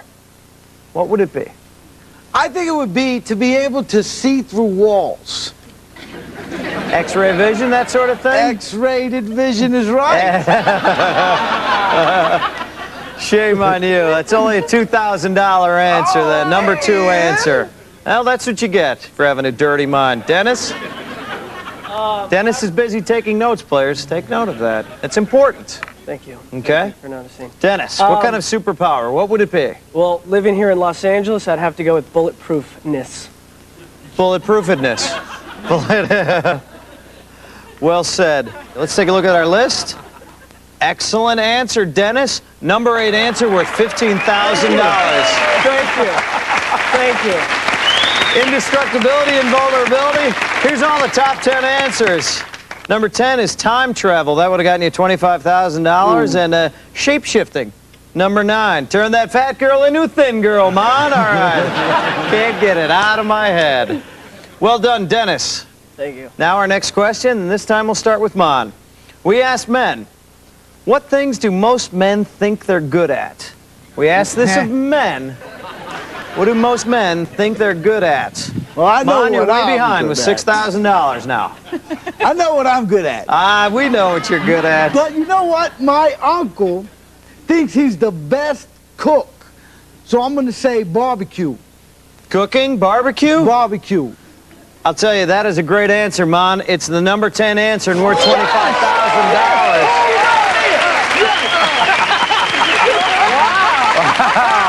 Wow. Mon. Yeah. Through the roof. Dennis. Wow. What do most men think they're good at? He just gave me an answer. Watching him dance, I would say men think they're good at dancing. So I'll say dancing. You're going to go with dancing? Dancing, yes. Let's take a look. Not on the list. A little too obscure, Dennis. All right. Tricia, our final answer to the last question in this round. What things do most men think they're good at? Fixing things. Fixing things. That's on the list. Number 4 answer, $4,000. Yay! All right.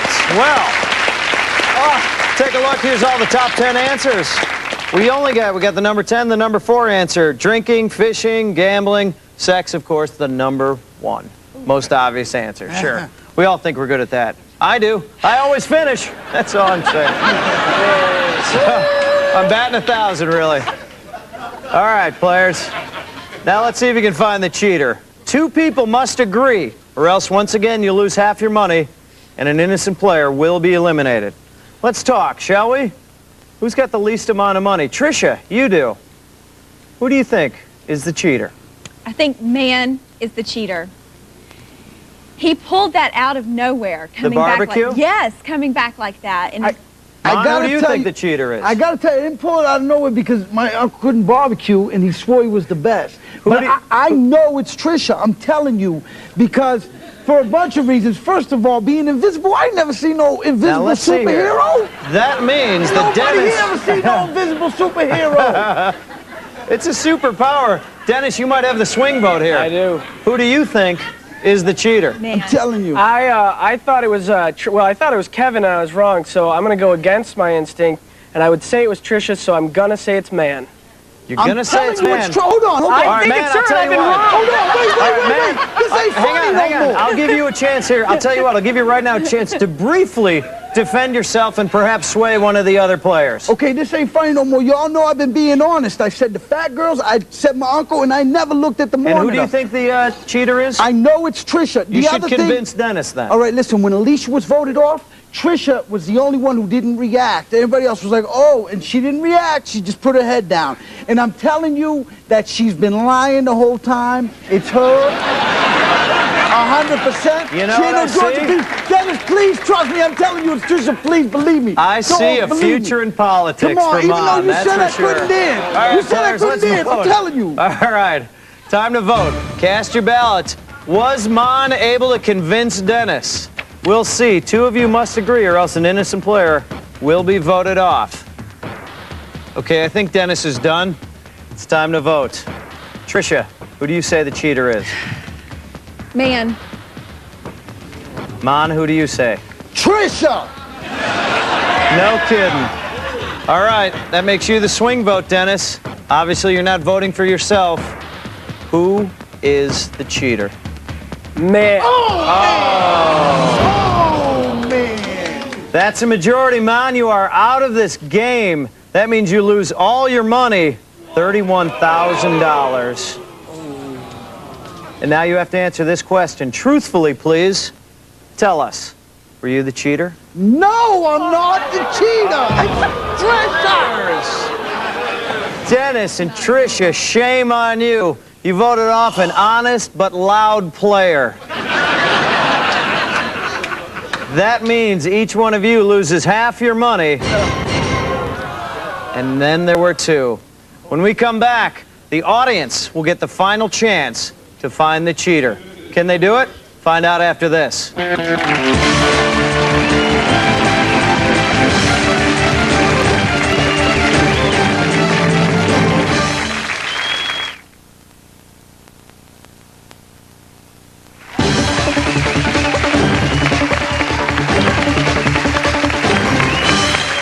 Final round of cheaters.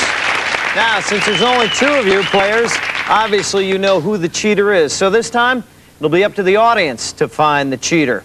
So to help you, we're going to try and lure the cheater out even more. From now on, answers 8, 9, and 10 will be doubled to $30,000, $40,000, and $50,000. Now, players, this time you'll each give me 3 answers to this one question. Pay close attention, audience. We ask people, what parts of the human body are sometimes fake? Welcome to Los Angeles, Tricia. Fake prosthetic, like an eye. Fake eye. Like a fake eye. Certainly. Glass eye. Right. The number 8 answer, and it's worth $30,000. Well done. Yeah. Well done.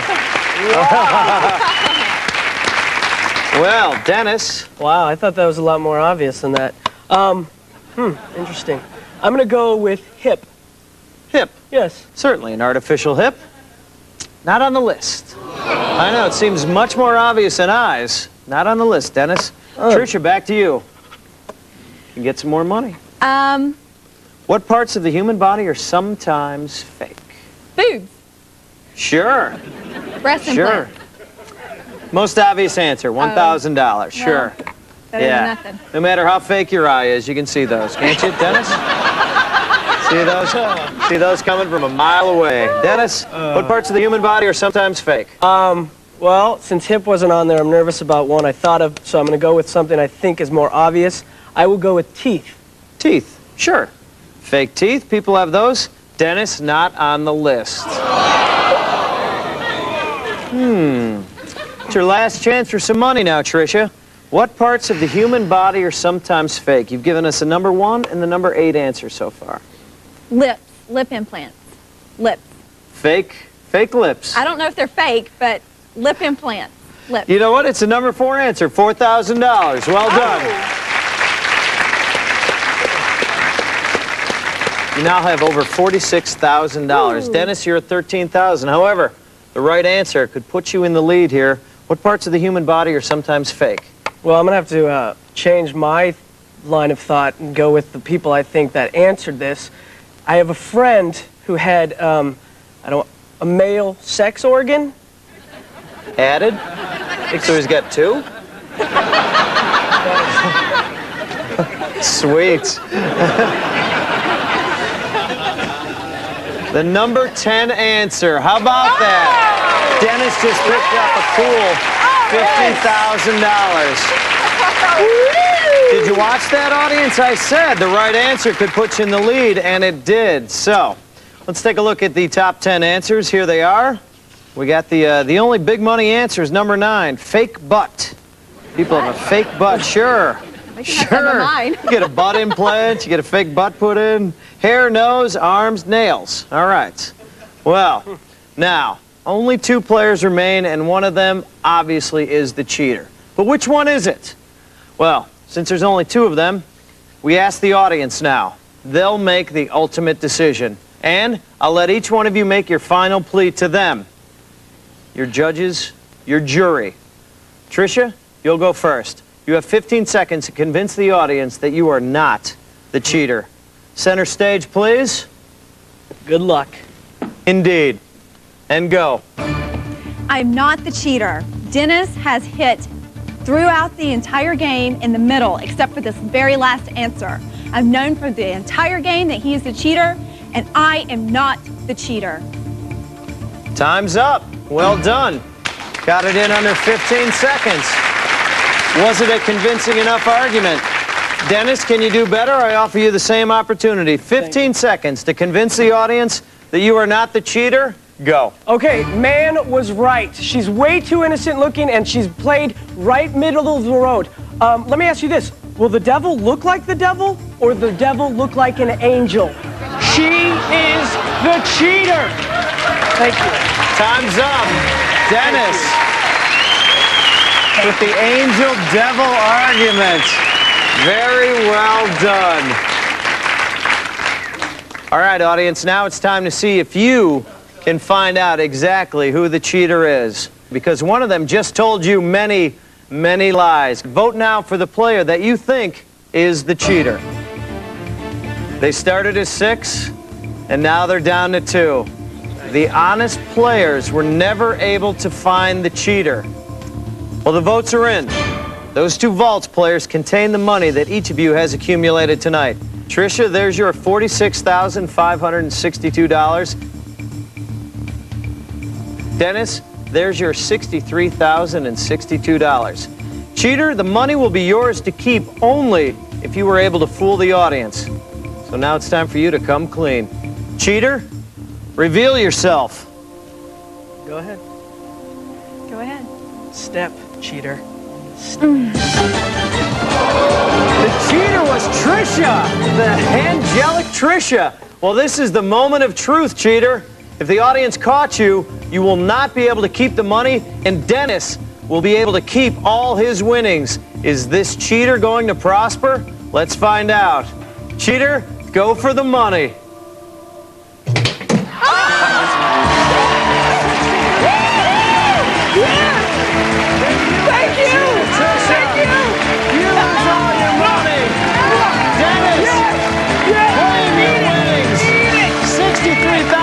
$62. Tonight's big winner shows that honesty wins. Congratulations, Dennis. We'll see you next time on Cheaters.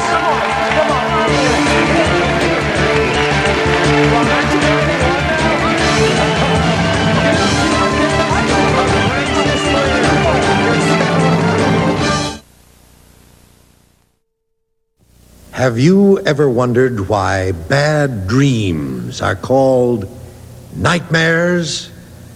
Well, we'll find out that origin and a whole lot more today on The Origins Game. That's right, it's The Origins Game. And here's the host and star of our show, Bob Eubanks. Thank you. Thank you very much. Thank you. Nice to have you with us. Thank you and welcome to The Origins Game. Look, before we start our show, though, I want to introduce our big cheese. This is our ultimate authority on the origin of all things. He's that fact-filled phenomenon of first. Welcome, Dr. O.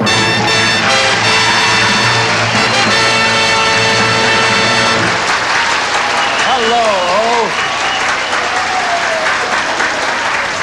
Oh, great hairless one, how are you today? I'm wonderful, Bob. How are you? Hey, I heard you talking about nightmares. How did the term nightmare come about? Well, I could say that Sigmund Freud originated that term to describe one of his own dreams involving a female horse, but that would be false.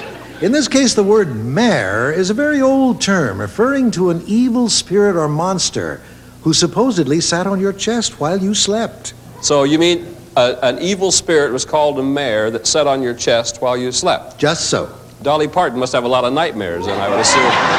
Hey, I tell you what, those are the kinds of interesting facts that you're going to find out today on The Origins Game. But right now, why don't we meet our first 3 players for round 1. Folks, would you please introduce yourselves? Hi, I'm Richard Breck. I'm from Covina. I'm a salesman, and I'm glad to be here. Glad to have you, Richard. Thank you.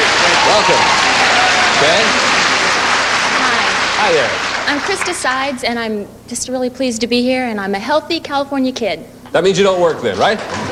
Now and then. That's it, okay. And finally? My name is Dorian Hunt. I'm an administrative assistant for the LA City Fire Department, and I'm ready to play the Origins game. All right, welcome contestants to the Origins game. Nice to have you with us. Tell you what we're going to do. We're going to pause for a couple of words. When we come back, we'll begin round one right after these important words, so don't go away.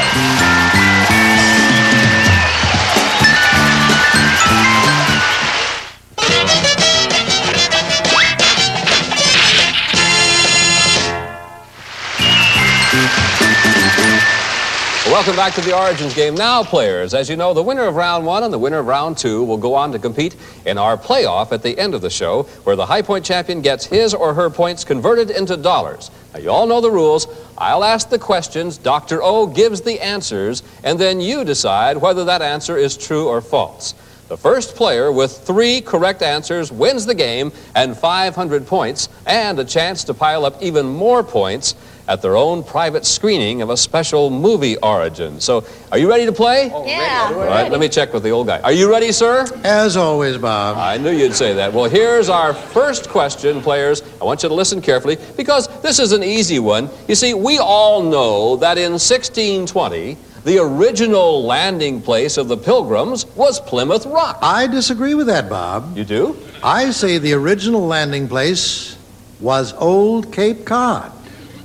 Huh. I'll be darned. Dr. O says the original landing place was Old Cape Cod. I thought it was Plymouth Rock. Is he telling you the truth or not? Lock in your answers, please. True or false? Okay, the two guys say that answer is false, but Krista says it's true. We're going to find out right now, Dr. O, where did these pilgrims land? Why, Bob, Plymouth Rock, that's a legend that didn't begin until 1740, 120 years after the Pilgrims landed at Old Cape Cod. My answer is true. All right, Krista. I didn't know that. Tell you what I want to do. I want to let the cat out of the bag with this one. So you mean the origin of the phrase, letting the cat out of the bag, Bob? That's what I was going to talk about, yeah, the origin. That's actually easy. Periodically in the days of old, villagers banded together to drive out codgers and ogres out of the marshes and swamps. This was known as letting the coot out of the bog, which later became known as letting the cat out of the bag. Letting the what out of the what, sir? The coot out of the bog. Dr. O says that letting the cat out of the bag started out as letting the coot out of the bog. Is that a true or false answer? Okay, 2 of you say it's false. Krista says it's true. Really? Did we let the coot out of the bog with this one? In early England, Bob, pig farmers often tried to fool prospective buyers by replacing a pig in the bag with a fat cat. Hence, a wise buyer would demand that the bag be opened and the cat let out. My answer was completely false. It was a false answer, and that means the gentlemen were right this time. Richard and Dorian have tied the game up. All right. I wasn't going to go for that coot out of the bog stuff. I mean, I'm a little stupid, but players, here's our next question now, and this one deals with M&M candies. Dr. O, can you tell me, and I'm sure you can, how did those little M&M candies, what's the origin behind them? Well, Bob, the year was 1940. It seems that our soldiers were getting sticky trigger fingers from gooey chocolate bars. So an American candy company was commissioned to invent a melt-proof sugar-coated candy for our boys in uniform.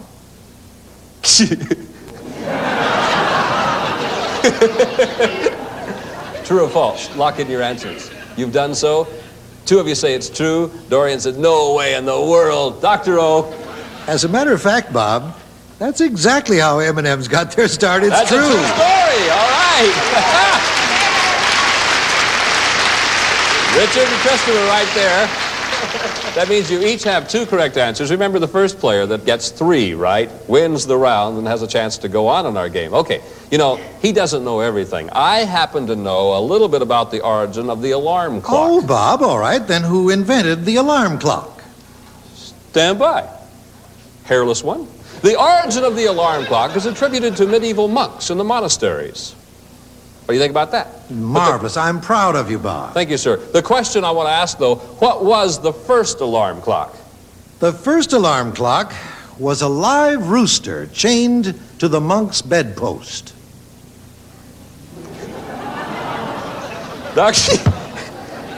Dr. O says that the first alarm clock was a live rooster chained to the monk's bedpost, and Krista agrees. Is that true or false, Dr. O? Well, if a man went to sleep with a slow-burning lighted candle between his toes, he'd wake up with a hot foot. And believe it or not, a slow-burning candle with a hot foot was the first alarm clock. My rooster story was completely false. It was false, and Richard, you got 3 correct answers. You win our round. All right. Well, Krista and Dorian, doggone, you didn't win the round, but we thank you very much for playing our game with us. We have some nice prizes for you, and thank you very much for being with us on the Origins game. Bye-bye. All right, Richard, you did it. Now, Richard, you've got 500 points, and now it's time to play our first movie origin. And here's how it works, Richard. I want you to take a look at our screen up here, and what you're looking at now is a portion of the subject of your first movie origin. Now, Richard, I'll give you an additional 100 points if you can identify the subject of that picture. Now, by the way, you can pass if you want to, because if you're wrong, I'll take 100 points away from you. So what do you want to do? You want to play or do you want to pass? I'll pass. You're going to pass on this, okay? Yeah. You're looking for the subject of the origin. Had you agreed to play, and had you come up with the term, and let's see what the subject is, Peeping Tom. See that Tom and the guy was peeking through that perverted little guy there. Okay, that's all right. You didn't lose any points, but you didn't gain any more. You have 500 points still. Now, I'm going to give you a chance to pick up an additional 300 points if you can correctly answer the question posed to you in the movie that we're all about to see. So, Richard, I want you to watch carefully, and you have to decide if what you see is or is not the true origin of the term Peeping Tom. Watch carefully. The time was 10:40 AD. That's 10:40 AD, you nerds! The place, Coventry, England. Now here we have this guy named Wilfrid, who happens to be the Lord of Coventry, and seems to really dig imposing enormous taxes on his pitiful subjects. Fortunately, he had this dish named Lady Godiva. She was the real doll. And she pleaded with her husband to reduce the tax burden.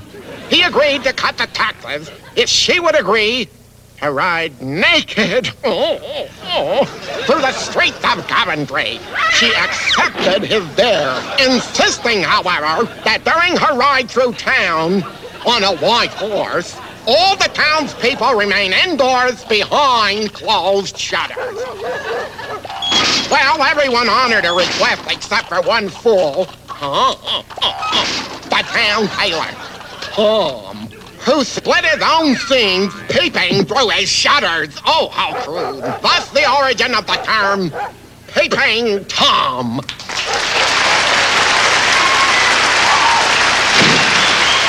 Okay, that's our story involving the myth of Lady Godiva and Peeping Tom.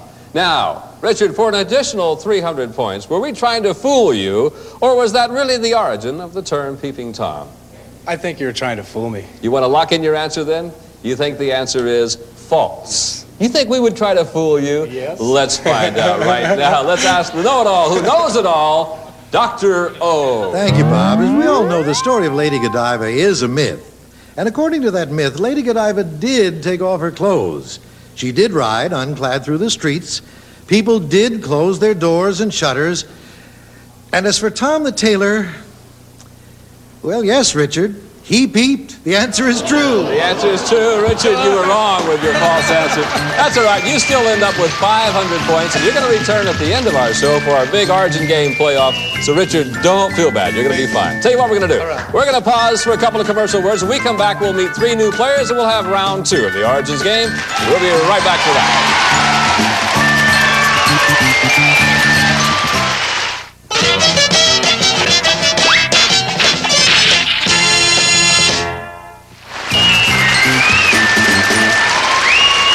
Welcome back. This is round 2 of the Origins game, and it's time for us now to meet 3 new players. So, gang, would you introduce yourselves, please? Hi, I'm Tammy Taylor, and I'm an actress born and raised in Los Angeles, and I'm really excited to be here. Well, hello, Tammy Taylor. Nice to have you with us. Your name, sir? I'm Milt Jelinowitz, and I'm in the drapery business, and I'm a native Californian also. All right, fine. Milton, welcome to the Origins game. And this pretty lady.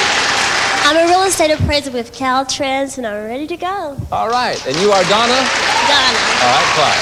Nice to meet you all.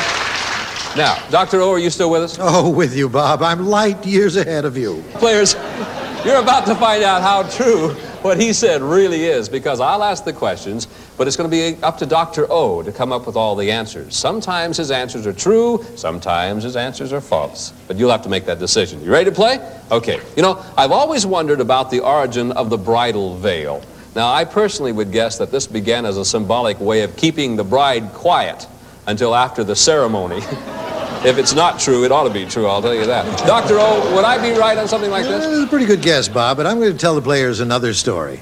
The bridal veil is a leftover, and I do love leftovers, from a time when men physically captured their wives by throwing a large sheet over them and lugging them away. Two of you say it's false. Donna thinks it's true. We'll find out right now who gets the points. Dr. O, are you kidding us?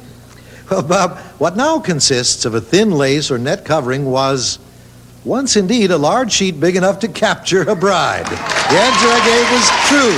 It's a true story there. Okay. It's a heck of a way to catch a girl, isn't it, Milton? You know, the very first television commercial appeared in New York way back in 1941. The product being advertised was a wristwatch. Now, let me just say that that commercial, or the commercial today, would cost a sponsor, hundreds of thousands of dollars for a mere 1-minute message. What I want to know from Dr. O, and what you're going to have to determine, is what did the sponsor have to pay for the very first television commercial? Dr. O? Because it was a first, $10,000. $10,000. The year was 1941, the first television commercial. The great majestic one says $10,000. True or false? Two of you say it's false. Donna says this is true. You're going to trust him again. Oh, okay. Yes. Dr. O, how much did it cost, and is this true or false? Bob, that original commercial cost the sponsor all of $9. The answer was false. The answer is false. All right. Tammy and Milton, you get the point.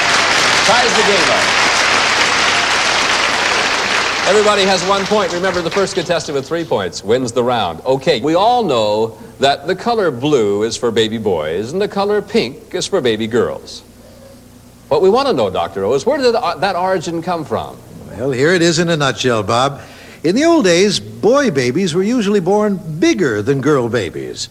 As a result, boys had a bluish color, and a smaller girl baby had a pinkish tinge. So the custom began as a result of the actual coloration of the infant at birth. What he is telling us is that boys are bigger, so they're blue, and girls are littler, so they're pink. All right, two of you say that this tradition is true. However, Milton says that it's false. Let's find out who gets the points this time, Dr. O. In the days of yore, it was believed that evil spirits were allergic to the color blue. Since boy babies were regarded as vastly superior, sure, the color blue was reserved to protect them. The answer I gave about their color at birth was false. All right, Milton scores.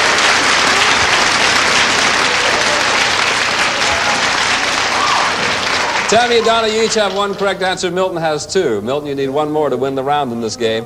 And it's time now for a famous first here on the Origins game. You know, we've had 40 presidents, and the question is, who of those 40 was the very first U.S. president to be born in a hospital?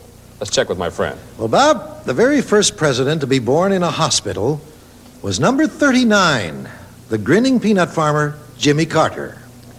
Interesting story. Famous first now. Was Jimmy Carter the first president to be born in a hospital? Lock in your answers, please. Dr. O says it's Jimmy Carter. What do you say, Tammy? Tammy says that's true. The other two say that it's false. Let's find out. The answer is true. Tammy, you tied the game up. Okay. All right, once again, we've got a tie now.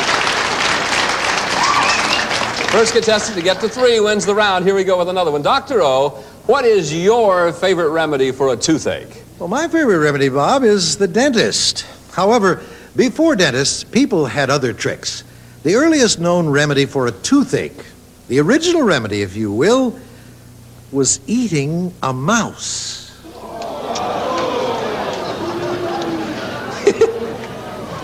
Dr. O says the first remedy for curing a toothache was eating a mouse. Players, lock in your answers. Two of you say it's false. Donna says it's true. All right, we'll find Donna saying, oh, I'm sorry I said that. Let's see. Eating a mouse, really? When you think of it, the experience of eating a mouse could be so startling that it might numb the pain. And according to our sources, the answer is true. It's true!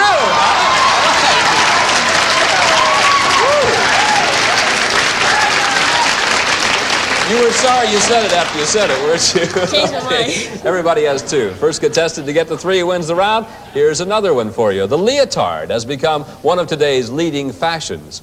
We would all like to know the origin of that tight-fitting and often very sexy garment. Was it the ancient Greeks? No.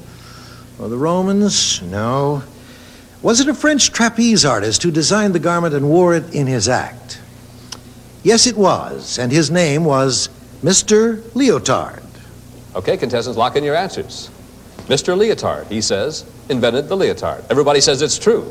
Okay, let's find out right now. True or false, oh? In the 19th century, one of France's most famous aerialists designed and introduced the garment in question.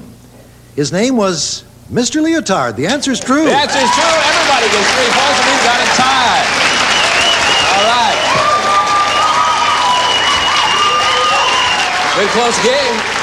Everybody has 3 points. We have a tie. That means it's tiebreaker time. Contestants, right in front of you is a lockout button, a button that you have not pushed before. I would like for you to put your hands down to your sides. I'm going to ask you a question. The first person to lock in and give me the answer wins the round. Good luck to all of you. You ready? Here we go. The original U.S. flag had 13 stars. It was handmade by who?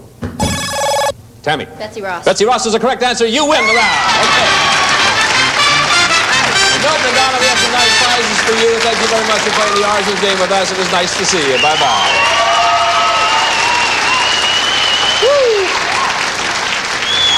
You want to clear your board for me there? It says true there, okay? And if you'll do that, I'll give you 500 points, which you have right now. And it's time for your movie origin, Tammy. Here's how it works. Now, I want you to take a look at our screen, and what you're looking at is a portion of the subject of your movie origin. I'll give you an additional 100 points if you can identify the subject of that picture. By the way, you can pass if you want to, because if you're wrong, I'll have to take 100 points away from you. Do you want to play or do you want to pass? Ooh. Hurry, please. I think I'll play it safe and pass. You're going to pass on this one. Okay, you're going to hang on to your 500 points. I'll tell you right now that the subject of your movie origin is cellophane. Oh.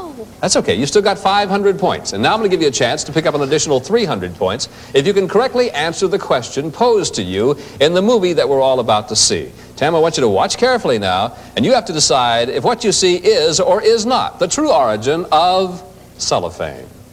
The time was the early 1700s, man, and the place, the American colonies.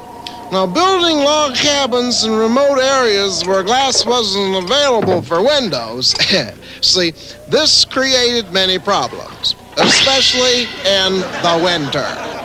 Now, using paper to cover the windows created a lot of problems inside, because the cabin was always dark. Someone, now we don't know who the dude was, and he was probably a settler, stumbled on the idea of saturating ordinary paper with animal fats, and then cleaning his hands. No. Making the paper translucent, that was the idea, and it also provided some insulation against the outside temperatures, which were cold in the winter. Makes sense, doesn't it? On days when the wind blew, these fat-soaked paper windows hummed a deep tone. Thus, they became known as cello panes. Now, when modern technology began producing today's familiar product, man, well, the name cellophane came into use. I like that. All right. I like that, too. Tammy, for those additional 300 points, were those characters pulling your leg, or is that, in fact, how the term cellophane came to be? True or false? Ooh.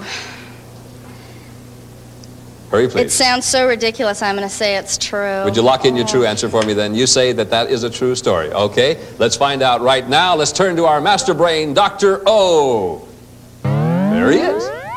Oh, Bob, as for the origin of cellophane, I must admit that the cello is my favorite musical instrument. So cellophane does come from the word cello? Well, you could say that, and if you did, you'd be absolutely wrong. The whole story, I'm sorry, was totally false. Oh, doggone it, Tammy. You didn't pick up the other 300 points. That's all right. You end up with 500 points, and you'll be back in our big origin game playoff at the end of the show. Okay, what I want to know, though, is what is the true origin of the term cellophane, then? Well, cellophane was developed in 1908 by a Swiss chemist named Jacques Brandenberger. He named the formula cellophane from the first syllables of cellulose and phanin, the Greek word for see-through. That is the way it all came about, I guess. It's clear to me. I hope it's clear enough to you. Tell you what we're going to do. We're going to pause for these words. We'll be back with our Origin Game playoff right after this message.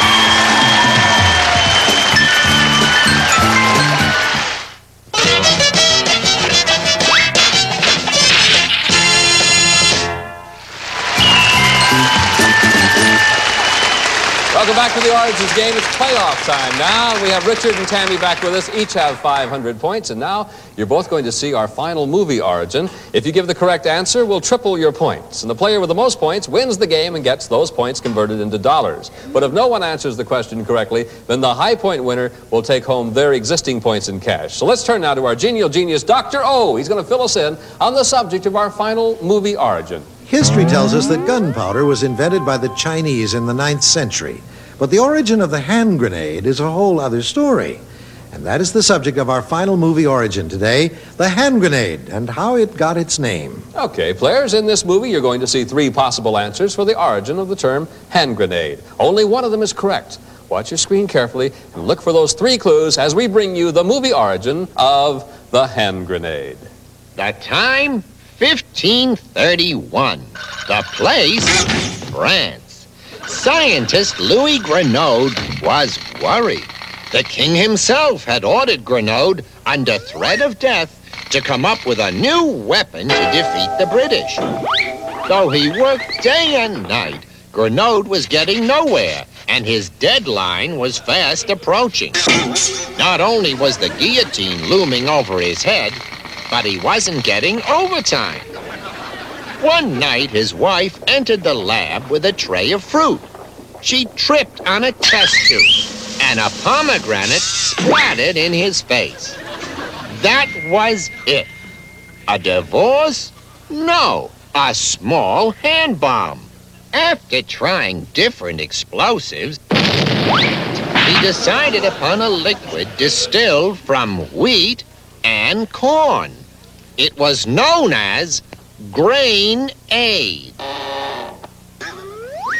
Grenode threw his hands up in relief. Unfortunately, he was holding his new bomb at the time.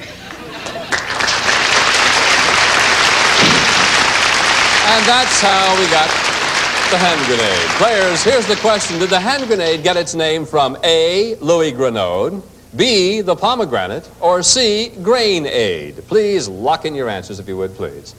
Okay, you've both made your choice. Let's find out now what is the correct answer. And here's the man with all the answers, the incomparable Dr. O. As for that little French scientist, Louis Grenode, well, he never existed. Grain-Aid, I don't see that in a supermarket.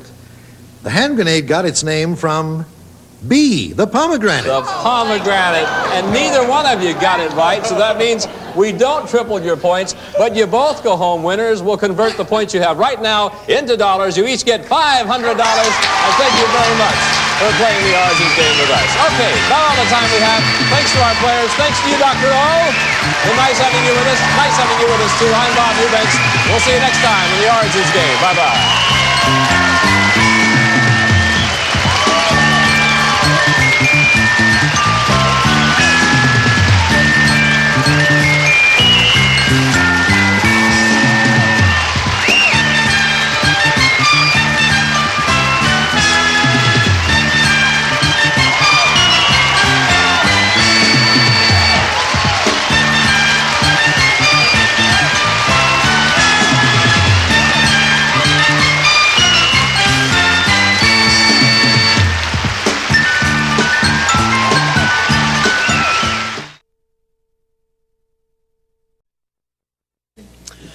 It is Bedtime Stories. This is show number 29, VTR 7679.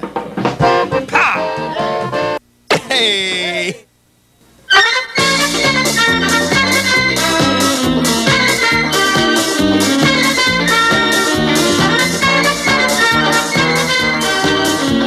Bedtime Stories. And here are your bedroom ambassadors. Hi there. I'm the winner of this year's Abe Vigoda Lookalike Contest. Hi, and I am the world's strongest man.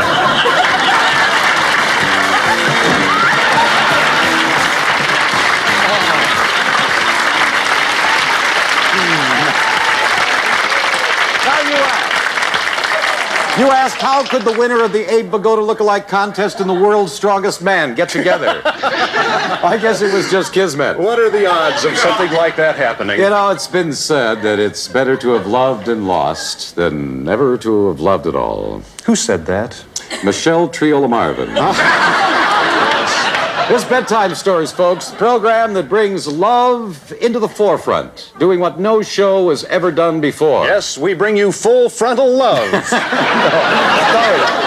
No, what we do is we take our cameras into America's bedrooms and we ask couples some intimate and revealing questions about their personal relationships. By the way, for those of you who missed last night's interview with Charo and the New York Knicks, 8mm copies are now for sale in the lobby. All right, let's meet our first couple. This is going to be very exciting to see how they get through our arch. Let's meet Barry Boren and Jerry. Hi,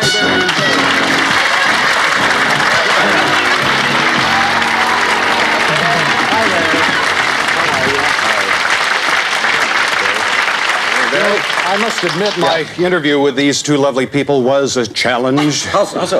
Well, Jerry was feeling a bit down. Let's face it, she was shy. Yeah. I really had to work to loosen her up. Oh, you're just a fellow who could do that. I think I'm the world's strongest man, That's you true. know. So let's watch what happened. Oh, it's such a good story. Do you want to tell it? I'll tell it. I'll tell it. It's really good. Okay. No. Okay. Wait a minute, Her Barry. boyfriend's birthday You party. keep doesn't tell it right. I'll tell it. Okay, there's okay. Right up there, there's another apartment right across from us, and it's my girlfriend's party. Okay, this is my ex-boyfriend's birthday party, all right? So I was over there. No, okay, well, Barry was coming into his apartment, and I was in my girlfriend's apartment, and there was like a birthday party for my ex-boyfriend. I was sitting with a party hat and a little thing out. It was really good. Wait a minute, Barry just Going too fast. It's good. It's really good. This is really good. Okay, so Barry comes walking into his apartment. He's got a shoulder bag on. I thought he was okay. But, okay, so I looked at him. My girlfriend said, oh, that's Barry Boren. He lives across the way. So I just waved very nonchalantly, right? I didn't think he was going to come over, right? The brazen That's a challenge. There he just walks right into the party, just walks right. Okay, no, wait a minute, I didn't tell you the best part. It's raining, and it's thundering, and he walked in, and there was a blackout. Blackout, yeah. Well, what happened then? Well, all I know is, Al, when the lights came on, they were under the coffee table, and Barry was wearing Jerry's party hat in a very strange place. Now, modern as these two might seem, they went through almost an old-fashioned type courtship before getting down to business. How long after you had met her did finally your technique begin to pay off? It must have been about 10 minutes, I think. You were leaving notes on her car. I wasn't that easy. We did that probably for close to a year. A year? Isn't that romantic? Before the two of you? Well, Well, one time. We did it just once. That's what we were saying. It was so bad. Listen, you weren't the greatest thing either, Buster. No one has ever compared to you. Well, We spent about a year. She would spend the night here during that time, but we didn't but mess he didn't around. touch me. And that really interested her, too. You would spend the night here? I She would. Yeah, she would spend the night And here. he didn't touch me. I mean, not kidding me. How is that incredible? I understand your sessions are sometimes interrupted by the giggles, too. Does that happen? Stop giggling and answer my question. It does. God forbid you got your tongue in her mouth at that time.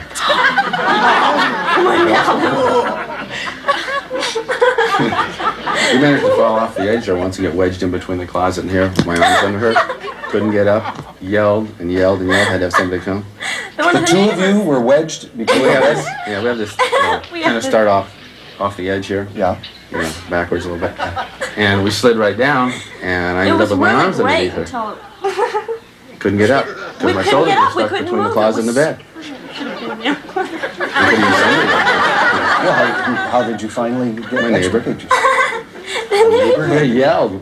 You know, I am told that you start to dance at some unusual times. Perhaps Unusual, to say the least. Inopportune times. I love music. Music is my life. No, well, okay. So, like, sometimes, when we're, like, making love. Sometimes I have to look out for my better interests. It's like if I don't run real fast, I get need. The neighbors will turn the music on when we're making love. Yeah. She's gone. I mean, she's up doing disco or whatever it's going to be, and if I am on top, I gotta move fast. I'm really happy. So if you begin to hear the beat, beat, beat of the tom-tom. Oh, ooh, ooh.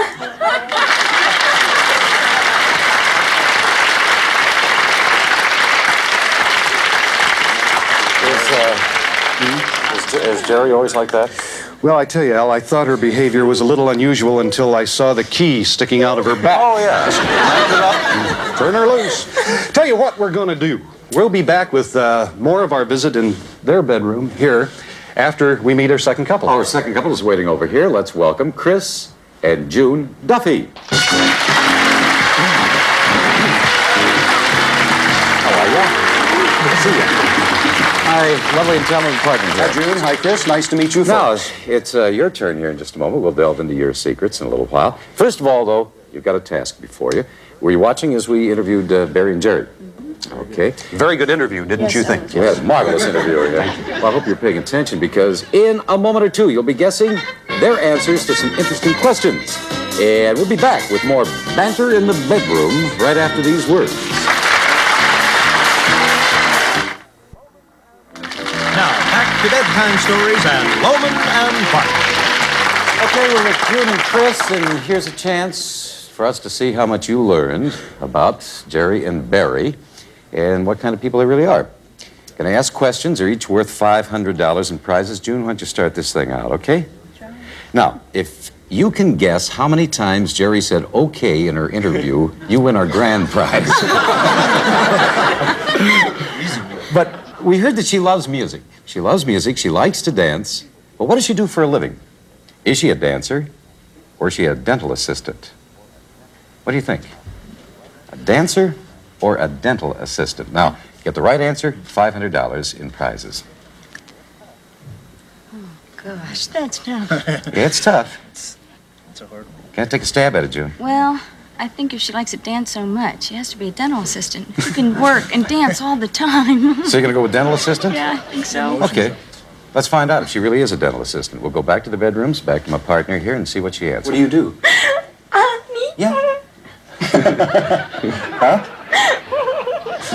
She starts giggling a lot. Please, try to be serious. This is very serious Yes, business. okay. Okay. What do you do? I'm a dancer. Boy, she faked us out, huh? Did she? Yeah, okay, I'll tell you what we do. We take that $500 and add it to our last question, which makes that one now a biggie, worth $2,500. You get a chance to get on the scoreboard here, though. Chris, you're up at bat on this one. Okay. Now, Jerry told us that Barry is wonderful to her. He buys her gifts. Did she say he brings me roses and a Cartier watch, or he brings me roses and a pair of used roller skates? Roses and watch, or roses and roller skates? Oh, man, that's... I didn't say this was going to be easy, folks. Yeah, it's definitely... I'd say the first choice, roses and watch. You think he brings her roses and a watch? All right, let's find out exactly what happened when this question was asked. Why do we find you today with Barry rather than... Oh, with the other one? Yeah. Can we say that on TV? Barry's really good. He's wonderful. He brings me roses. And he got me a Cartier watch. $500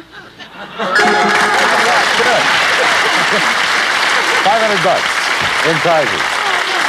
Now, people often say, Woman Barkley, where do your prizes come from? What do we often tell them when they ask us that question? We take them out of our house. That's right. In our bedtime stories gift book, and our couples can win prizes like these. The prizes in our Bedtime Stories gift book will include Broyhill's graceful French provincial bedroom, the antique brushed finishes accented with yellow and floral overlays furnished by Broyhill, plus a Dakota bedspread, very fluffy, beautifully designed in contemporary applique graphics or outline quilted traditional prints furnished by Dakota, and a week at the San Diego Hilton Hotel along Mission Bay where you'll enjoy swimming, tennis, and sailing, plus trips to SeaWorld and San Diego Zoo furnished by the San Diego Hilton, plus a self-cleaning electric range with a digital timing center and exclusive no-turn speed broiling system. Broils meat on both sides at once, sealing in natural juices, furnished by White Westinghouse. I've always wanted to say thank you, Johnny. Okay. Thank you, Johnny. Now, folks, stand by because in a moment we'll be visiting the bedroom of June and Chris Duffy, where you'll hear the story of a girl who gets her kicks watching strange men take off their clothes. We'll be doing that right after these words.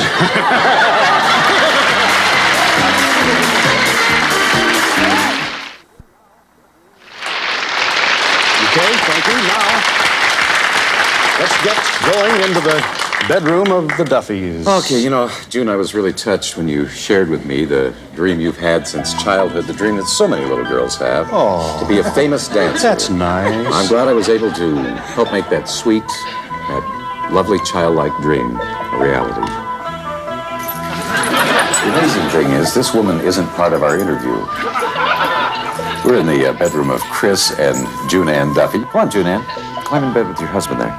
And tuck in. We don't want you to catch a chill. June Ann, are you a professional belly dancer? I mean, you seem to have a professional belly. No, I just practice and do it for my husband, that's all. I've never been taught. I just use my own moves. Belly comes after two babies. That's It's probably great exercise, isn't it? Oh, yeah, it is good. Would you normally sleep in that attire? Oh, no. I normally don't wear an attire when I belly dance for my husband. The glitter. Wait, hold on. Wait. Let's go back there. You normally don't wear anything when you belly dance? No, I'm just naked. I'm usually asleep, so it doesn't make Oh, be fine. Does that bother you that he sleeps through it? No, he doesn't sleep through it, I'm sure. You wish he'd wear that outfit to bed. I don't know. It's just too much tinsel. I'm just wondering, did you get some bronze bruises there, perhaps? You would get a little burned. Yeah, it's kind of tight and it's kind of big. June Ann, you have an unusual pastime that you indulge in every Wednesday night. Why don't you tell us about that? Yes, I go to Chippendales, and it's just a new disco that opened about 3 months ago. And what it is, it's men come out and they disco dance or they roller skate, two women, and they proceed to take their clothes off. They take their clothes off while roller skating? Well, yeah, there is one guy that comes out in It's kind of an acrobat. in an outfit, and he's roller skating all over, and then he takes off it, and they just do it like women. I mean, they lay down and they slide off their socks and throw it over their head, and I mean, they're just great. And then they roller skate all around. They get very close to you, like about a foot, and there are women all over giving them money, because the one that gives the money, they get closer to them and make the more moves for them. I hate to ask you, but where do they put the money? Well, you put the money in the little jockstrap. They go that far down. So there is a grown man in a jockstrap and roller skates. And it's hanging out, and he just keeps on roller skating. Yeah, what, the money is hanging? The money hangs out. I'm sure it's half in and half out, but they keep on going. And they do very well. You had the same reaction I did. I'd say they're on for about 5 minutes, and they must make between $50 and $75 from all these women. Is that right? And I don't pay. I just keep telling to the girls next to me, keep paying, honey. I can see them just as good as you can. Because they come closer to you, and then they give you the real movement, and with the pelvic area. And it tends to turn That's hard to women do on roller skates, I would think. Oh, this guy is just, well, he's a professional dancer on roller skates, and he's just fantastic. But it is also very sensual, if you don't look at the black boots. How do you two get along? Good. Been getting along for how long now? Almost 4 years. 4 years. Any Labor complaints? Day. Oh, he's a little selfish. She spends too much time at Chippendales. Oh, listen to this. How about as a romantic guy? Do you have any complaints about him? Yes, he is not very romantic. He isn't romantic. Had she ever told you that before? Oh, yeah. Mm-hmm. Yeah, plenty of times. Okay, can you give me an example of why he's not romantic, June? Well, I don't know. I guess it's just been that sports ego. He was a football player and just a jock, and he thinks all the women are just gonna melt when they see him. Well, I just don't melt when I see a jock. I don't care who it is. And in order to get close to me, you have to be romantic to me. But she'll melt when she sees the guy at Chippendale. That's romantic. I don't get turned on by just being there. Hey, I'm here, young lady. What do you want to do? No. That is romantic because of the way, it's just very romantic. His movements and his facial expressions of all of the different men are just very sensual. Yeah, she doesn't like this, she doesn't like that. Well, no, it's only because you are rough. You think I'm a football, and I have to remind him. After making love, has he ever spiked you to the floor? That's good. I like that. Listen, I really don't see what's bad about being treated like a football. I know a lot of girls who don't mind spending a Sunday afternoon in a pile with 11 guys. A lot of them.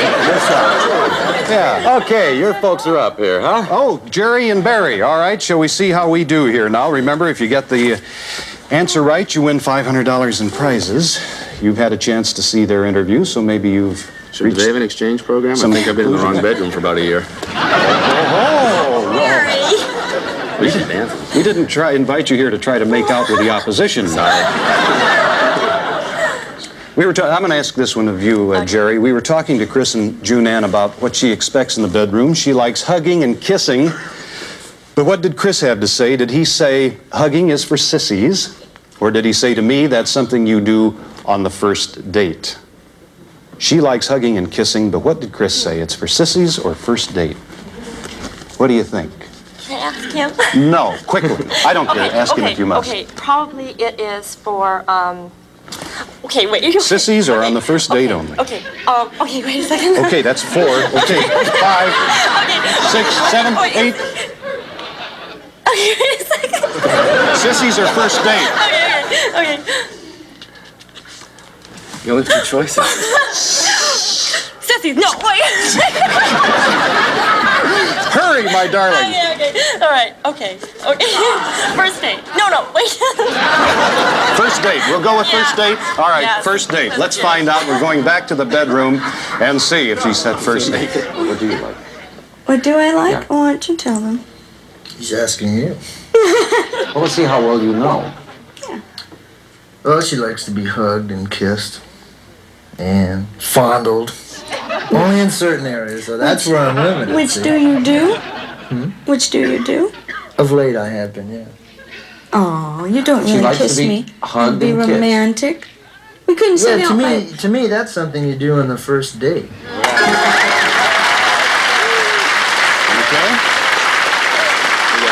All right, now, Barry, you and I are going to hurry along here, aren't we now? Chris was with another guy when he first met June Ann and her girlfriend, okay? They met in a bar, and the 4 of them got involved in a game. When it was over, the other guy did something startling to June Ann. Did he kick her in the behind, or did he kiss her on the neck? Kick her or kiss her? He kissed her. Kissed her. Okay, thank you. Let's find out. My roommate is kind of an emphatic sports jock, I guess you'd say, and he doesn't like losing. Well, nobody does, but, a thing like this, and you're just, here's 2 girls you've never seen before. Were you attracted to her right away? Well, he was with her.